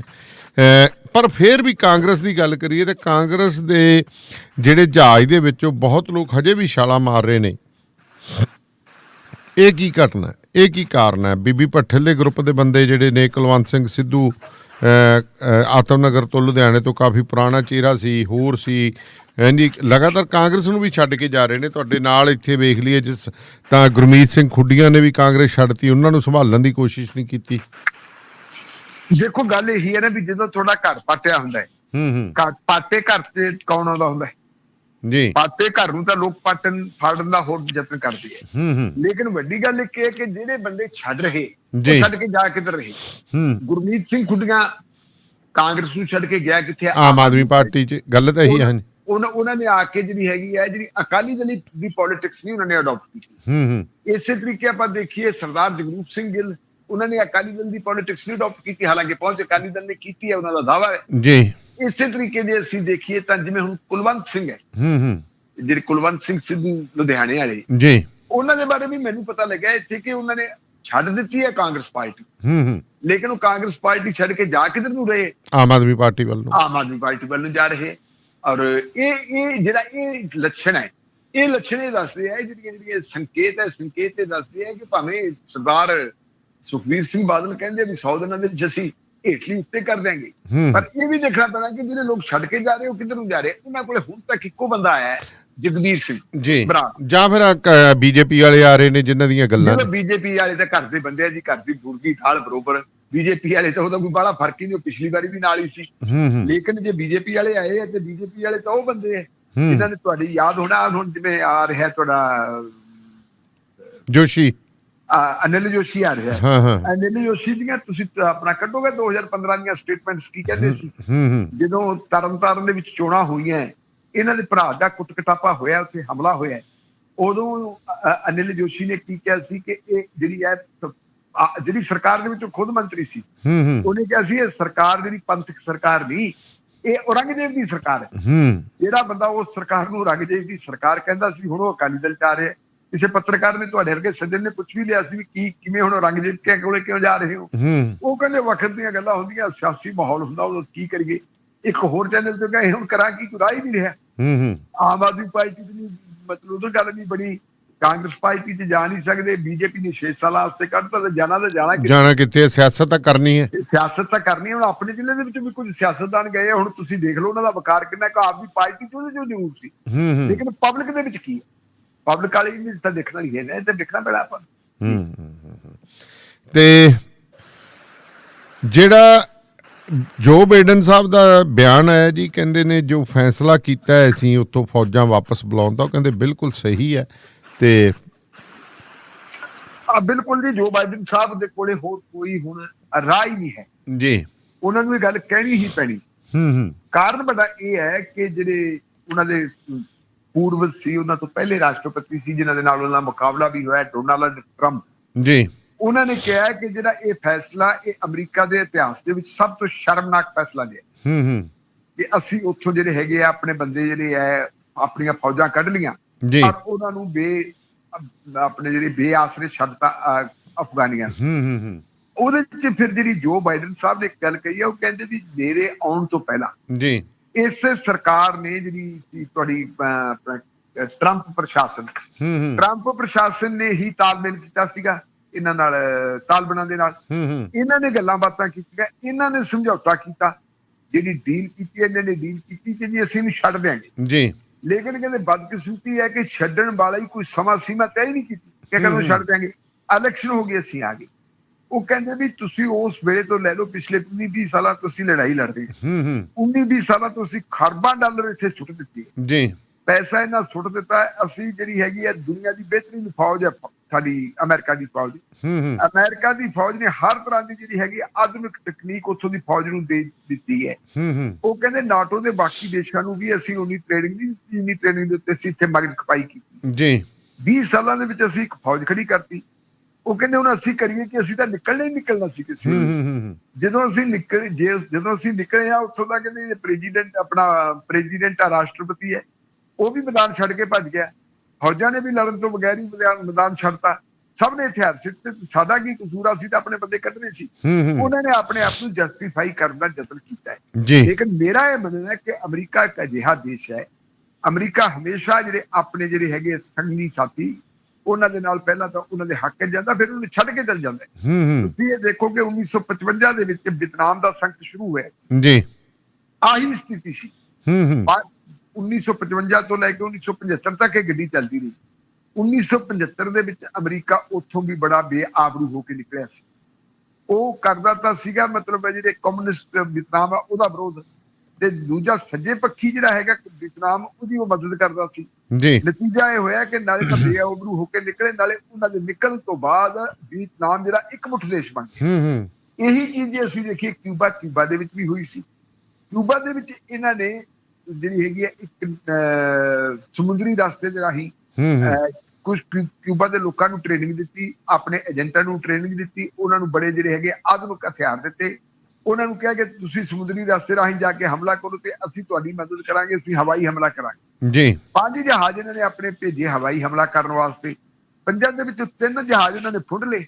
ਔਰ ਜਿਹੜੇ ਪਤਾ ਲੱਗ ਗਿਆ ਸੀ ਫੀਡਲ ਕਾਸਟਰੋ ਨੂੰ ਕਿ ਇਹਨਾਂ ਦੇ ਬੰਦੇ ਜਿਹੜੇ ਕਿਸ਼ਤੀਆਂ ਰਾਹੀਂ ਆ ਰਹੇ ਹੈ, ਉਹਨਾਂ ਨੇ ਕਿਸ਼ਤੀਆਂ ਤੇ ਹਮਲੇ ਕਰ ਦਿੱਤੇ। 100 ਬੰਦਾ ਡੁੱਬ ਗਿਆ ਸੀ, 1100 ਬੰਦਾ ਫੜ ਲਿਆ ਸੀ। ਉਸ ਤੋਂ ਬਾਅਦ ਇੰਨੀ ਜ਼ਿਆਦਾ ਫਰਸਟ੍ਰੇਟ ਹੋ ਗਿਆ ਸੀਗਾ ਅਮਰੀਕਾ ਕਿ ਜਿਹੜਾ ਅਗਲਾ ਹਮਲਾ ਕਰਨਾ ਸੀ, ਉਹ ਕਹਿੰਦੇ ਸੀ ਜੀ ਹਮਲਾ ਕਰੋਗੇ ਤਾਂ ਹਮਲਾ ਕਰੀਏ, ਕਿ ਉਧਰੋਂ ਰੂਸ ਆ ਗਿਆ ਸੀ। ਰੂਸ ਜਦੋਂ ਉਹਨਾਂ ਦੀ ਮਦਦ ਦਿੱਤੇ ਆ ਗਿਆ, ਸੋਵੀਅਤ ਯੂਨੀਅਨ ਮਦਦ ਦਿੱਤੇ ਆ ਗਿਆ, ਤਾਂ ਉਦੋਂ ਫਿਰ ਤੁਹਾਨੂੰ ਪਤਾ ਠੰਡੀ ਜੰਗ ਦੀ ਸ਼ੁਰੂਆਤ ਹੋਈ ਆ। ਉਦੋਂ ਹਾਲਾਤ ਇਹ ਬਣ ਗਏ ਸੀ ਕਿ ਮੁਕਾਬਲਾ ਕੌਣ ਕਰੂ। ਉਹਨਾਂ ਨੇ ਆਪਣੀਆਂ ਮਿਜ਼ਾਈਲਾਂ ਬੀਟੀਆਂ ਸੀ, ਉਹਨਾਂ ਨੇ ਆਪਣੀਆਂ ਮਿਜ਼ਾਈਲਾਂ ਬੀਟੀਆਂ ਸੀ। ਮੈਂ ਹੁਣ ਸਮਝਿਆ ਤੀਜਾ ਵੱਡਾ ਦੇਸ਼ ਜਿਹੜਾ ਇਹ ਆ ਗਿਆ ਸਾਡੇ ਸਾਹਮਣੇ, ਅਫਗਾਨਿਸਤਾਨ। ਅਫਗਾਨਿਸਤਾਨ ਦੇ ਵਿੱਚ ਵੀ ਪਹਿਲਾਂ ਅਫਗਾਨਿਸਤਾਨ ਨੂੰ ਇਹਨਾਂ ਲੋਕਾਂ ਨੂੰ ਪ੍ਰਮੋਟ ਕੀਤਾ, ਪਹਿਲਾਂ ਮੁਜਾਹਿਦੀਨਾਂ ਨੂੰ ਕੀਤਾ, ਫਿਰ ਇਹਨਾਂ ਨੂੰ ਤਾਲਿਬਾਨਾਂ ਨੂੰ ਕੀਤਾ, ਇਹਨਾਂ ਨੂੰ ਪੈਸਾ ਦਿੱਤਾ, ਸਾਰਾ ਕੁਝ ਦਿੱਤਾ। ਜਦੋਂ ਉਹਨਾਂ ਨੇ ਉਹ ਜਿਹੜੇ ਹੈਗੇ ਆਪਾਂ ਕੱਲ ਦੀ ਗੱਲ ਕੀਤੀ ਸੀ ਵਰਲਡ ਟ੍ਰੇਡ ਸੈਂਟਰ ਤੇ ਬੰਬਾਰੀ ਕਰਤੀ, ਫਿਰ ਉੱਥੇ ਬਰੂਦ ਵੰਡਿਆ, ਕਿੰਨੇ ਲੋਕ ਉੱਥੇ ਮਾਰੇ, ਕਿੰਨਾ ਕੁਝ ਕੀਤਾ। 20 ਸਾਲਾਂ ਤੋਂ ਉੱਥੇ ਕਬਜ਼ਾ ਜਮਾ ਕੇ ਰੱਖਿਆ। ਹੁਣ ਉਹ ਕਬਜ਼ਾ ਛੱਡਤਾ ਤੇ ਕਬਜ਼ਾ ਛੱਡਣ ਤੋਂ ਬਾਅਦ ਜੋ ਹਾਲਤ ਆਪਾਂ ਨੂੰ ਦਿਸੀ ਜਾਂਦੀ ਹੈ ਕੀ ਹੋਈ ਜਾਂਦੀ ਹੈ, ਉੱਥੇ ਕਿੰਨਾ ਬੁਰਾ ਹਾਲ ਤੇ ਬੈਂਕੇ ਦਿਹਾੜੇ ਹੈ। ਹੁਣ ਇਹਦੇ ਚ ਜੋ ਬਾਈਡਨ ਸਾਹਿਬ ਦੇ ਕੋਲ ਕੋਈ ਸ਼ਾਹ ਨਹੀਂ ਬਚਿਆ। ਉਹ ਸਿਰਫ ਤੇ ਸਿਰਫ ਜਿਹੜੀ ਆਪਣੀ ਕਚਿਆਈ ਹੈ, ਜਿਹੜੀ ਉਹ ਕਚਿਆਈ ਨੂੰ ਲੁਕਾਉਣ ਵਾਸਤੇ ਇਸ ਦੀਆਂ ਗੱਲਾਂ ਕਰਦੇ ਆ ਕਿ ਫੈਸਲਾ ਮੇਰਾ ਸਹੀ ਹੈ। ਲੇਕਿਨ ਇਹ ਸਾਨੂੰ ਮੰਨਣਾ ਪੈਣਾ ਕਿ ਅਮਰੀਕਾ ਤੇ ਜਿਹਨੇ ਵਿਸ਼ਵਾਸ ਕੀਤਾ ਹੈ, ਅਲਟੀਮੇਟਲੀ ਉਹਨੂੰ ਨਮੋਸ਼ੀ ਦਾ ਸਾਹਮਣਾ ਕਰਨਾ ਪੈਂਦਾ ਹੈ। ਆ ਪਾਕਿਸਤਾਨ ਦੀ ਹਾਲਤ ਕੀ ਹੈ, ਪਾਕਿਸਤਾਨ ਨੂੰ ਕਿੰਨਾ ਭਾਰਤ ਦੇ ਖਿਲਾਫ ਪਹਿਲਾਂ ਚੱਕਿਆ ਸੀ, ਕਿੰਨਾ ਪੈਸਾ ਦਿੱਤਾ ਸੀ। ਜਦੋਂ ਭਾਰਤ ਦੇ ਨਾਲ ਥੋੜਾ ਜਿਹਾ ਵਧੀਆ ਮਿਲਣੇ ਸ਼ੁਰੂ ਹੋ ਗਏ, ਫਿਰ ਉਹਨੇ ਕਿਹਾ ਆਪਾਂ ਇਹ ਤੋਂ ਕੀ ਲੈਣਾ, ਤੇ ਉਹ ਤੋਂ ਖੜੇ ਖੜੋਤੇ ਉਹਨਾਂ ਦੀਆਂ ਸਾਰੀਆਂ ਜਿਹੜੀਆਂ ਕਿਸ਼ਤਾਂ ਵਗੈਰਾ ਦੇਣੀਆਂ ਸੀ ਮਦਦ ਦੀਆਂ, ਉਹ ਵੀ ਰੱਦ ਕਰਤੀਆਂ ਸੀ ਜੀ। ਸੋ ਬਹੁਤ ਬਹੁਤ ਸ਼ੁਕਰੀਆ ਤੁਹਾਡਾ, ਮਿਹਰਬਾਨੀ ਜੀ, ਧੰਨਵਾਦ। Thank you. ਤੇ ਹੁਣ ਬ੍ਰੇਕ ਦਾ ਸਮਾਂ ਜੀ। ਬ੍ਰੇਕ ਤੋਂ ਬਾਅਦ ਫਿਰ ਸਾਡੇ ਨਾਲ ਪ੍ਰੋਫੈਸਰ ਅਵਿਨਾਸ਼ ਸਿੰਘ ਹੋਰੀ ਜੁੜਨਗੇ, ਉਹਨਾਂ ਦੇ ਨਾਲ ਗੱਲਬਾਤ ਕਰਾਂਗੇ ਉੱਤਰ ਪੂਰਬੀ ਰਾਜਾਂ ਦੇ ਵਿੱਚ ਸਥਿਤੀ, ਕਿਉਂਕਿ ਸ਼ਿਲੌਂਗ ਦੇ ਵਿੱਚ ਮੁੜ ਤੋਂ ਜਿਹੜੀ ਸਥਿਤੀ ਪੈਦਾ ਹੋਈ ਹੈ, ਉੱਥੇ ਕਰਫਿਊ ਲੱਗ ਗਿਆ, ਇੰਟਰਨੈਟ ਕੱਟ ਦਿੱਤਾ ਗਿਆ ਸੀ, ਮੁੱਖ ਮੰਤਰੀ ਦੇ ਘਰ ਦੇ ਅੱਗੇ ਪੈਟਰੋਲ ਪੰਪ ਨਾਲ ਧਮਾਕਾ ਕੀਤਾ ਗਿਆ। ਹੋਰ ਕੀ ਕੁਛ ਕਿਉਂ ਉੱਭਰਦਾ ਹੈ ਸ਼ਿਲੌਂਗ ਦੇ ਵਿੱਚ ਇਹ ਘਟਨਾਕ੍ਰਮ, ਇਹਦੇ ਬਾਰੇ ਗੱਲਬਾਤ ਕਰਨਗੇ। ਸੋ ਜੁੜੇ ਰਹੋ ਰੇਡੀਓ ਪੰਜਾਬ ਟੂਡੇ ਦੇ ਨਾਲ। ਕਰੋ ਕਮਾਈਆਂ 2020 CDL driving school Fredericksburg Virginia ਵਿਖੇ, ਜਿੱਥੇ CDL ਕਲਾਸ A, B ਤੇ P ਦੀ training cars, buses, box truck, commercial tractor trailer ਵੀ ਚਲਾਉਣੇ ਸਿਖਾਏ ਜਾਂਦੇ ਨੇ। ਇੱਥੇ ਨਾ ਸਿਰਫ ਪੰਜਾਬੀ, ਹਿੰਦੀ, ਅੰਗਰੇਜ਼ੀ, ਉਰਦੂ ਤੇ ਸਪੈਨਿਸ਼ ਵਿੱਚ ਗੱਲਬਾਤ ਕਰਨ ਦੀ ਸਹੂਲਤ ਹੈ, ਸਗੋਂ ਰਿਹਾਇਸ਼ ਦਾ ਵੀ ਪ੍ਰਬੰਧ ਹੈ। ਅੱਜ ਹੀ ਸੰਪਰਕ ਕਰੋ ਸਨੀ ਨੂੰ 540 656 0985 ਤੇ। ਓਏ ਮੇਰੇ ਵੀਰ, ਮੈਨੂੰ ਬਸ ਇੱਕ ਗੱਲ ਦੱਸ ਦੇ ਵੀ ਆ ਜਿਹੜੀ ਤੂੰ ਟਰੈਵਲਿੰਗ ਕਰਦਾ ਤੇ ਉਹਦੇ ਤੋਂ ਬਾਅਦ ਫਰੈਸ਼ ਰਹਿਣਾ, ਇਹਦਾ ਰਾਜ਼ ਕੀ ਹੈ? ਇਹਦਾ ਰਾਜ਼ ਹੈ Arlington fuel stop. Arlington fuel stop 1801 pioneer street highway exit 208 ਤੇ, ਜਿੱਥੇ ਤੁਹਾਨੂੰ ਫ੍ਰੀ ਕਾਫੀ, free fax service, free truck parking, ਰੋਟੀ, ਠੇਕਾ, ਲਾਂਡਰੀ, ਸ਼ਾਵਰ ਤੇ ਟਰੱਕਾਂ ਦਾ ਹੋਰ ਵੀ ਸਾਮਾਨ ਆਸਾਨੀ ਨਾਲ ਮਿਲੇਗਾ। ਹੁਣੇ ਕਾਲ ਕਰੋ 360 652 6066 ਯਾਨੀ 3606526066। ਇਹ ਦੋ ਲੋਕੇਸ਼ਨਾਂ ਤੋਂ ਸੇਵਾਵਾਂ ਪ੍ਰਦਾਨ ਕਰਦੇ ਨੇ। Second location Lost Hill travel center 14814 ਐਲੋਮ street, Lost Hills. Phone number 661 797 2354। ਉਹ ਯਾਰ ਕੀ ਸੁਪਨੇ ਦੇਖੇ ਸੀ ਕੈਨੇਡਾ ਆਉਣ ਤੋਂ ਪਹਿਲਾਂ? ਉਹ ਸੁਪਨੇ ਪੂਰੇ ਕਰਨੇ ਆ ਤਾਂ ਡ੍ਰੀਮ ਲਾਈਨਰ ਐਕਸਪ੍ਰੈਸ ਵਾਲਿਆਂ ਨੂੰ ਕਾਲ ਕਰ। ਜੀ ਹਾਂ, ਡ੍ਰੀਮਲਾਈਨਰ express company Calgary Alberta Canada, ਜਿਨ੍ਹਾਂ ਨੂੰ ਸਾਫ਼ ਸੁਥਰੇ ਰਿਕਾਰਡ ਤੇ 2 ਸਾਲਾਂ ਤਜਰਬੇ ਵਾਲੇ ਡਰਾਈਵਰਸ ਦੀ ਲੋੜ ਹੈ। ਇਹਨਾਂ ਕੋਲ ਕੈਲਗਰੀ ਅਲਬਰਟਾ ਤੋਂ ਕੈਲੀਫੋਰਨੀਆ ਤੇ ਐਰੀਜ਼ੋਨਾ ਦੇ ਸਿੱਧੇ ਰਨ। ਇਹਨਾਂ ਕੋਲ ਡਰਾਈ ਤੇ ਰੀਫਰ ਲੋਡ ਵੀ ਹੈ। ਹੋਮ ਰਿਟਰਨ ਵਿਦਿਨ 5 ਡੇਜ਼, ਬਾਈ ਵੀਕਲੀ ਤੇ ਚੰਗੀ ਤਨਖਾਹ ਦਿੰਦੇ ਆ। ਔਰ ਹਾਂ, ਸਿੰਗਲ ਤੇ ਟੀਮਸ ਦੋਨਾਂ ਨੂੰ ਹਾਇਰ ਕਰਦੇ ਨੇ। ਵਧੇਰੇ ਜਾਣਕਾਰੀ ਲਈ ਕਾਲ 403 404 9501 403 404 9501। ਡ੍ਰੀਮਲਾਈਨਰ express company Calgary Alberta Canada. Trucking ਵਾਲੇ ਵੀਰੋ ਧਿਆਨ ਨਾਲ ਸੁਣੋ। ਟਰੱਕ ਜਿੱਦਾਂ ਦਾ ਵੀ ਚਲਾਉਂਦੇ ਹੋ, ਮੈਨੂਅਲ ਜਾਂ ਆਟੋਮੈਟਿਕ, ਕੁਇਕ ਟਰੱਕ ਲਿਊਬ ਚੇਤੇ ਆਹੀ ਨਾ ਰੱਖਿਓ। ਟਰੱਕ ਦੀ ਵਧੀਆ ਸਰਵਿਸ ਲਈ ਕੁਇਕ ਟਰੱਕ ਲਿਊਬ। ਲਓ ਜੀ, ਤੀਜੀ ਲੋਕੇਸ਼ਨ ਵੀ ਖੋਲਤੀ ਆ, ਐਗਜ਼ਿਟ 579 ਫਰਮ ਹਾਈਵੇ 401 ਇਨ ਨਾਪਨੀ। ਆਹੋ ਜੀ, ਕੋਈ ਅਪਾਇੰਟਮੈਂਟ ਨਹੀਂ, drive through facility. Exit 579 firm highway 401 in ਨਾਪਨੀ। Quick truck lube, the one stop shop। 5196220660 ਜਾਂ quicktrucklube.com। QTL, because we care। Bathinda the green city ਦੀ ਅਪਾਰ ਸਫਲਤਾ ਤੋਂ ਬਾਅਦ ਹੁਣ ਪੇਸ਼ ਹੈ ਕਨ੍ਹਈਆਜ਼ ਗ੍ਰੀਨ ਸਿਟੀ, ਜਿੱਥੇ ਸਿਕਿਉਰਿਟੀ ਦੇ ਪੁਖਤਾ ਪ੍ਰਬੰਧ, ਖੁੱਲੀਆਂ ਸੜਕਾਂ, ਹਰਾ ਭਰਾ ਵਾਤਾਵਰਣ, ਬਿਜਲੀ ਦੀਆਂ ਅੰਡਰਗਰਾਉਂਡ ਤਾਰਾਂ ਅਤੇ ਖੂਬਸੂਰਤ ਫੁੱਲ ਪੌਦੇ। ਲੈਂਡਸਕੇਪਿੰਗ ਅਤੇ ਨਿਰਮਾਣ ਕਾਰਜ ਚੱਲ ਰਹੇ ਨੇ ਤੇਜ਼ੀ ਨਾਲ। ਇਸ ਤੋਂ ਪਹਿਲਾਂ ਕਿ ਸਾਰੇ ਪਲਾਟ ਬੁੱਕ ਹੋ ਜਾਣ, ਸੰਪਰਕ ਕਰੋ 8556002064 ਅਤੇ 8556 02071। ਦੇਖੋ immigration services, California immigration consultant, registered ਅਤੇ ਬੌਂਡਡ। ਇਮੀਗ੍ਰੇਸ਼ਨ ਅਸਿਸਟੈਂਸ ਦੇ ਨਾਲ citizenship, work permit, process service, OCI card, family petition, Indian passport, Indian visa ਅਤੇ ਨੋਟਰੀ ਪਬਲਿਕ ਲਈ ਸੰਪਰਕ ਕਰੋ। Sekhon immigration services, Gursharan Sekhon, 22693 Hesperian Boulevard, suite 250, Hayward, California. Call 5102009988। So program Shamadan ਦੇ ਵਿੱਚ ਤੁਸੀਂ ਇਸ ਵਕਤ ਰੇਡੀਓ ਪੰਜਾਬ ਟੂਡੇ ਦੇ ਬਠਿੰਡਾ ਸਟੂਡੀਓ ਦੇ ਨਾਲ ਲਾਈਵ ਜੁੜੇ ਹੋਏ ਹੋ। ਮੈਂ ਸਵਰਨ ਸਿੰਘ ਦਾਨੇਵਾਲੀਆ ਤੁਹਾਡੇ ਨਾਲ ਇਸ ਵਕਤ ਪ੍ਰੋਗਰਾਮ ਸ਼ਮਾਦਾਨ ਲੈ ਕੇ ਹਾਜ਼ਰ ਹੈ।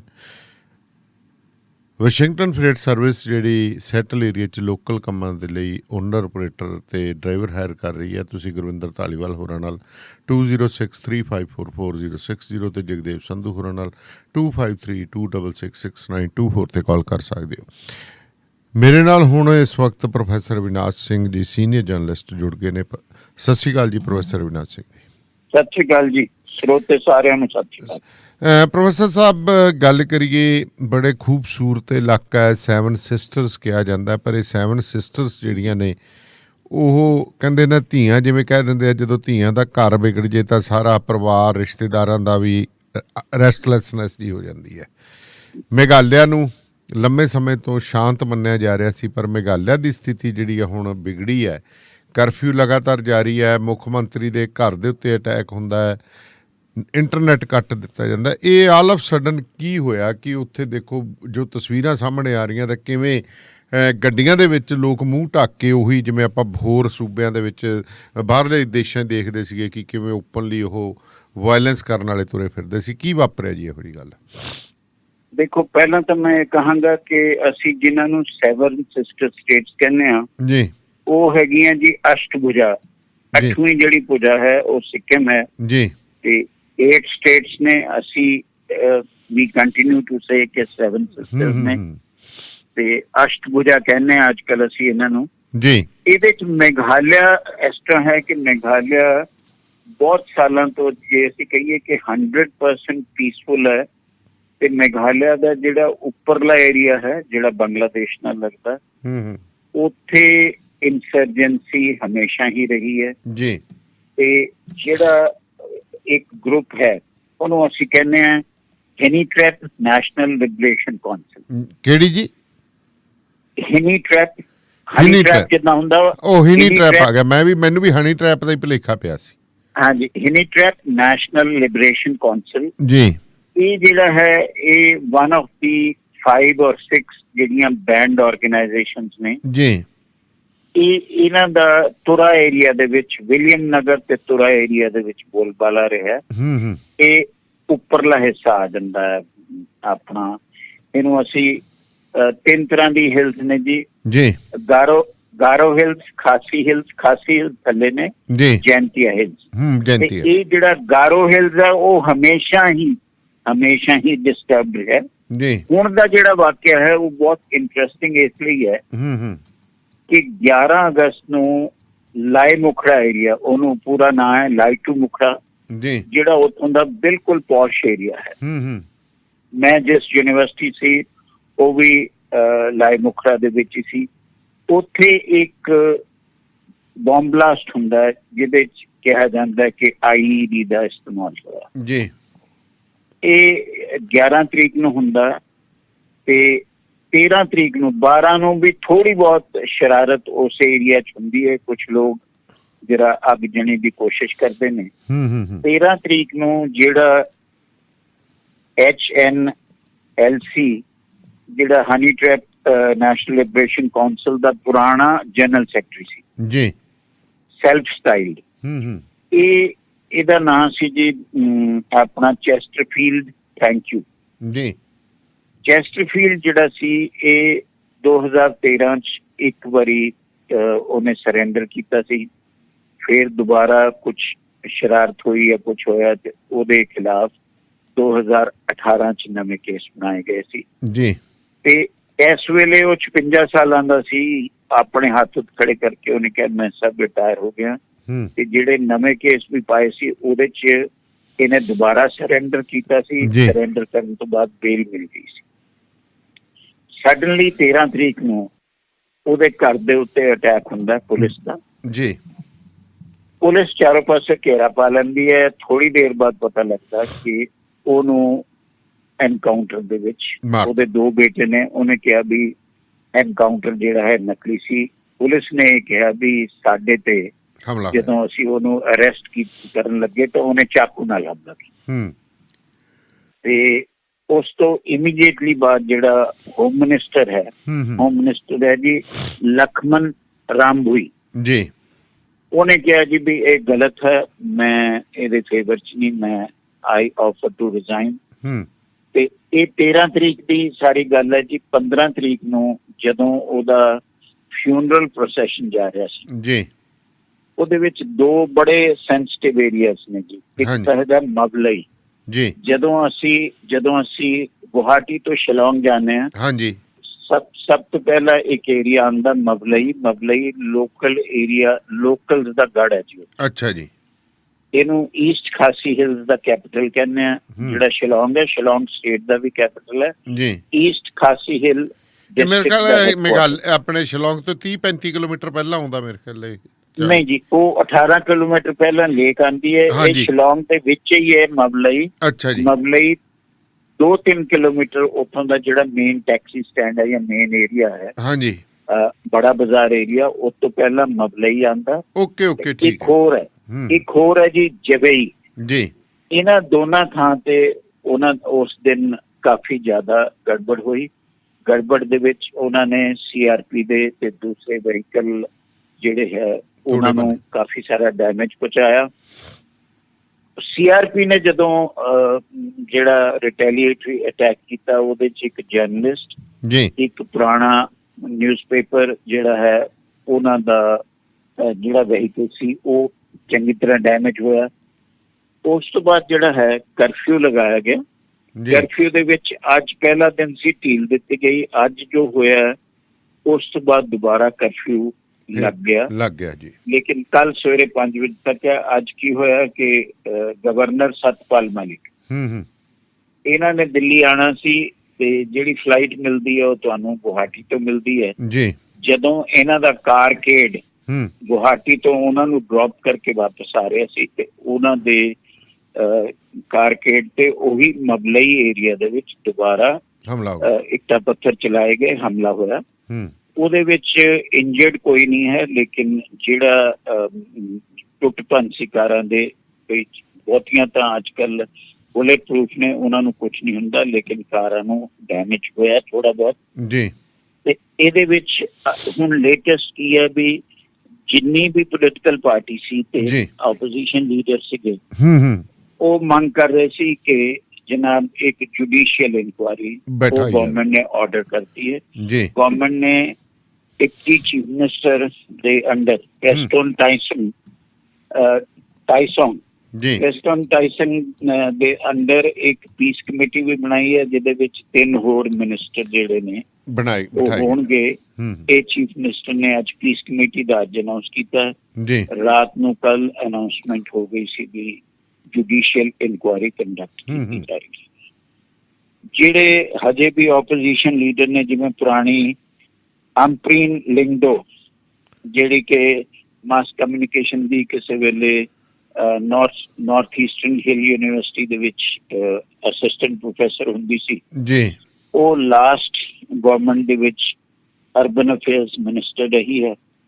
ਉਹਨੇ ਬੜੇ ਤਿੱਖੇ ਸ਼ਬਦਾਂ ਵਿੱਚ ਨਿਖੇਧੀ ਕੀਤੀ ਹੈ ਵੀ ਤੁਸੀਂ ਸਿਚੁਏਸ਼ਨ ਨੂੰ ਕਾਬੂ ਨਹੀਂ ਕਰ ਰਹੇ। ਜੇ ਇਹ ਹੱਥੋਂ ਨਿਕਲ ਗਈ ਤਾਂ ਇੱਕ ਵਾਰੀ ਫੇਰ ਮਿਲੀਟੈਂਸੀ ਵਾਪਸ ਆ ਸਕਦੀ ਹੈ ਮੇਘਾਲਿਆ 'ਚ, ਜਿਹੜੀ 100% ਕਿਸੇ ਦੇ ਲਈ ਖਤਮ ਨਹੀਂ ਹੋਈ। ਮੈਂ ਇੱਥੇ ਇੱਕ ਗੱਲ ਤੁਹਾਨੂੰ ਜ਼ਰੂਰ ਕਹਿਣੀ ਚਾਹਾਂਗਾ, ਮੇਰੀ ਫਸਟ ਪੋਸਟਿੰਗ ਜਿਹੜੀ ਹੈ ਉਹ 85-86 ਚ ਗੁਹਾਟੀ ਔਰ ਸ਼ਿਲੋਂਗ ਏਰੀਆ ਉੱਥੇ ਹੋਈ ਸੀ। ਉਸ ਵੇਲੇ 3:30 ਵਜੇ ਤੋਂ ਬਾਅਦ ਗੁਹਾਟੀ ਚ ਤਾਂ ਫੇਰ ਤੁਸੀਂ ਬਾਹਰ ਰਹਿੰਦੇ ਸੀ, ਲੇਕਿਨ ਸ਼ਿਲੋਂਗ ਦੇ ਵਿੱਚ ਤੁਸੀਂ 3:30 ਵਜੇ ਤੋਂ ਬਾਅਦ ਤੁਹਾਨੂੰ ਕਿਹਾ ਜਾਂਦਾ ਸੀ ਕਿ ਘਰਾਂ ਚ ਵਾਪਸ 5 ਵਜੇ ਵੀ ਨਹੀਂ, 3 ਵਜੇ 3:30 ਵਜੇ ਹੱਦ 4 ਵਜੇ ਤੁਸੀਂ ਹਰ ਕੋਈ ਆਪਣੇ ਉਹਦੇ ਚ ਰਿਟਰਨ ਕਰ ਜਾਂਦਾ ਸੀ। ਉਸ ਤਰ੍ਹਾਂ ਦਾ ਖੌਫ ਜਿਹੜਾ ਮੈਂ 2013 ਤੋਂ 2016 ਸ਼ਿਲੋਂਗ ਦੇ ਵਿੱਚ ਰਿਹਾ, ਉਸ ਵੇਲੇ ਉਹੋ ਜਿਹਾ ਖੌਫ ਨਹੀਂ ਸੀ। ਲੇਕਿਨ ਸਾਲ ਚ 2-3 ਵਾਰੀ ਵੱਡੇ ਵੱਡੇ ਬੰਦ ਜਿਹੜੇ ਹੈ, ਔਰ ਇਹਨਾਂ ਬੰਦ ਨੂੰ ਕੋਈ ਫਲਾਊਟ ਨਹੀਂ ਸੀ ਕਰਦਾ, ਕਿਉਂਕਿ ਜਿਹੜੇ ਮਿਲੀਟੈਂਟ 5-6 ਗਰੁੱਪ ਨੇ ਉਹ ਹਜੇ ਵੀ ਬੜੇ ਸਟਰੋਂਗ ਸੀ। ਜੀ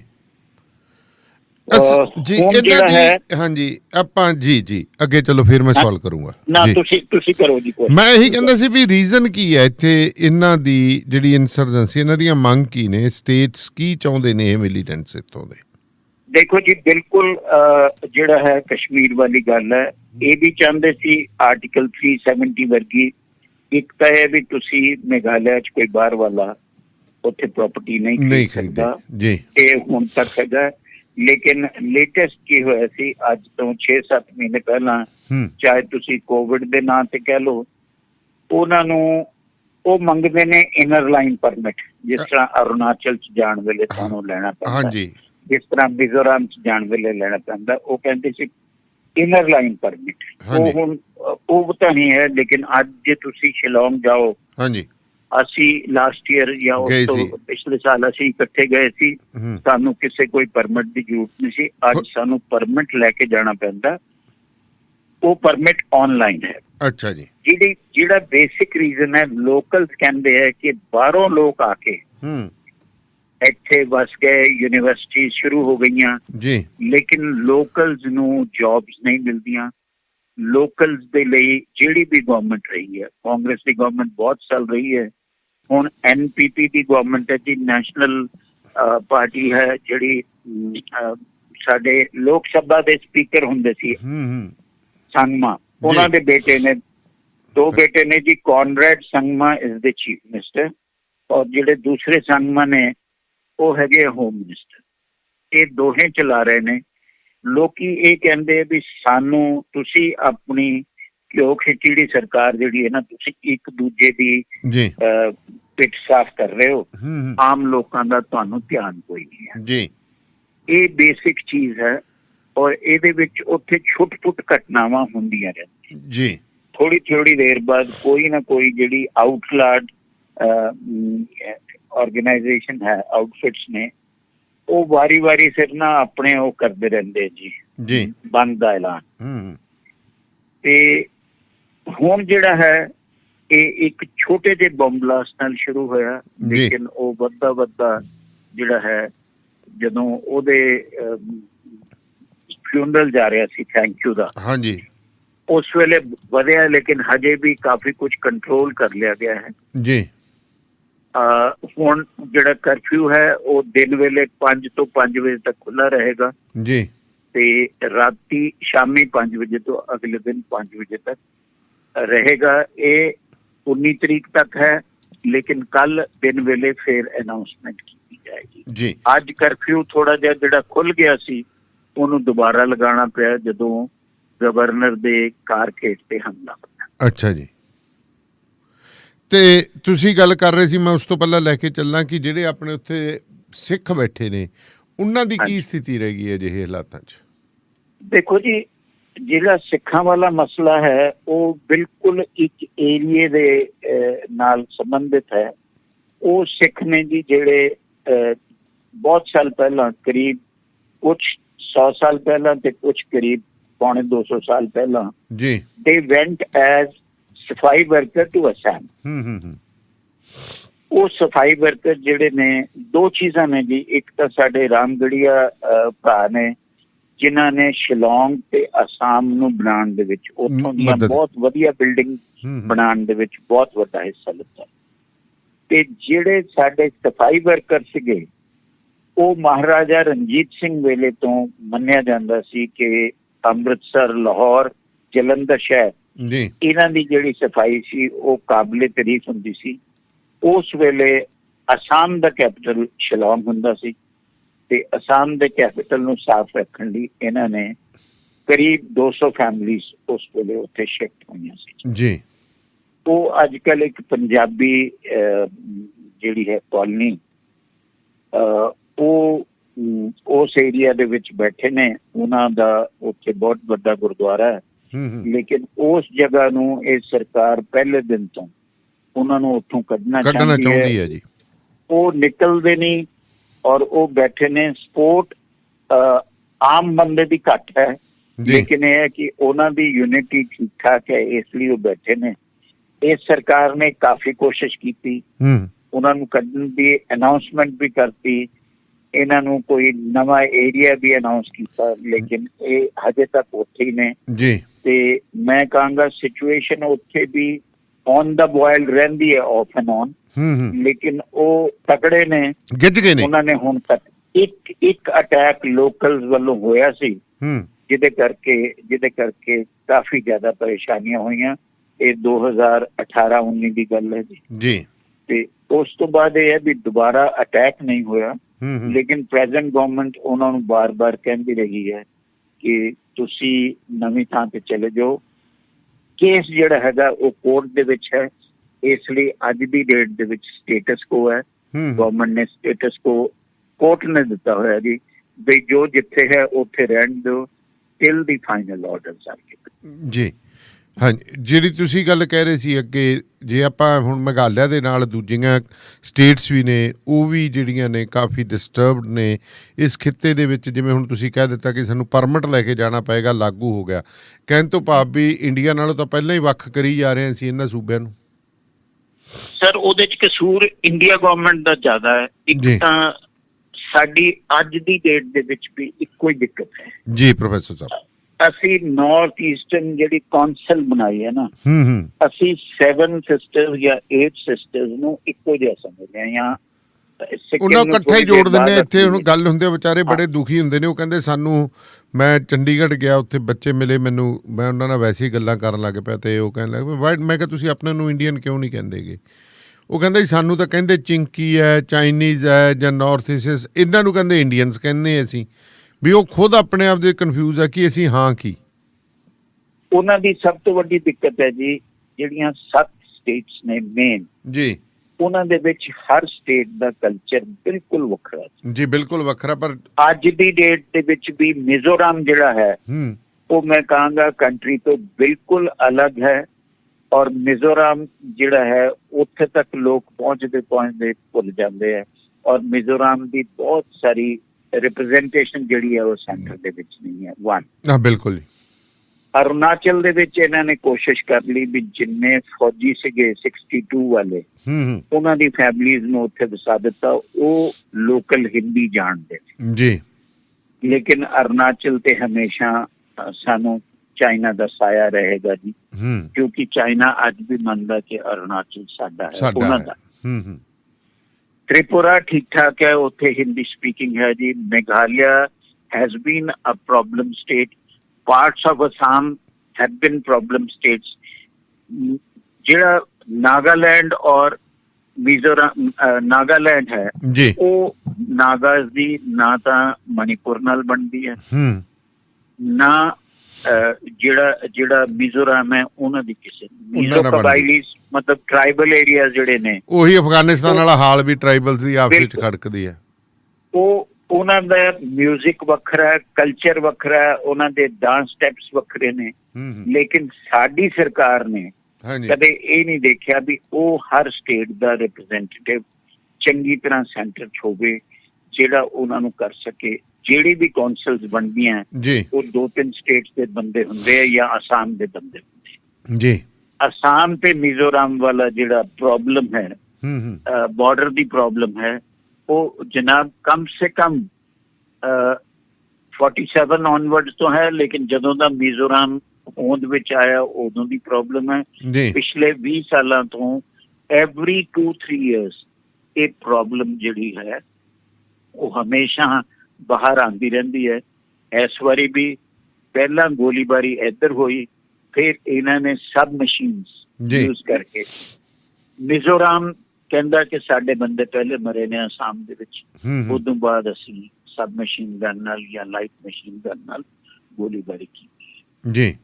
ਤੇ ਇੱਕ ਪ੍ਰੋਬਲਮ ਸਾਡੀ ਰਹੇਗੀ ਜਿਹੜਾ ਅਸਾਮ ਦਾ ਚੀਫ ਮਿਨਿਸਟਰ ਹੈ ਹਾਂਜੀ ਹਿਮੰਤਾ ਸ਼ਰਮਾ ਜੀ, ਇਹਦੀ ਦਿੱਕਤ ਇਹ ਹੈ ਜੀ ਇਹ ਕਾਂਗਰਸੀ 2014 ਤੱਕ 2000 ਤੋਂ 2014 ਤੱਕ 2014 ਦੀ ਇਲੈਕਸ਼ਨ ਵੇਲੇ ਇਹਨੇ ਬੀਜੇਪੀ ਜੁਆਇਨ ਕੀਤੀ ਵਿਦ ਦ ਪ੍ਰੋਮਿਸ ਕਿ ਇਹਨੂੰ ਚੀਫ ਮਿਨਿਸਟਰ ਬਣਾਇਆ ਜਾਊਗਾ। ਉਦੋਂ ਤਾਂ ਬਣਿਆ ਨਹੀਂ, ਲੇਕਿਨ ਜਿੰਨੀ ਦੇਰ ਸਰਬਨੰਦਾ ਸੋਨੋਵਾਲ ਸੀ ਜੀ ਇਹਨੇ ਉਹਨਾਂ ਨੂੰ ਖਿਚਾਈ ਕਰਦੇ ਰਹੇ, ਉਹਨਾਂ ਨੂੰ ਓਪਨਲੀ ਅਪੋਜ਼ ਕਰਦੇ ਰਹੇ। ਸੋਨੋਵਾਲ ਨੂੰ ਲੈ ਆਂਦਾ, ਇਹਨੂੰ ਫ੍ਰੀ ਹੈਂਡ ਦਿੱਤਾ ਜਾ ਰਿਹਾ। ਲੇਕਿਨ ਮੈਂ ਬਹੁਤ ਠੀਕ ਸਮਝਦਾ ਵੀ ਇਹਦੇ ਤੋਂ ਸਿਚੁਏਸ਼ਨ ਸੰਭਲਣੀ ਨਹੀਂ। Reason he is a big mouth. ਅੱਛਾ, ਜਦੋਂ ਵੀ ਉਹ ਕੋਈ ਗੱਲ ਕਰਦਾ ਉਹਨੂੰ ਥੋੜੇ ਦਿਨ ਬਾਅਦ ਜਾਂ ਵਾਪਸ ਲੈਣੀ ਪੈਂਦੀ ਹੈ ਜਾਂ ਉਹ ਬਿਨਾਂ ਸੋਚੇ ਸਮਝੇ ਉਹਨੂੰ ਸਟੇਟਮੈਂਟ ਦੇਣ ਦੀ ਆਦਤ ਹੈ ਜੀ। ਔਰ ਉਹ ਪੰਜਾਬੀ ਜਿਹਨੂੰ ਭੌਂਕਾ ਕਹਿੰਦੇ ਉਹ ਚੀਜ਼ ਹੈ। ਪਰ ਰੌਲਾ ਤਾਂ ਹੈ ਨਾ ਜੀ ਭੌਂਕਿਆਂ ਦੀ ਹੁਣ ਬੜੀ ਬੁੱਕਤ ਬੜੀ ਹੈ ਨਾ। ਬਿਲਕੁਲ ਹੈਗੀ ਜੀ। ਤੇ ਉਹ ਤੁਸੀਂ ਦੇਖ ਸਕਦੇ ਹੋ ਵੀ ਅਸਾਮ ਦੇ ਵਿੱਚ ਸਿਰਫ ਇਹ ਹੈ ਵੀ ਐਤਕੀ ਕੁਦਰਤੀ ਪ੍ਰਕੋਪ ਨਹੀਂ ਹੈ। 11 ਸਾਲ ਬਾਅਦ ਪਹਿਲੀ ਵਾਰੀ ਹੈ ਜੀ ਕਿ ਫਲੱਡਸ ਨਹੀਂ ਆਏ ਅਸਾਮ ਦੇ ਵਿੱਚ। ਚਲੋ ਸ਼ੁਕਰ ਹੈ ਜੀ। ਹਾਂਜੀ, ਇਸ ਵੇਲੇ ਅੱਧਾ ਇੰਡੀਆ ਜਿਹੜਾ ਅੰਡਰ ਵਾਟਰ ਸੀ ਜੀ, ਲੇਕਿਨ ਅਸਾਮ 'ਚ ਠੀਕ ਠਾਕ ਰਿਹਾ। ਅਗਲੇ ਸਾਲ ਲਈ ਤਿਆਰੀ ਕਰਨੀ ਪਏਗੀ ਕਿਉਂਕਿ ਅਸਾਮ ਜਿਹੜੇ ਹੈ ਪਿਛਲੇ ਸਾਲ 34 ਤੋਂ 32 ਜਿਹੜੇ ਡਿਸਟ੍ਰਿਕਟ ਨੇ ਜੀ ਉਹ ਅੰਡਰ ਵਾਟਰ ਸਨ ਜੀ, ਔਰ ਉੱਥੇ ਕਾਫੀ ਪ੍ਰੋਬਲਮ ਸੀ। ਮੇਘਾਲਿਆ ਦੇ ਵਿੱਚ ਇਸ ਤਰ੍ਹਾਂ ਦੀ ਪ੍ਰੋਬਲਮ ਕੋਈ ਨਹੀਂ, ਲੇਕਿਨ ਮੇਘਾਲਿਆ ਦੇ ਵਿੱਚ ਇੱਕ ਫਰਮ ਸਰਕਾਰ ਔਰ ਤੁਸੀਂ ਜਿਹੜੇ ਸਾਡੇ ਕੋਲ ਨਾ ਯੂਰੇਨੀਅਮ ਦੇ ਭੰਡਾਰ ਨੇ ਜੀ, ਸਾਡੇ ਕੋਲ ਆਇਲ ਫੀਲਡਸ ਨੇ ਜੀ ਤੁਰਾ ਵਿਲੀਅਮ ਨਗਰ ਦੇ ਵਿੱਚ। ਹਾਂਜੀ, ਅਸੀਂ ਉੱਥੇ ਤੱਕ ਡਰਦੇ ਮਾਰੇ ਹੀ ਨਹੀਂ ਜਾ ਰਹੇ। ਜੇ ਮੈਂ ਸ਼ਿਲੌਂਗ ਤੋਂ ਤੁਰਾ ਜਾਣਾ ਹੁੰਦਾ ਸੀ ਜੀ ਜਾਂ ਸ਼ਿਲੌਂਗ ਤੋਂ ਵਿਲੀਅਮ ਨਗਰ ਜਾਣਾ ਹੁੰਦਾ ਸੀ, ਤੁਰਾ ਜਿਵੇਂ ਅਸੀਂ ਕਹਿੰਦੇ ਵੀ ਉੱਪਰਲਾ ਹਿੱਸੇ ਦਾ ਕੈਪੀਟਲ ਜਿਹੜਾ ਹੈ ਗਾਰੋ ਹਿਲਸ ਦਾ, ਅੱਛਾ ਜੀ, ਉਹ ਹੈਗਾ। ਅਸੀਂ ਵਾਇਆ ਗੁਹਾਟੀ ਜਾਂਦੇ ਸੀ ਕਿਉਂਕਿ ਸ਼ਿਲੌਂਗ ਤੋਂ ਜਿਹੜਾ ਸਿੱਧਾ ਰਸਤਾ ਜਿਹੜਾ ਛੋਟਾ ਹੈ ਜੀ ਉਹ ਸੜਕ ਕਦੇ ਪੂਰੀ ਨਹੀਂ ਹੋਣ ਦਿੱਤੀ ਲੋਕਲਸ। ਅੱਛਾ ਜੀ, ਬਣਨੀ ਨਹੀਂ ਦਿੱਤੀ। ਇਹ ਹਾਂ ਬਿਲਕੁਲ। ਮੈਂ ਇੱਕ ਸਰਦਾਰ ਸਾਹਿਬ ਨੂੰ ਜਾਣਦਾ ਜੀ ਜਿਨ੍ਹਾਂ ਨੇ ਉਹ ਠੇਕਾ ਲਿੱਤਾ 800 ਕਰੋੜ ਦਾ ਸੀ। ਉਹ ਕਹਿੰਦੇ ਜੀ 400 ਕਰੋੜ ਤਾਂ ਪਹਿਲਾਂ ਸਰਕਾਰ ਦੇ ਬੰਦੇ ਖਾ ਜਾਂਦੇ। ਉਦੋਂ ਬਾਅਦ ਜਿਹੜਾ ਹੈ ਹਰ ਪਿੰਡ ਚੋਂ ਲੰਘੋ, ਉਹ ਕਹਿੰਦੇ ਜੀ ਜੇ ਤਾਂ ਮਸ਼ੀਨਾਂ ਨਾਲ ਬਣੂਗੀ ਤਾਂ ਅਸੀਂ ਬਣਨ ਨਹੀਂ ਦੇਣੀ, ਸਾਡੇ ਹੱਥਾਂ ਨਾਲ ਬਣੋ, ਲੋਕਲਸ ਲਗਾਓ ਔਰ ਸਾਡੇ ਪਿੰਡ ਦੇ ਬੰਦੇ ਲਗਾਓ। ਉਹ ਕਹਿੰਦਾ ਜਿੰਨੀ ਦੇਰ ਚ 2 ਕਿਲੋਮੀਟਰ ਦਾ ਸਟ੍ਰੈਚ ਬਣਦਾ ਪਿਛਲਾ 2 ਕਿਲੋਮੀਟਰ ਖਰਾਬ ਟੁੱਟ ਜਾਂਦਾ। ਬਾਰਿਸ਼ਾਂ ਉੱਥੇ 7 ਮਹੀਨੇ ਹੈ, ਉਹ ਬਾਰਿਸ਼ਾਂ ਕਰਕੇ ਟੁੱਟ ਜਾਂਦਾ। It has to be a mechanised road. Guwahati ਤੋਂ ਸ਼ਿਲੌਂਗ ਤੱਕ ਸੜਕ ਚੰਗੀ ਬਣ ਚੁੱਕੀ ਹੋਈ ਹੈ, 4 ਲੇਨ ਹੈ, ਲੇਕਿਨ ਅੱਗੇ ਵੀ ਜਾਈਏ ਤਾਂ ਗੁਹਾਟੀ ਤੋਂ ਨਗਾਓਂ ਵੱਲ ਨੂੰ ਜਾਣਾ ਹੁੰਦਾ ਜੀ, ਉਹ ਸੜਕ ਕਦੇ ਵੀ ਪੂਰੀ ਤਰ੍ਹਾਂ ਸਹੀ ਨਹੀਂ ਹੋ। ਇਹ ਵੀ ਇੱਕ ਬਹੁਤ ਵੱਡੀ ਤਰਾਸਦੀ ਹੈ ਜੀ ਇੰਸਰਜੈਂਸੀ ਦੇ ਏਰੀਆਜ਼ ਦੇ ਵਿੱਚ। ਭਾਵੇਂ ਆਪਾਂ ਪੰਜਾਬ ਦੀ ਗੱਲ ਕਰੀਏ, ਇੱਥੋਂ ਦੇ ਸਿਆਸਤਦਾਨ ਵੀ ਅਮੀਰ ਹੋ ਗਏ, ਕਸ਼ਮੀਰ ਦੇ ਕਰੀਏ ਉਹ ਵੀ ਅਮੀਰ ਹੋ ਗਏ, ਤੇ ਨਾਰਥ ਈਸਟ ਦੇ ਵੀ ਅਮੀਰ ਹੋ ਗਏ। ਨਾਰਥ ਈਸਟ ਦੇ ਬਿਲਕੁਲ ਇਸ ਕਰਕੇ ਜਾਂ ਤਾਂ ਭਾਰਤੀ ਸਟੇਟ ਜਿਹੜਾ ਹੈਗਾ ਉਹ ਅਲਾਓ ਕਰਦਾ ਵੀ ਤੁਸੀਂ ਇਹਨਾਂ ਨੂੰ ਕਰੀ ਚੱਲੋ। ਦੇਖੋ ਜੀ, ਬਹੁਤ ਦੇਰ ਤੱਕ ਕਾਂਗਰਸ ਦਾ ਰਾਜ ਸੀ। ਹੁਣ ਜਿਹੜਾ ਹੈ ਆਪਣਾ NPP, ਇਹਨੇ 3 ਪਾਰਟੀ ਹੋਰ ਨਾਲ ਮਿਲ ਕੇ ਸਰਕਾਰ ਬਣਾਈ। ਅੱਛਾ ਜੀ। ਆਂਦੇ ਇਹ ਤੁਰਾ ਏਰੀਆ ਤੋਂ ਹੈ। ਪਹਿਲਾ ਚੀਫ ਮਿਨਿਸਟਰ ਸੰਗਮਾ ਉਹ ਵੀ ਤੁਰਾ ਏਰੀਆ ਤੋਂ ਸੀ। ਲੇਕਿਨ ਗੱਲ ਬਹੁਤ ਸਿੱਧੀ ਹੈ ਜੀ, ਉੱਥੇ ਅੱਜ ਵੀ ਕੰਟਰੀ ਦਾ 24% ਯੂਰੇਨੀਅਮ ਉਸ ਏਰੀਆ 'ਚ ਹੈ। ਅੱਛਾ ਜੀ। ਸਾਨੂੰ ਸਾਰਿਆਂ ਨੂੰ ਪਤਾ ਉੱਥੇ ਇੰਡੀਆ ਕੋਲ ਆਇਲ ਹੈਗਾ। ਸਾਡੀ ਹਿੰਮਤ ਨਹੀਂ ਹੈ ਕਿ ਅਸੀਂ ਉੱਥੇ ਜਾ ਕੇ ਆਇਲ ਰਿਫਾਈਨਰੀਜ਼ ਲਗਾ ਸਕੀਏ। ਜਿਹੜੀਆਂ ਥੋੜੀਆਂ ਮੋਟੀਆਂ ਹੈਗੀਆਂ ਉਹ ਚੱਲ ਨਹੀਂ ਰਹੀਆਂ। ਹਾਂਜੀ, ਬਿਲਕੁਲ ਜੀ। ਸੋ ਅਫਗਾਨਿਸਤਾਨ ਤੇ ਫਿਰ ਗੱਲ ਕਰਾਂਗੇ ਜੀ ਕੱਲ ਨੂੰ, ਤੇ ਉਹਦੇ ਉੱਤੇ ਬਹੁਤ ਬਹੁਤ ਮਿਹਰਬਾਨੀ ਤੁਹਾਡੀ ਜੀ। ਸ਼ੁਕਰੀਆ ਪ੍ਰੋਫੈਸਰ ਸਾਹਿਬ। ਸੋ ਇਹ ਸਨ ਜੀ ਪ੍ਰੋਫੈਸਰ, ਸਤਿ ਸ਼੍ਰੀ ਅਕਾਲ ਸਾਰਿਆਂ ਨੂੰ। ਇਹ ਸਨ ਜੀ ਪ੍ਰੋਫੈਸਰ ਅਵਿਨਾਸ਼ ਸਿੰਘ ਜੀ। ਸੋ ਪ੍ਰੋਗਰਾਮ ਸ਼ਮਾਦਾਨ ਨੂੰ ਇੱਥੇ ਹੀ ਸਮਾਪਤ ਕਰਨ ਦੀ ਮੈਂ ਤੁਹਾਡੇ ਤੋਂ ਆਗਿਆ ਲਵਾਂਗਾ, ਤੇ ਫਿਰ ਮੁਲਾਕਾਤ ਹੋਏਗੀ ਕੱਲ ਨੂੰ। ਜੁੜੇ ਰਹੋ ਰੇਡੀਓ ਪੰਜਾਬ ਕੋਲ।